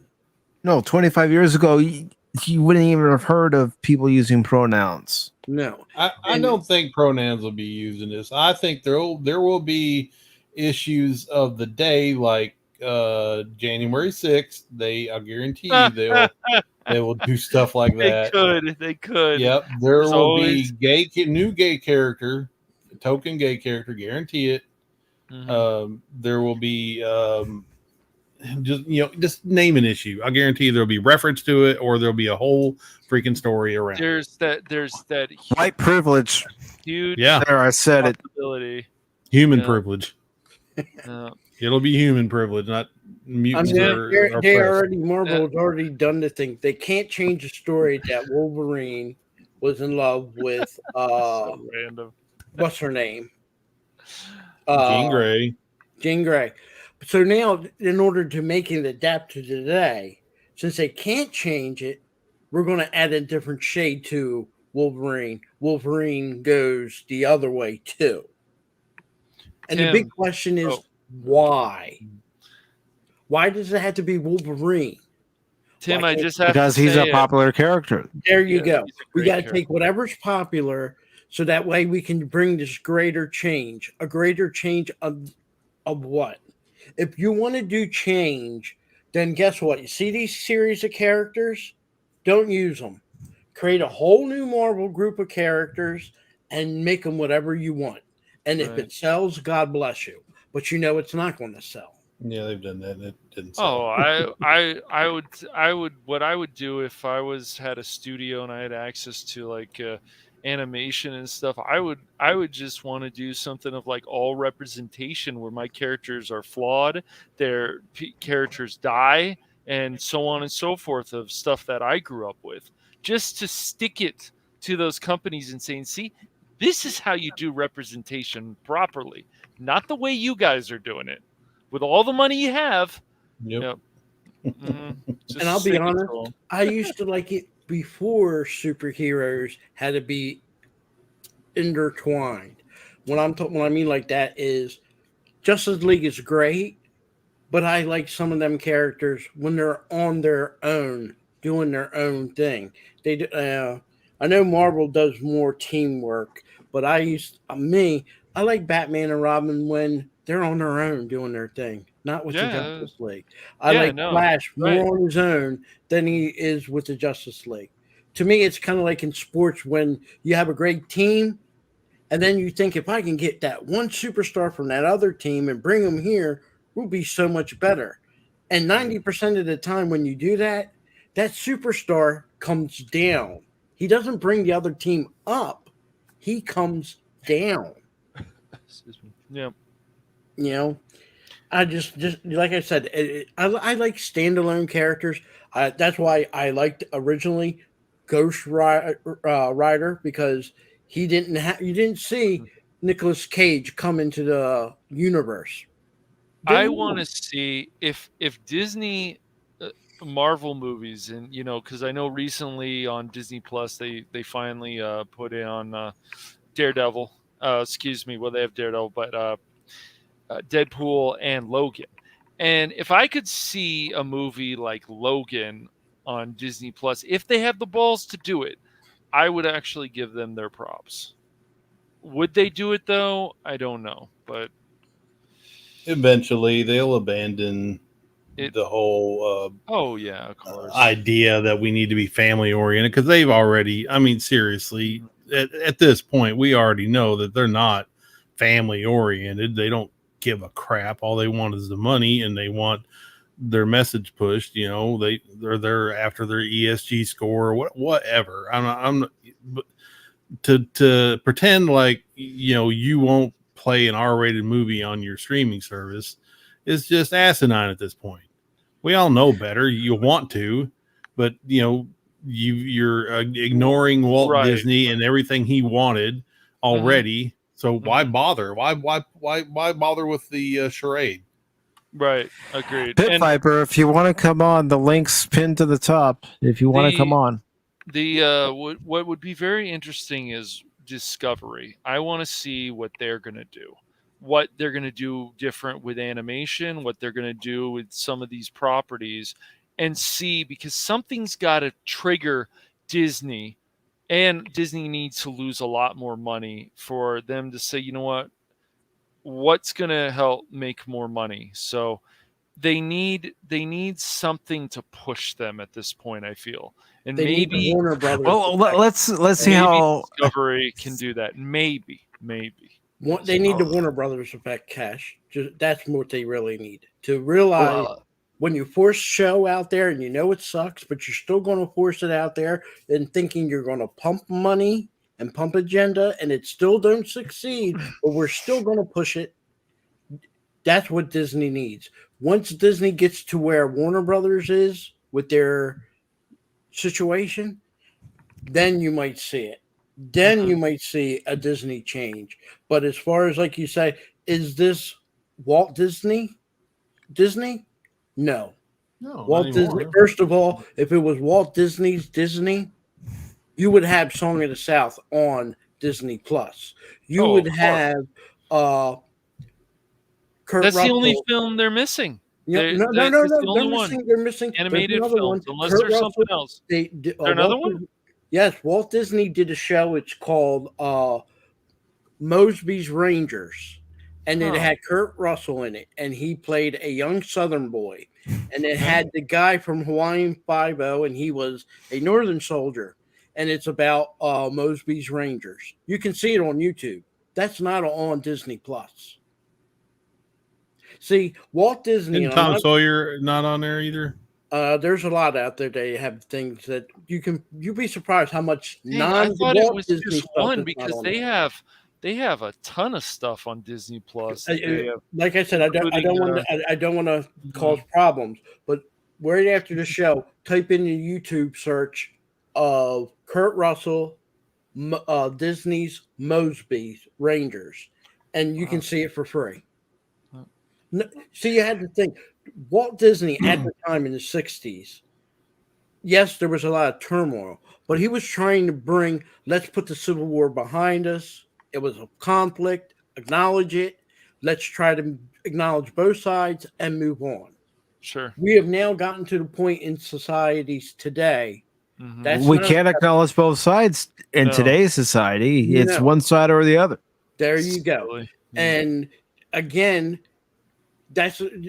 Walt Disney was a smart man. He knew, if I bring people together, especially coming to my Disney park, I'm going to make a better company, better people, and a better product.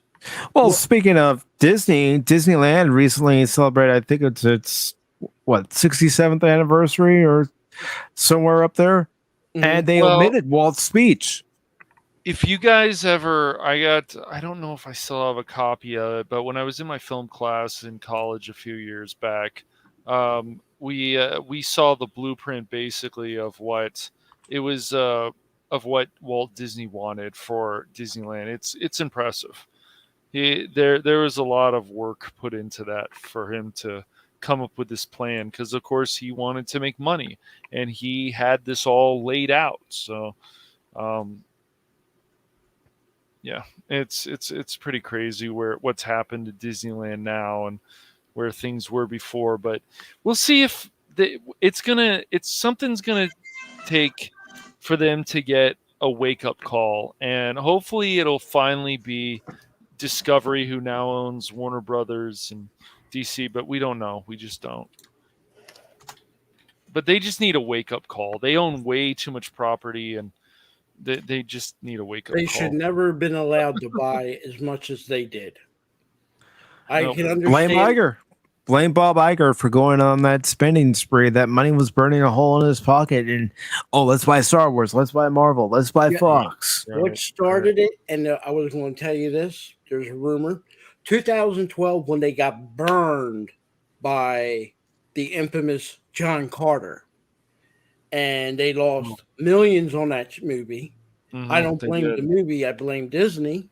Yeah. But that's when the idea got into their heads. Let's buy already established product rather than attempting to create their own. Bad news, people. Disney is wanting to make John Carter 2. Now, I wouldn't say it's a bad idea. I didn't hate the movie, but it flopped. The biggest flop of all time. Then Disney wants to do what? A John Carter 2. Of course they do. Yeah, but now John Carter 2 may have flopped in the theater, but it does have a pretty nifty cult following. Disney put that out at the worst time when you got Star Wars, if I remember correctly, at the time, it was Star Wars and the Lord of the Rings Return of the King. For years, I get mixed up, so it might be 2005. It should have never been released in 2005 to go up against them movies. I say the same thing about Star Trek V. Star Trek V was, first of all, there was the major strike. They couldn't get most of the companies they had for the previous Star Trek movies. And they decided to release it against, guess who? The Batman movie. With and Michael Will Shatner wrote it. Yeah, exactly. There were so many things that was a warning sign, yet they still pushed it through. Now, it did make money. It did make a profit. But sometimes when you release a movie, you have to know who you're going up against. And you might have at the same time 2 blockbusters, but you're not going to have 3 blockbuster movies in the same time period. I know this ship like the back of my hand. But I sent you guys a link. There's the link. There's the name of the movie that was made by Walt Disney and a young Kurt Russell, Mosby's Rangers. Not on Disney Plus, but it is on YouTube.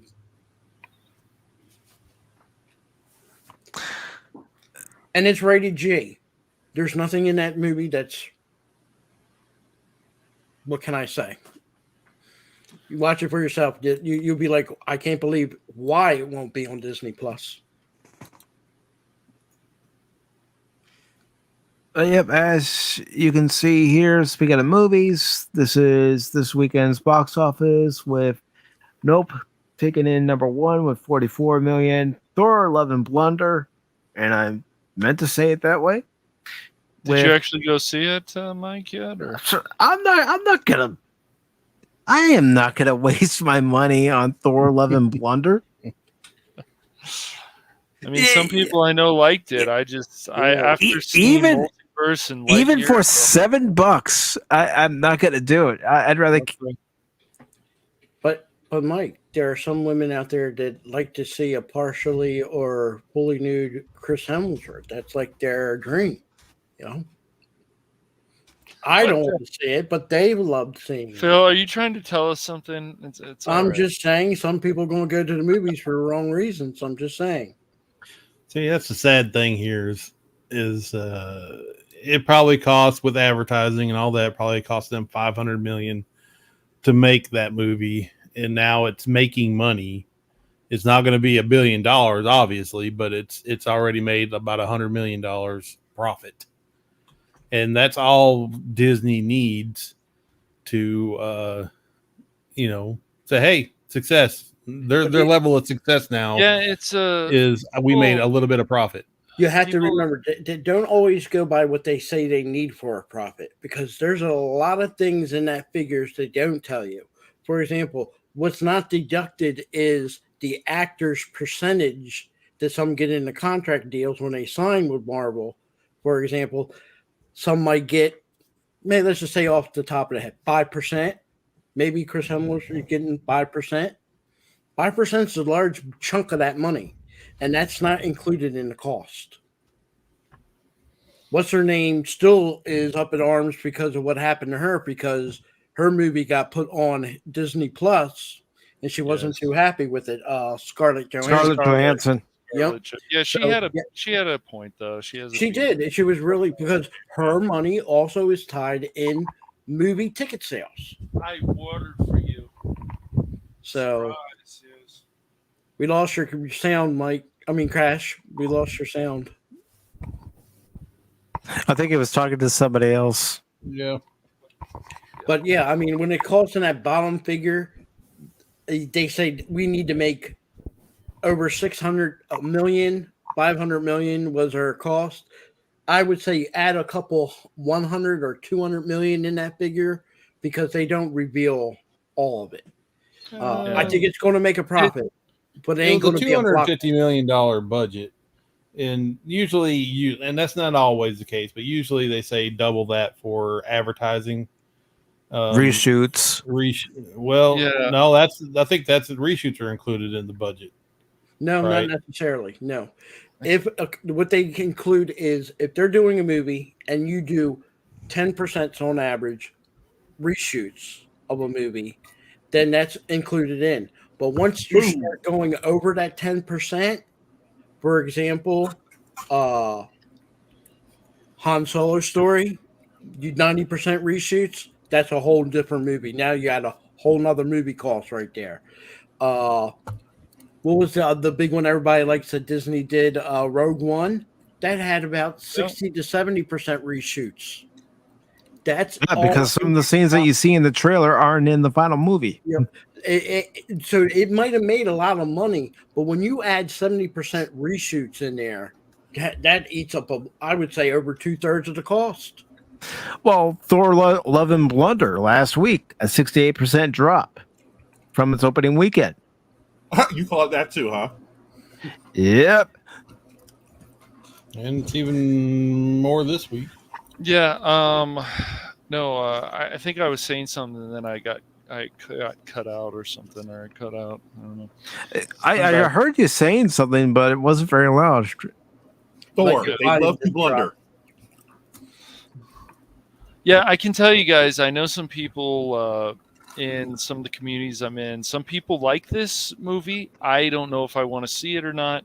Other people thought the jokes was fine. Other people thought there were too many jokes. Yeah, it's a very mixed crowd with Thor: Love and Thunder. So, from what I've heard, a lot of people say a lot of the jokes don't land. They're tired of hearing the same Guns N' Roses song played over and over and over again. People had problems with the goats. I mean, they said they were screaming too much. I don't know. These is what I've heard from other people. I haven't seen the movie. I've heard people say that the Guardians, without, what's his name? James Gunn. James Gunn writing for the characters, it doesn't feel like the Guardians of the Galaxy. Without him writing for it, you mean? Or directing. Yeah. He doesn't write the movie. I don't think. No, I thought he's just directed it. Yeah. Well, directors change dialogue all the time, so Yeah, I'm sure they can rewrite on the fly, but and it's all about style. I'm sure whoever directed, Taika Waititi. So he's directing Guardians of the Galaxy the way he wants to, and it's going to turn out a little different. Yeah. Oh yeah. But this is what, the fourth Thor movie we got? This will be the fourth, yes. Mm-hmm. I think we are done with Thor movies.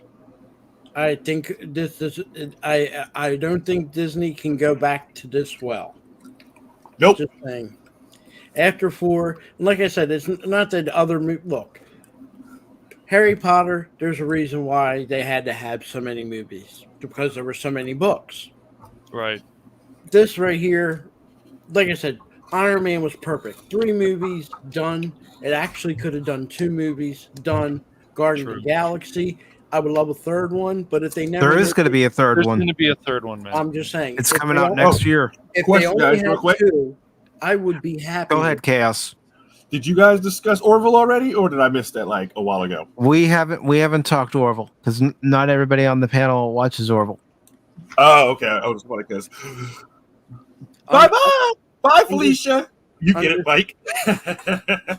I'm just saying, Bye, some of these Felicia. Marvel movies could be one and done, and would have been great. Don't need another Scarlett Johansson movie if they ever decide to make one. Don't need. We didn't need Black The Widow. first one. That's the thing. Well, Black Widow should have come out a lot earlier. Guys, Before yeah, anything. it should have been done different. That we didn't need that should be destroyed for all time as an excuse because we sure didn't need Top Gun Maverick, but we're sure as hell glad we got it. Yeah, but we Agreed. didn't need Black Widow so late in the game. Right, we did not. But that was Marvel's decision, Kevin Feige or whatever. So Yeah, even though, I mean, although we didn't need it late in the game, yeah, it would have been nice to have it somewhere in between Avengers 1 and I mean, 2 or Scarlett, something. however you feel about Scarlett Johansson, like she was getting screwed over by Kevin Feige and Disney Marvel for all that stuff. That was ridiculous. But they gave us the story that they didn't give us the story that we all wanted. No. That's the problem. They gave us some stupid retard story. People like this stuff, but that movie puts me to sleep. Yeah, and I wanted you what figure out Budapest story. You figure out who Taskmaster is. God. After 10, 20 minutes. Taskmaster, into the film, it's a dude in the costume. Taskmaster, yeah. You mean the Taskmistress? Gotcha. Taskmistress, yes. I agree, Chaos.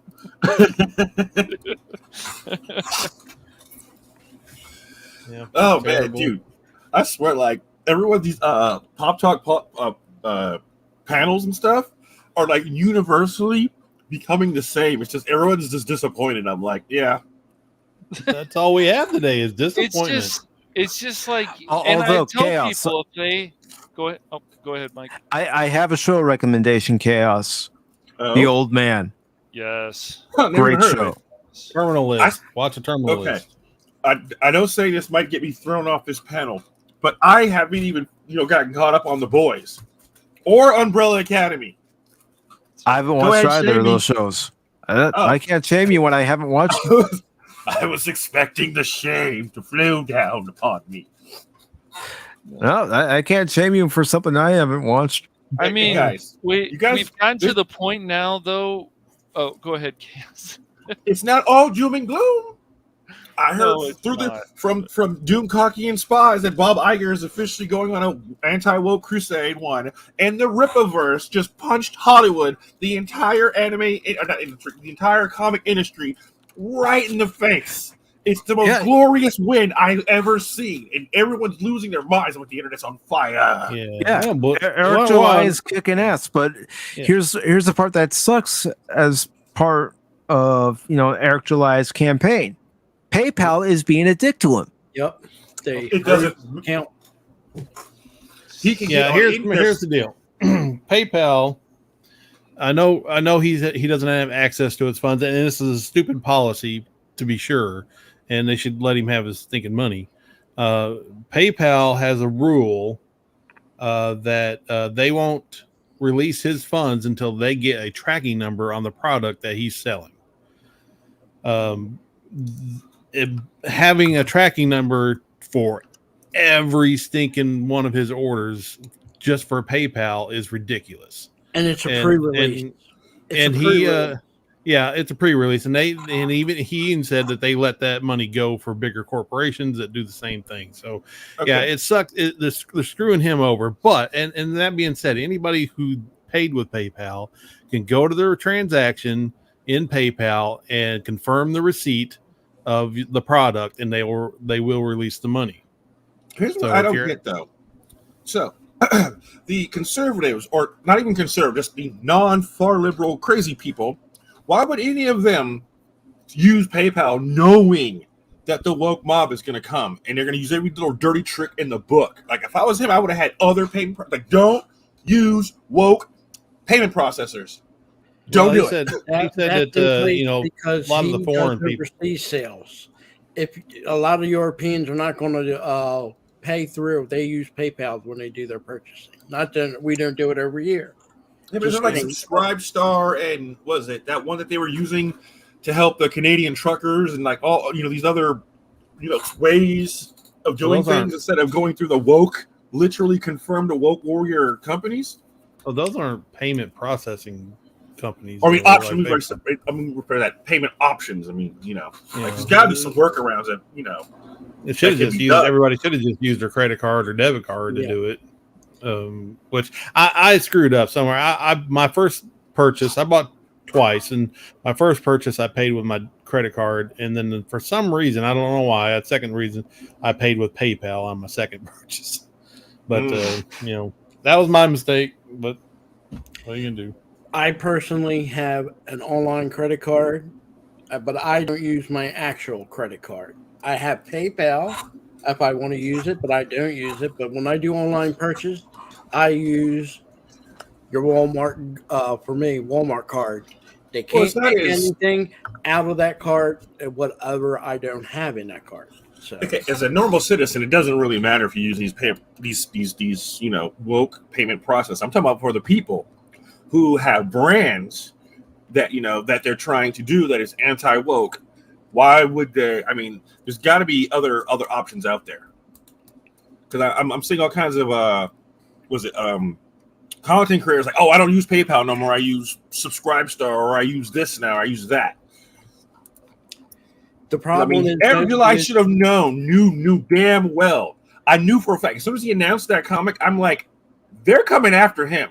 The comic pros are going to lose their absolute. I don't think you heard about Reddit, didn't you? Yeah, yeah. Like what they did to what was his name? What's the other guy? The other comic guy who comics guy who walked away from that shit. Cyber fraud guy. What's his name? Oh god, I forget. Ethan Van Sciver. Yeah, Van Sciver. Look how they lost their shit on him, and he didn't make nearly that much that fast. I was like, oh, as soon as I saw that number hit like 2 million, I go, they're going to lose their minds, and I was right. I think the reason that PayPal was popular for the most of people overseas, it's the only common one that he can use for them. It isn't like you have to understand when you're using these online services, not all of them are compatible with every country. You might be, if you want people from India to use your services to purchase something, you're going to use what's available. And I think the universal one is PayPal. And so that's the question why is a bad move. Like maybe it's just the military mind set on me. Is I go, even with that, I would have something safe for America, and then I'd break it up into smaller, smaller little groups so that my whole funds can't just be lit up. Like I don't know if he used any other payment process, but so what he's saying is, out of that $3 million, if 2.5 million of it is caught up in PayPal, he messed up because I would have had. I'm going to assume that the large majority of his donation, or not his donation, his purchases are going to come from America. So if you have like, okay, for Americans, we're going to use this safe thing, and for the other countries where I could afford, if they block off 25K or 30K here or there, they're not shutting me down completely. They didn't shut him down completely. He only got about 1.4. Yeah, huh? He only got about 1.4 million on PayPal that he can't use. But he had to explain so that way people understood that we're mostly from the European and overseas people. This ain't him. This ain't him. Well, he's still shipping. It ain't gonna affect anybody who bought something. So he's still putting his stuff out, regardless of his access to that money or not. All I'm saying is, guys, we get to the point where we're putting out our own stuff, anti-woke stuff. Just keep this in mind. Keep your stuff spread out as far as possible. I'm already seeing this in note, and I'm like, okay. Yeah, I mean, you got to learn from other people's mistakes. This is all new for a lot of people. So, somebody makes a mistake, let everybody know, and then the people come after them can learn from that and do something different. So,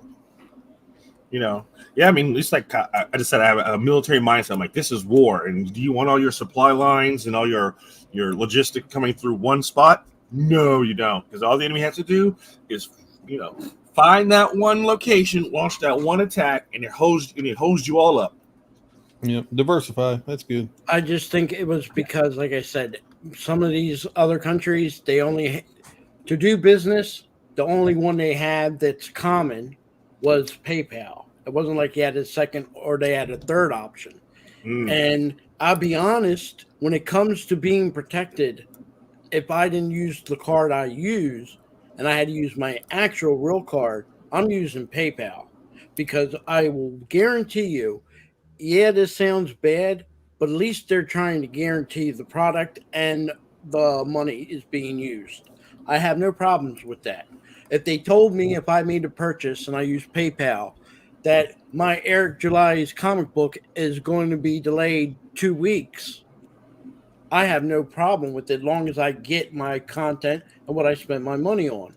Now, there have been places on eBay that I wanted to purchase something and I purchased it and it happened to come from overseas. I didn't get my product. PayPal reimbursed me. Now, it didn't take them. I didn't get my money back that day, but a month later, I got my $1,000 back. I'm like I said, I'm not ditching PayPal.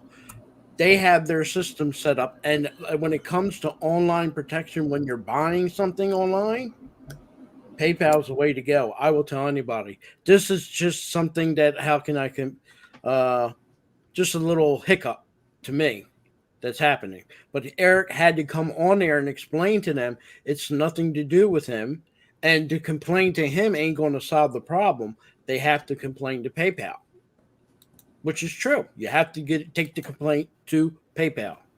Yep. They're the ones that are blocking the funds, not Eric. And you can't ask for a tracking number on a product that's on pre-release because you don't even have number one printed on the press yet. He was saying in a video that he had posted a couple of days ago that it's going to be, the first come, first serve type of deal where how things are shipped out anyway. So a lot of people probably won't be getting their comics till late August into September. Anybody latecomer will probably not get it for a little while longer, but and that's just the way it is with this sort, especially with this amount of product that was ordered. But there you go. There goes my line of thinking. I done lost it. So next.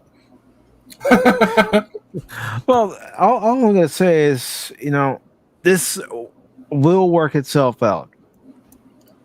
Otherwise lawsuits, man. I mean, this is just, I don't know what the point of them. Every single time PayPal or they've tried some shit like this, they get sued. They have to do the right thing. I mean, I don't even know why they're wasting everyone's time with this crap. I see it as like a banking institution. Okay.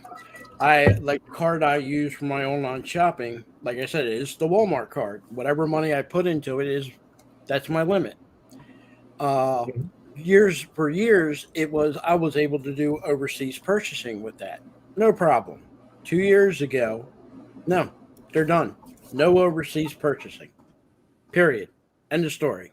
So if I want to do overseas purchasing, I have to use PayPal.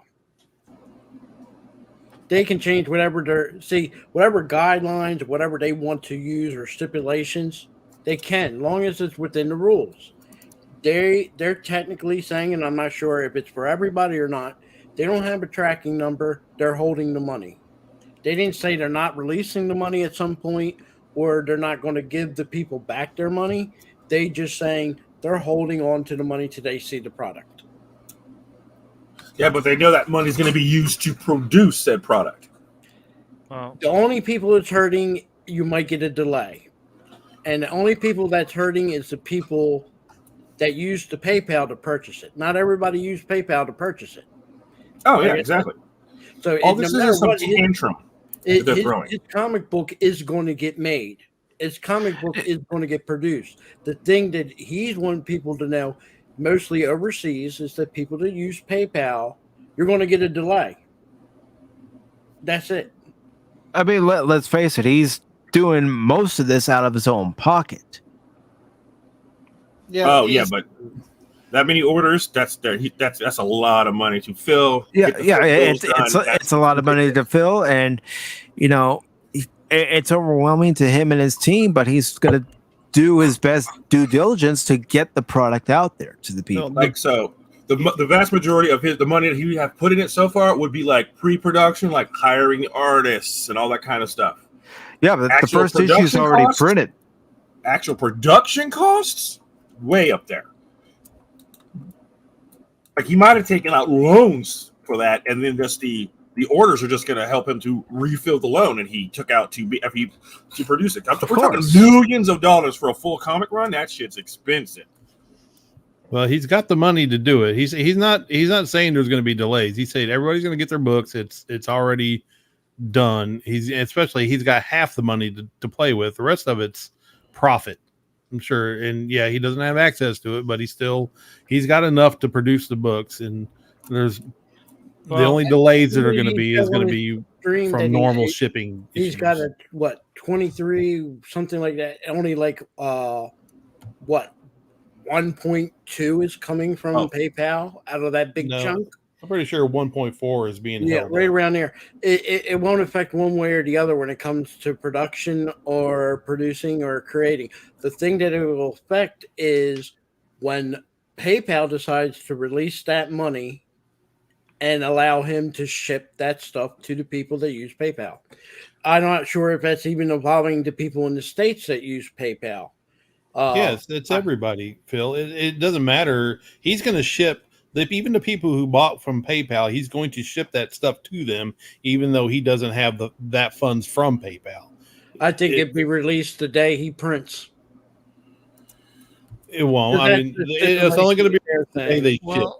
I hope people aren't using a PayPal credit because that caused a lot of headaches. No, I've never used a PayPal. No. I would tell people never to use that. Just pay the full amount and be done with it. What I do is, like I said, on my PayPal, I use my Walmart card because, like I told you guys, I can't use it for overseas purchasing. So when I want to purchase, be it online game that's from overseas or eBay or thing, I go through PayPal, which uses the Walmart card to take the money out of. So I can do it. As far as it like tying into like a major bank account that I'm using my real credit card to, I'd never put that information online. Never. But PayPal's a nice protection for it if you do have to. Also, with PayPal, I don't like this whole thing, and a lot of people have said even at credit unions and banks, having your bank account linked to PayPal. I don't like that. I think having just your credit card is better. Yeah. Or your Visa card or whatever. I don't think linking there's too much power for PayPal. I guess it's fine, but there has been some problems before where people then, stole money from their banks through PayPal. And it's like, I don't think you should give a company like PayPal all that power. I would never use a real my banking information on anything online. Like I said, I give PayPal access to my Walmart card. Like I said, even if it's like, let's say I have a limit of $1,000 on there. If someone takes it or hacks me or whatever, PayPal will protect me. The bank, Walmart card will protect me. But let's just say they took $1,000 unexpectedly. Only thing I'm losing is what's in that account, $1,000. Not losing anything. My credit rating ain't getting affected. Eventually, over time, in a couple of weeks, get shortened out. I get my money back. Great. Oh, I got Navy Fed, so I don't have to worry about it. If someone does, I go, Navy, this is BS, and like sometimes that day, because someone had got my number and went on some like weird shopping spree in Mexico. I had my money like 24 hours later back where it was. They're like, yeah, we got you. I'm like, nice. But like I said, I never use my actual banking information, and I would never use my real credit card online. But even with me, like I said, I like using PayPal because at least sometimes they will go to bat for you. Like I said, I wanted to buy a system from overseas, from Japan. It was $950.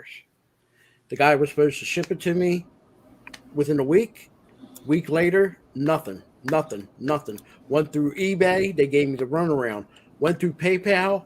Within 3 weeks, I got my $1,000 back. No complaints. Done. Oh, a quick side note. Pacific. I'm willing to throw my shell into the ring, but I want to know. Do we need to talk later? Like, are you feeling okay? Yeah, I'm feeling fine. I just haven't been able to answer your calls. That's all. No, I didn't call him. I'm saying I was listening in the background and I heard you say something that I think was ridiculous. I must have been hallucinating. I heard you say you wanted to get Ninja Turtles 1 on NES and beat it. That's no joke. No, I didn't. That's the goal. I mean, that's the goal. There's some hotlines out there for people like to talk to, because there's an easier way to self-delete yourself. I'm just saying. Jesus. I'm sure there are the people saying that when they were watching me play Final Fantasy VII Remake, but I was able to beat it last week. Were you still alive in that game? There are two demonic realms. Okay, there are two demonic realms in gaming history. Okay, one, Teenage Mutant Ninja Turtles 1, and Super Ghouls and Ghosts. Okay, no. Ah! Oh God! Too late. Flashback. Too Flashback. late. Too late. Too late. Oh God! The decision's been made, and it's up to me to do it. I'm not using any other special rewind features. I die, I start all over again. Oh God! I gotta call local PD. They're gonna find your body with this twisted look on your face. You're there, Animas. Holy crap! You here? Listen, just remember this. When he's struggling in his Teenage Mutant Ninja Turtle game that he's playing, I'm going to be watching. Real quick, he'll be doing up, up, down, down, right, left, tap the Y button. the Konami code doesn't work in that game. Use the up, down, left, right, B, A, select, start. That's why he was so concerned about the controller. You guys want to? You guys talking like you're going to enjoy watching our friend commit mental suicide. I'm gonna. Of course, everybody likes. Everybody likes watching misery. I'm not the only one, or he's not the only one. I'm gonna be doing it too. Wait a minute. Sounds like a good, interesting why do goal. I watch your gaming streams? Because I root for his failure. Every gaming stream he plays, what do I ask Mike? Are you still alive there? You okay? Yes, Phil. But yes, see, I'm still alive. People. Mike is more in a niche group, I guess, or more into a group where you will do whatever it takes to finish it. A lot of people don't have that willpower for gaming anymore. Maybe they did before, but they don't have that willpower. They would just give up on those fights. It's called coming from the old school. That's right. Using cheat codes to go through to win. Back in the day, you were still in school, and you could only afford, or you couldn't afford. Your parents would get you one game, and if it ended up being too hard, well, that's what you had. Does Phil McCracken pressurize people because they can only afford one game every 3 months? Yes, Phil McCracken didn't hang with you. I still remember, what was it, the beating that fight, beating that fight in Secret of Mana. That dragon was really challenging, if I remember, that last fight, and then that fight in Final Fantasy 2 was brutal. It's pretty brutal. That one, and then Final Fantasy 3. I think it was like Medusa or something. My gosh, that was brutal too. But I worked on that for 6 months that year, Mike, until I beat it, and I finally beat it on Christmas Eve. Oh, that felt good. That fight on my 3DS? Yeah, it was 3DS. Well, you were watching Cash. How many times I got my ass kicked by the Hell House playing Final Fantasy VII Remake? I know you had to break them from the chain, and then you went, but you figured it out. We got unfinished business, then, of course, to do then. If you're talking about Streets of Rage 4, we still haven't beaten that game. I know. I'm like, the angry roads are waiting for us. But, I can remember that night. I was having trouble because my internet connection was sucking, so I had to end the stream. I went on Nerdporial's stream, and, we chatted, and he's like, what are you doing here? I said, well, I was having internet problems, so I ended my stream and thought, you know what, I'll hop in Nerdporial's stream. So, and after that stream, it was still eating at me. I'm going, no, I'm going to beat the Hell House. So I hit the record button on Slobs, and I kept trying over and over and over again until you finally saw what you saw in the video of me beating it. Yeah, we I don't know how to describe it, but we were at this this double boss fight scene, which made I was like, we got stomped into the ground. We both were just like, nope. Okay. Mike was like, nah, we're good. Nope. You do get to a point where you go, no, I gotta stop. Otherwise, I'm gonna get too ticked off, and I'm gonna say things and do things I'm gonna regret. We walked away and didn't even look back. We were like, nope. There's always like sometimes there's silly stuff like in Skyward Sword. I finally bought that on Nintendo Switch more recently, probably more than a few months ago. And it's like there's a scene. It's like, well, how the hell do I get this door open? Do I not have a key to? No, you just need to swing your sword around longer so the eyeballs can get confused enough to open the door. It's like, you son of a bitch, Nintendo. I thought I spun that sword enough, but I didn't. Okay. Not enough spinning. Yeah, but there's just things that can be very frustrating, and stuff like Final Fantasy VII, which even the original is a great game. Yeah. It's probably considered a classic game. But finally getting like playing Final Fantasy VII because you had won that on Nerdporial's channel, right? If I remember, Mike. Yeah. Yeah, he had it as one of his prizes up for grab on his channel. So I entered the contest and I won. Insider trading. But oh gosh.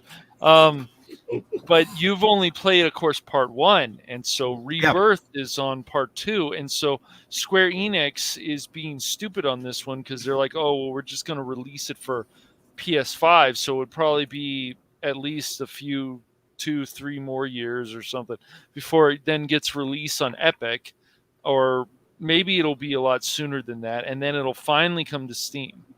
That's so dumb.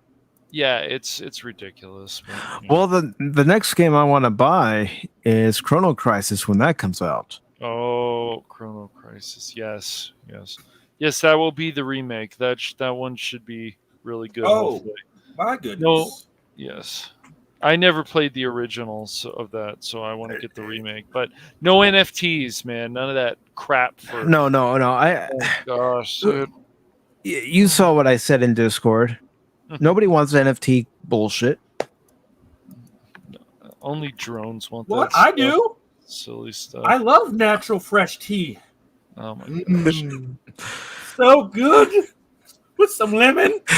I was thinking something else, but I wasn't going to say it here. I'll say it backstage. But naturally fresh titties. I went right out the shower. She's all glistening. I don't know what. Oh my god. And with that, I'm gonna have to go, boys. All right, Anonymous. Yeah. You guys thank you for take joining, care. brother. No problem. All right, man. Have a good one, dude. Stay frosty. Phil, don't talk so much. Oh no. Only begun. Oh. Oh, that's great. Nice. Yep. This is what I'm doing right now. I'm living in the zone. Yeah, you're flying your F-14. How do you know that? I know you well enough. Yeah, I don't have the Phoenix unlocked. Oh, speaking of, there's been a massively huge update in State of Decay 2. Would you care checking it out later? Yeah, I had to reinstall the game because I got a new SSD, so I transferred quite a few things, reinstalled a few things. And are your community still alive? I'm sure the communities are just fine. They're my communities. I don't know if they're tough. I don't know if they store them locally or on the cloud. That's why I asked. Because some things don't do stores that. It on the cloud. Stores it on the cloud. Okay. I played one game and I reinstalled it. I was like, "Where's my shit?" And I had it sad. But don't worry, you forget my communities explosives. You can now so your legacy characters, you can now tag them in and out of your community instead of just only being able to pick 3 and then having they made some changes. I saw about it. I go, ooh, this is gonna be fun. Nice. Yeah. Oh no. Fox 1. Oh, zombie. What else is coming out? But by the way, I just want to let you know, since we haven't talked in a while, on August 20th, which is a Saturday, at 8 p.m. Eastern, I'm having a special stream of Pop Talk, and the subject matter is anime. Uh-oh. I still consider myself in the shallow end of the anime pool. Oh, yeah. I'm in the ocean. I'm in the Marianas Trench. Jesus. What up? Go ahead. So I'm just letting people I know who are deeper in the waters than I am that I'm having the stream, and if you'd like to be a part of it, let me know. Any topic anime, or are you just anime in general? Anime in general. Anime in general, people like me who are still in the shallow water, why should we say, screw it, going in the deep end? Oh, did you finish Assassination Classroom? Yes. Okay. What about? Okay, I think you're probably further ahead on freaking what's it called than I am. My hero. What about Monster? The last Monster, I haven't finished that. I'm still working through that. All right. I'm going to delay streaming tonight. I need to introduce you to episode 1 of Code Geass. Code freaking Geass. That's the other one. There's the pillar animes you just got to... Oh, my God. That's so good. Code Geass. That's delicious. I just nerded out. My bad. Nerd moment. Oh, okay. And what's the problem with nerding out? You're on Pop Talk. We talk about that stuff. That was an uncontrollable nerd moment. You just got to keep it under control, at least. You know what I'm saying? That was a completely off-the-rails nerd moment. Well, whatever. I almost had a nerdgasm just thinking about it. Okay. Well, like I said, whatever. Oh, I wish they made a video game based off of Code Geass. The mechs were sick. And I can answer that question for you, Shay. His call sign when he's flying is Viper. Out of work. Can you actually see me getting randomly missiled? We just saw you take off. Oh, okay. Last minute, I'm sitting there flying. I'm like, all right. I'm gonna delete you. Next thing I know, my left wing decided, bye. Wait, where are you going? That's usually what happens when you fly. You end up losing a weight or a part. Landing gear. Who needs a landing gear? Right, landing gears are for cowards. Real men land on their faces. All right, here we go. Well, you guys can actually sit. I need to stop flying like an idiot. Mm-hmm. Psych! Oh, crap. Engines? Oh, wait. Engines don't like that. No. Usually they don't. Why do these engines act like they need fuel? Fuel's for cowards. Come on, engines. You don't need that stuff. And now we go to space. These cowards, but, knowing you're going to end up crashing to the ground. Making sweet, sweet love to the ground. No. I'm going to hand out ice cream cones. High explosive and long range ice cream cones. Bill, Cass, you care to weigh in? Ladies and gentlemen, welcome to TKO's ice cream delivery service. I am your captain speaking. The chaotic one will be spreading. We'll say tonight we're going to be going with Rocky Road and French vanilla scoops. Who's our first customer? Rocky Road, that's right. That is what's down below. Oh, yes. When your plane crashes. And everyone, just to let you all know, you fellow flyers, everything tonight's on the house.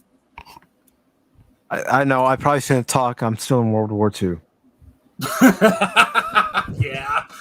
I was like, okay, I ground so hard. I stopped streaming. I stopped anything. I go, I'm going to just chill. Oh, hello. Customers. Yeah, I noticed you haven't streamed because I hadn't seen any notifications. I know. I just didn't have the energy. Hello. Oh, no. Ice cream. Go that way. No. Relock. No. Damn it. Okay. Well, see, folks, what you're seeing there is usually what happens to Chaos. He would lock onto an enemy fighter, and his missile would go, Hello? "Nope, I'm here to nope, feed you. I'm not having it." Come here. What is that? Oh crap! This is gonna. Yeah, I'm gonna just keep going. Yeah, I'm just. Don't mind me. Oh, kinds of problems back there. Whatever. Hey, that guy looks like he wants to enjoy a delicious ice cream cone. And Fox 1. Radar, you better not. Stop flickering. Right there you go. Okay, come on. It's tasty. No, son of a missile. Okay, yeah, I guess they are called missiles, not hiddles. Whatever. Okay, fine. Stop. Okay, Radar, you're getting on my nerves. Fox 2. There you go. Where's that? Really? Why are you going after oh my God, what did they do to this game? I haven't played the Tomcat in a while. No, they did this to it. It's Gaijin. Yep, I'm definitely getting Gaijin. Come on. And the reason why I say that is the other day I go to log into the game after logging into the game the day before. Oh, and hello there. All my progress as far as earning rewards was gone. Dudes. Whoa. And that was before I got my new SSD. The whole team. Beautiful place. See him burning and not even an injection. The whole team. Can I get some help? That is how a plane should look when it's being shot down. No, it's not. Beautiful. It should be their planes, not mine. Beautiful. Where's my freaking... Here's a little secret, folks. It's usually his plane. No, it is not. I have millions of dollars. That means I don't get shot down as much. I think bad luck. You guys are giving... You know what? That's it.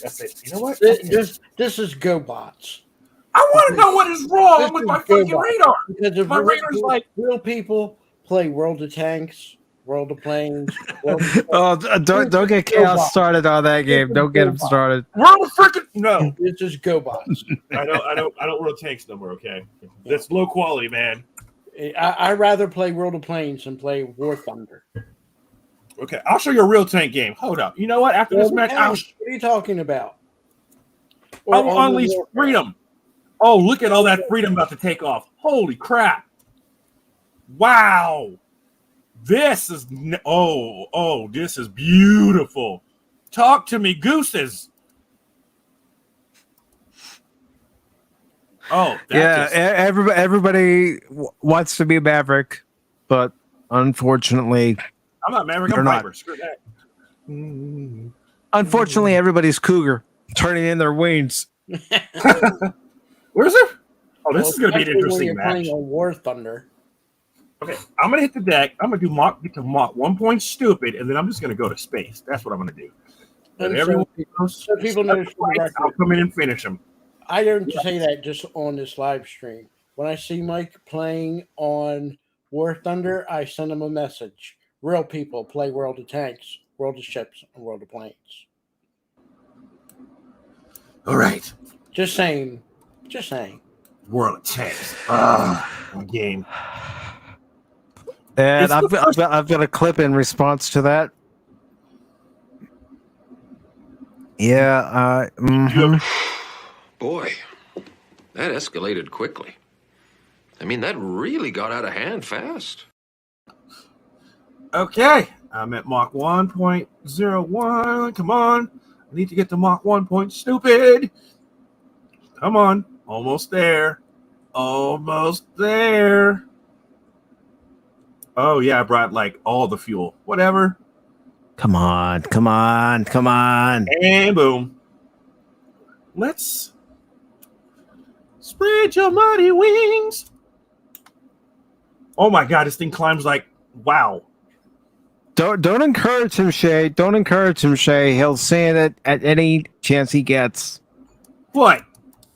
Act like you know me or something. I do know you. Hello there.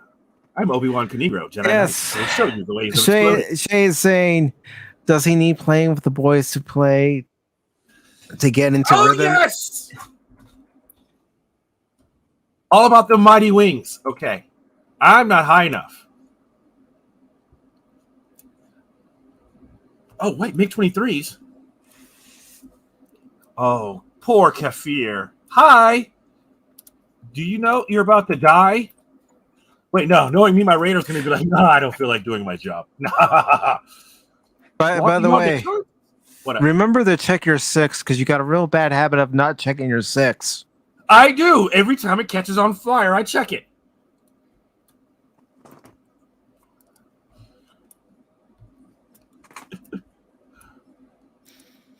Hello?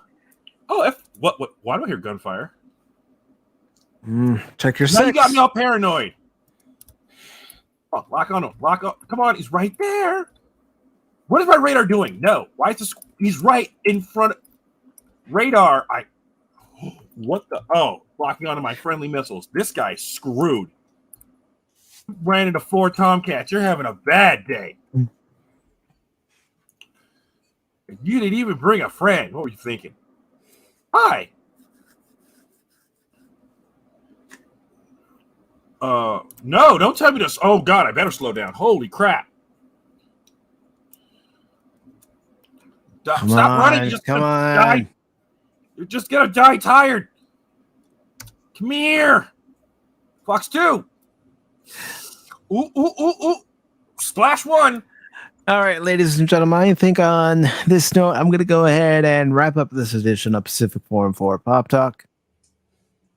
I want to thank... Get a kill. Yeah, not a problem. That's what I was waiting for. I want to thank Jet Sparks for being on the panel and also Anonymous for being on the panel. Phil, thank you for being on the panel. Cash, thank you for being on the panel. Chaos, thank you very much. Oh. And in the chat, I want to say thank you to Darius Munchausen for stopping by. Shay, thank you for stopping by. And I also want to, of course, thank Anonymous for being in the chat. Tim's Talk, thank you, Tim. Really appreciate it, brother. And, of course, Pit Viper, a.k.a. DDOD, a.k.a. Chaos. Thank you. That's just insane amount of AKAs. What the hell? Too many accounts. Maybe not. I also want to thank Kathy Skywalker for stopping by. I also want to thank, and I gotta scroll up, DJ Ronnie G. Thank you for stopping by. Of course, we also had Gap After Dark. Thank you very much for stopping by. And thank you for jumping on the panel as well. Resolute Germ, thank you very much. And we also had Freaky Beast Productions. That's thank you. Friend of mine. Yeah. Very cool. Very cool. And let's see. Got to scroll up. Of course, the previously mentioned Jet Sparks. And already mentioned Kathy, Resolute Germ. We also had Anti-Derivative Jill. Thank you, Jill, for stopping by. And keep scrolling up, so I don't want to leave anyone behind. Games, Movies, and Comics, also known as GMC. Thank you very much. We also had the Padawannabe. And let's see. Keep going. We also had Woopa Troopa. Thank you, Woopa. God bless Woopa Troopa. God bless Woopa. He's not bad for a Cardinal fan. He's with me on the Ivy Must Go. It ain't going nowhere. Stop believing everything you read from The Onion. Oh, I don't watch it anymore. I swatched over to Babylon B, of course. I'm sophisticated now. And thank you, Matt from Channel 66 for stopping by. And of course, the Nerdporeal Lifeform. Thank you, brother. And we also had the Comic Relief Crusader. Thank you very much. Really appreciate it, Mike. And let's see. Anyone else? No, that would be it. So again, thank you all for stopping by. If you like what you saw here, make sure you leave a thumbs up before you go. Share the stream with your friends. comment on the video later or leave a comment before we sign off. And consider subscribing to the PACIFIC414 YouTube channel, because I not only do episodes of Pop Talk on Sunday starting at 11 a.m. Eastern, but I also do Pop Talk on Wednesday starting at 8 p.m. Eastern Time. I do episode reviews, movie reviews, game streams, and on occasion I talk about the Chicago Cubs, which the next episode of the Box Score will actually be August 2nd. And that's the day of the MLB trading deadline. So I will talk about all the trades that occurred during the day and leading up to the trading deadline. And Make of course, the Cubs great again. Yeah, make the Cubs great again. Make the A's great again. And who knows, maybe it'll be a Oakland Chicago World Series one of these days. Oh, that would be all. just not this year. Just not Nice. this year. Speaking No. crazy talk. Oh my goodness. Hey, we've already won one World Series. I'd like to see another one. I remember that. The happiest I think I've ever heard in you in your entire life. I'm like, damn. First of all, the Cubs need to get back to the World Series or actually even get back to the playoffs and not stop making silly decisions. Actually spend money. Yes. Hey, I feel good today. We swept the Phillies. Nice. It's the Phillies.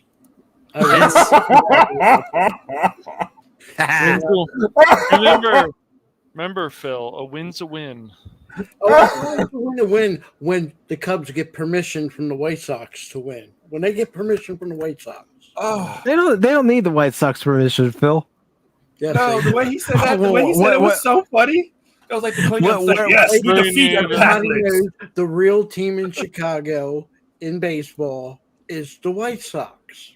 I mean, I'm not taking nothing away from the Cubs, but the White Sox are the real team. This stream has gone off the rails. I believe. Oh no! It went off the rails from the very beginning. Let's be honest with ourselves. It went off the rails from the very beginning. Oh snap! The Firestars arming quantum torpedoes. Well, sometimes you just gotta clean on it.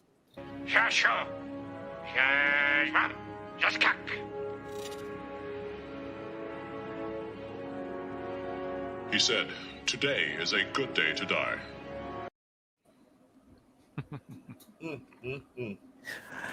But thank you all for watching. Hope you all have yourselves a good rest of your Sunday.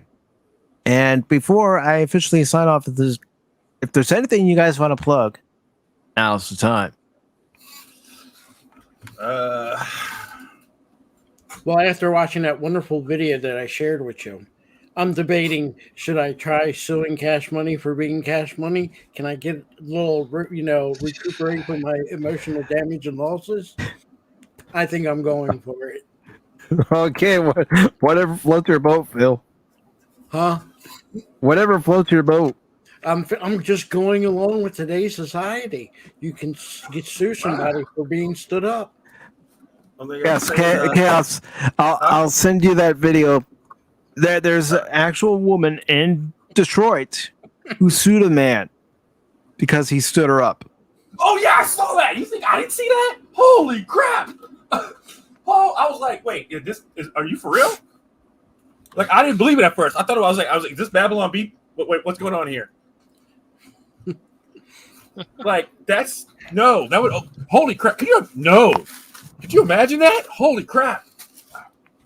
You have to admit, Mike, her going through the airport during the court trial and she trying to overtalk the judge during that process, that was hilarious. Oh no! I bet Your Honor, the Maury Povich show. I bet Your Honor, if she can sue me for not showing up to a date, do I get to sue her if I showed up and didn't get no action at the end of the night? Does it go both ways? Both ways? No. Not in today's society. I know, right? I was gonna go. I'm like, how are you going to tell? What? How are you going? What? The only good She did it. She did it. And does show, Mike, is that it's got to get thrown out, right? Come from California. You do have some legitimate crazies out there like Detroit. So, bro, I am trying to get out of California. Okay, I get it. I need to be free. My brain can't handle the stupid that I'm constantly surrounded in. Like this. I saw that. I go, this is fake. I was waiting for Babylon B. No, this is real. Are you kidding me? Oh my god. Hold on, I'm just putting in a few links for everybody. Oh yeah, in an hour or two. Yeah, let's do a introduction to a new anime that you're probably gonna binge watch, and then let's prep for some zombie murder tonight. Oh, what happened? Right. What's up with Common? How's he been? He's not feeling well, brother. He's not feeling well. I'll tell you after the stream what he told me. All right. I want to try to get the squad back up. I'm like, you know what? I need to. I mean, we'd have to ask him if he'd feel up to it, but last time I talked to him, he wasn't feeling too well. Oh no. Maybe murdering zombies with his homies will make him feel better. Oh, we'll see. Anyways, I'll put everyone else's links into the description sometime after the stream. But thank you to everyone for coming by today. You know, spending part of your time here on the PACIFIC414 YouTube channel. Thank you very much. Even if you were lurking, thank you. So, until then, until at least Wednesday, unless something comes up and I decide to get the crazy idea to stream something or just stream the chit chat. This has been Mike for PACIFIC414 Pop Talk. Thank you all. Have yourselves a good day, and I will see you all later.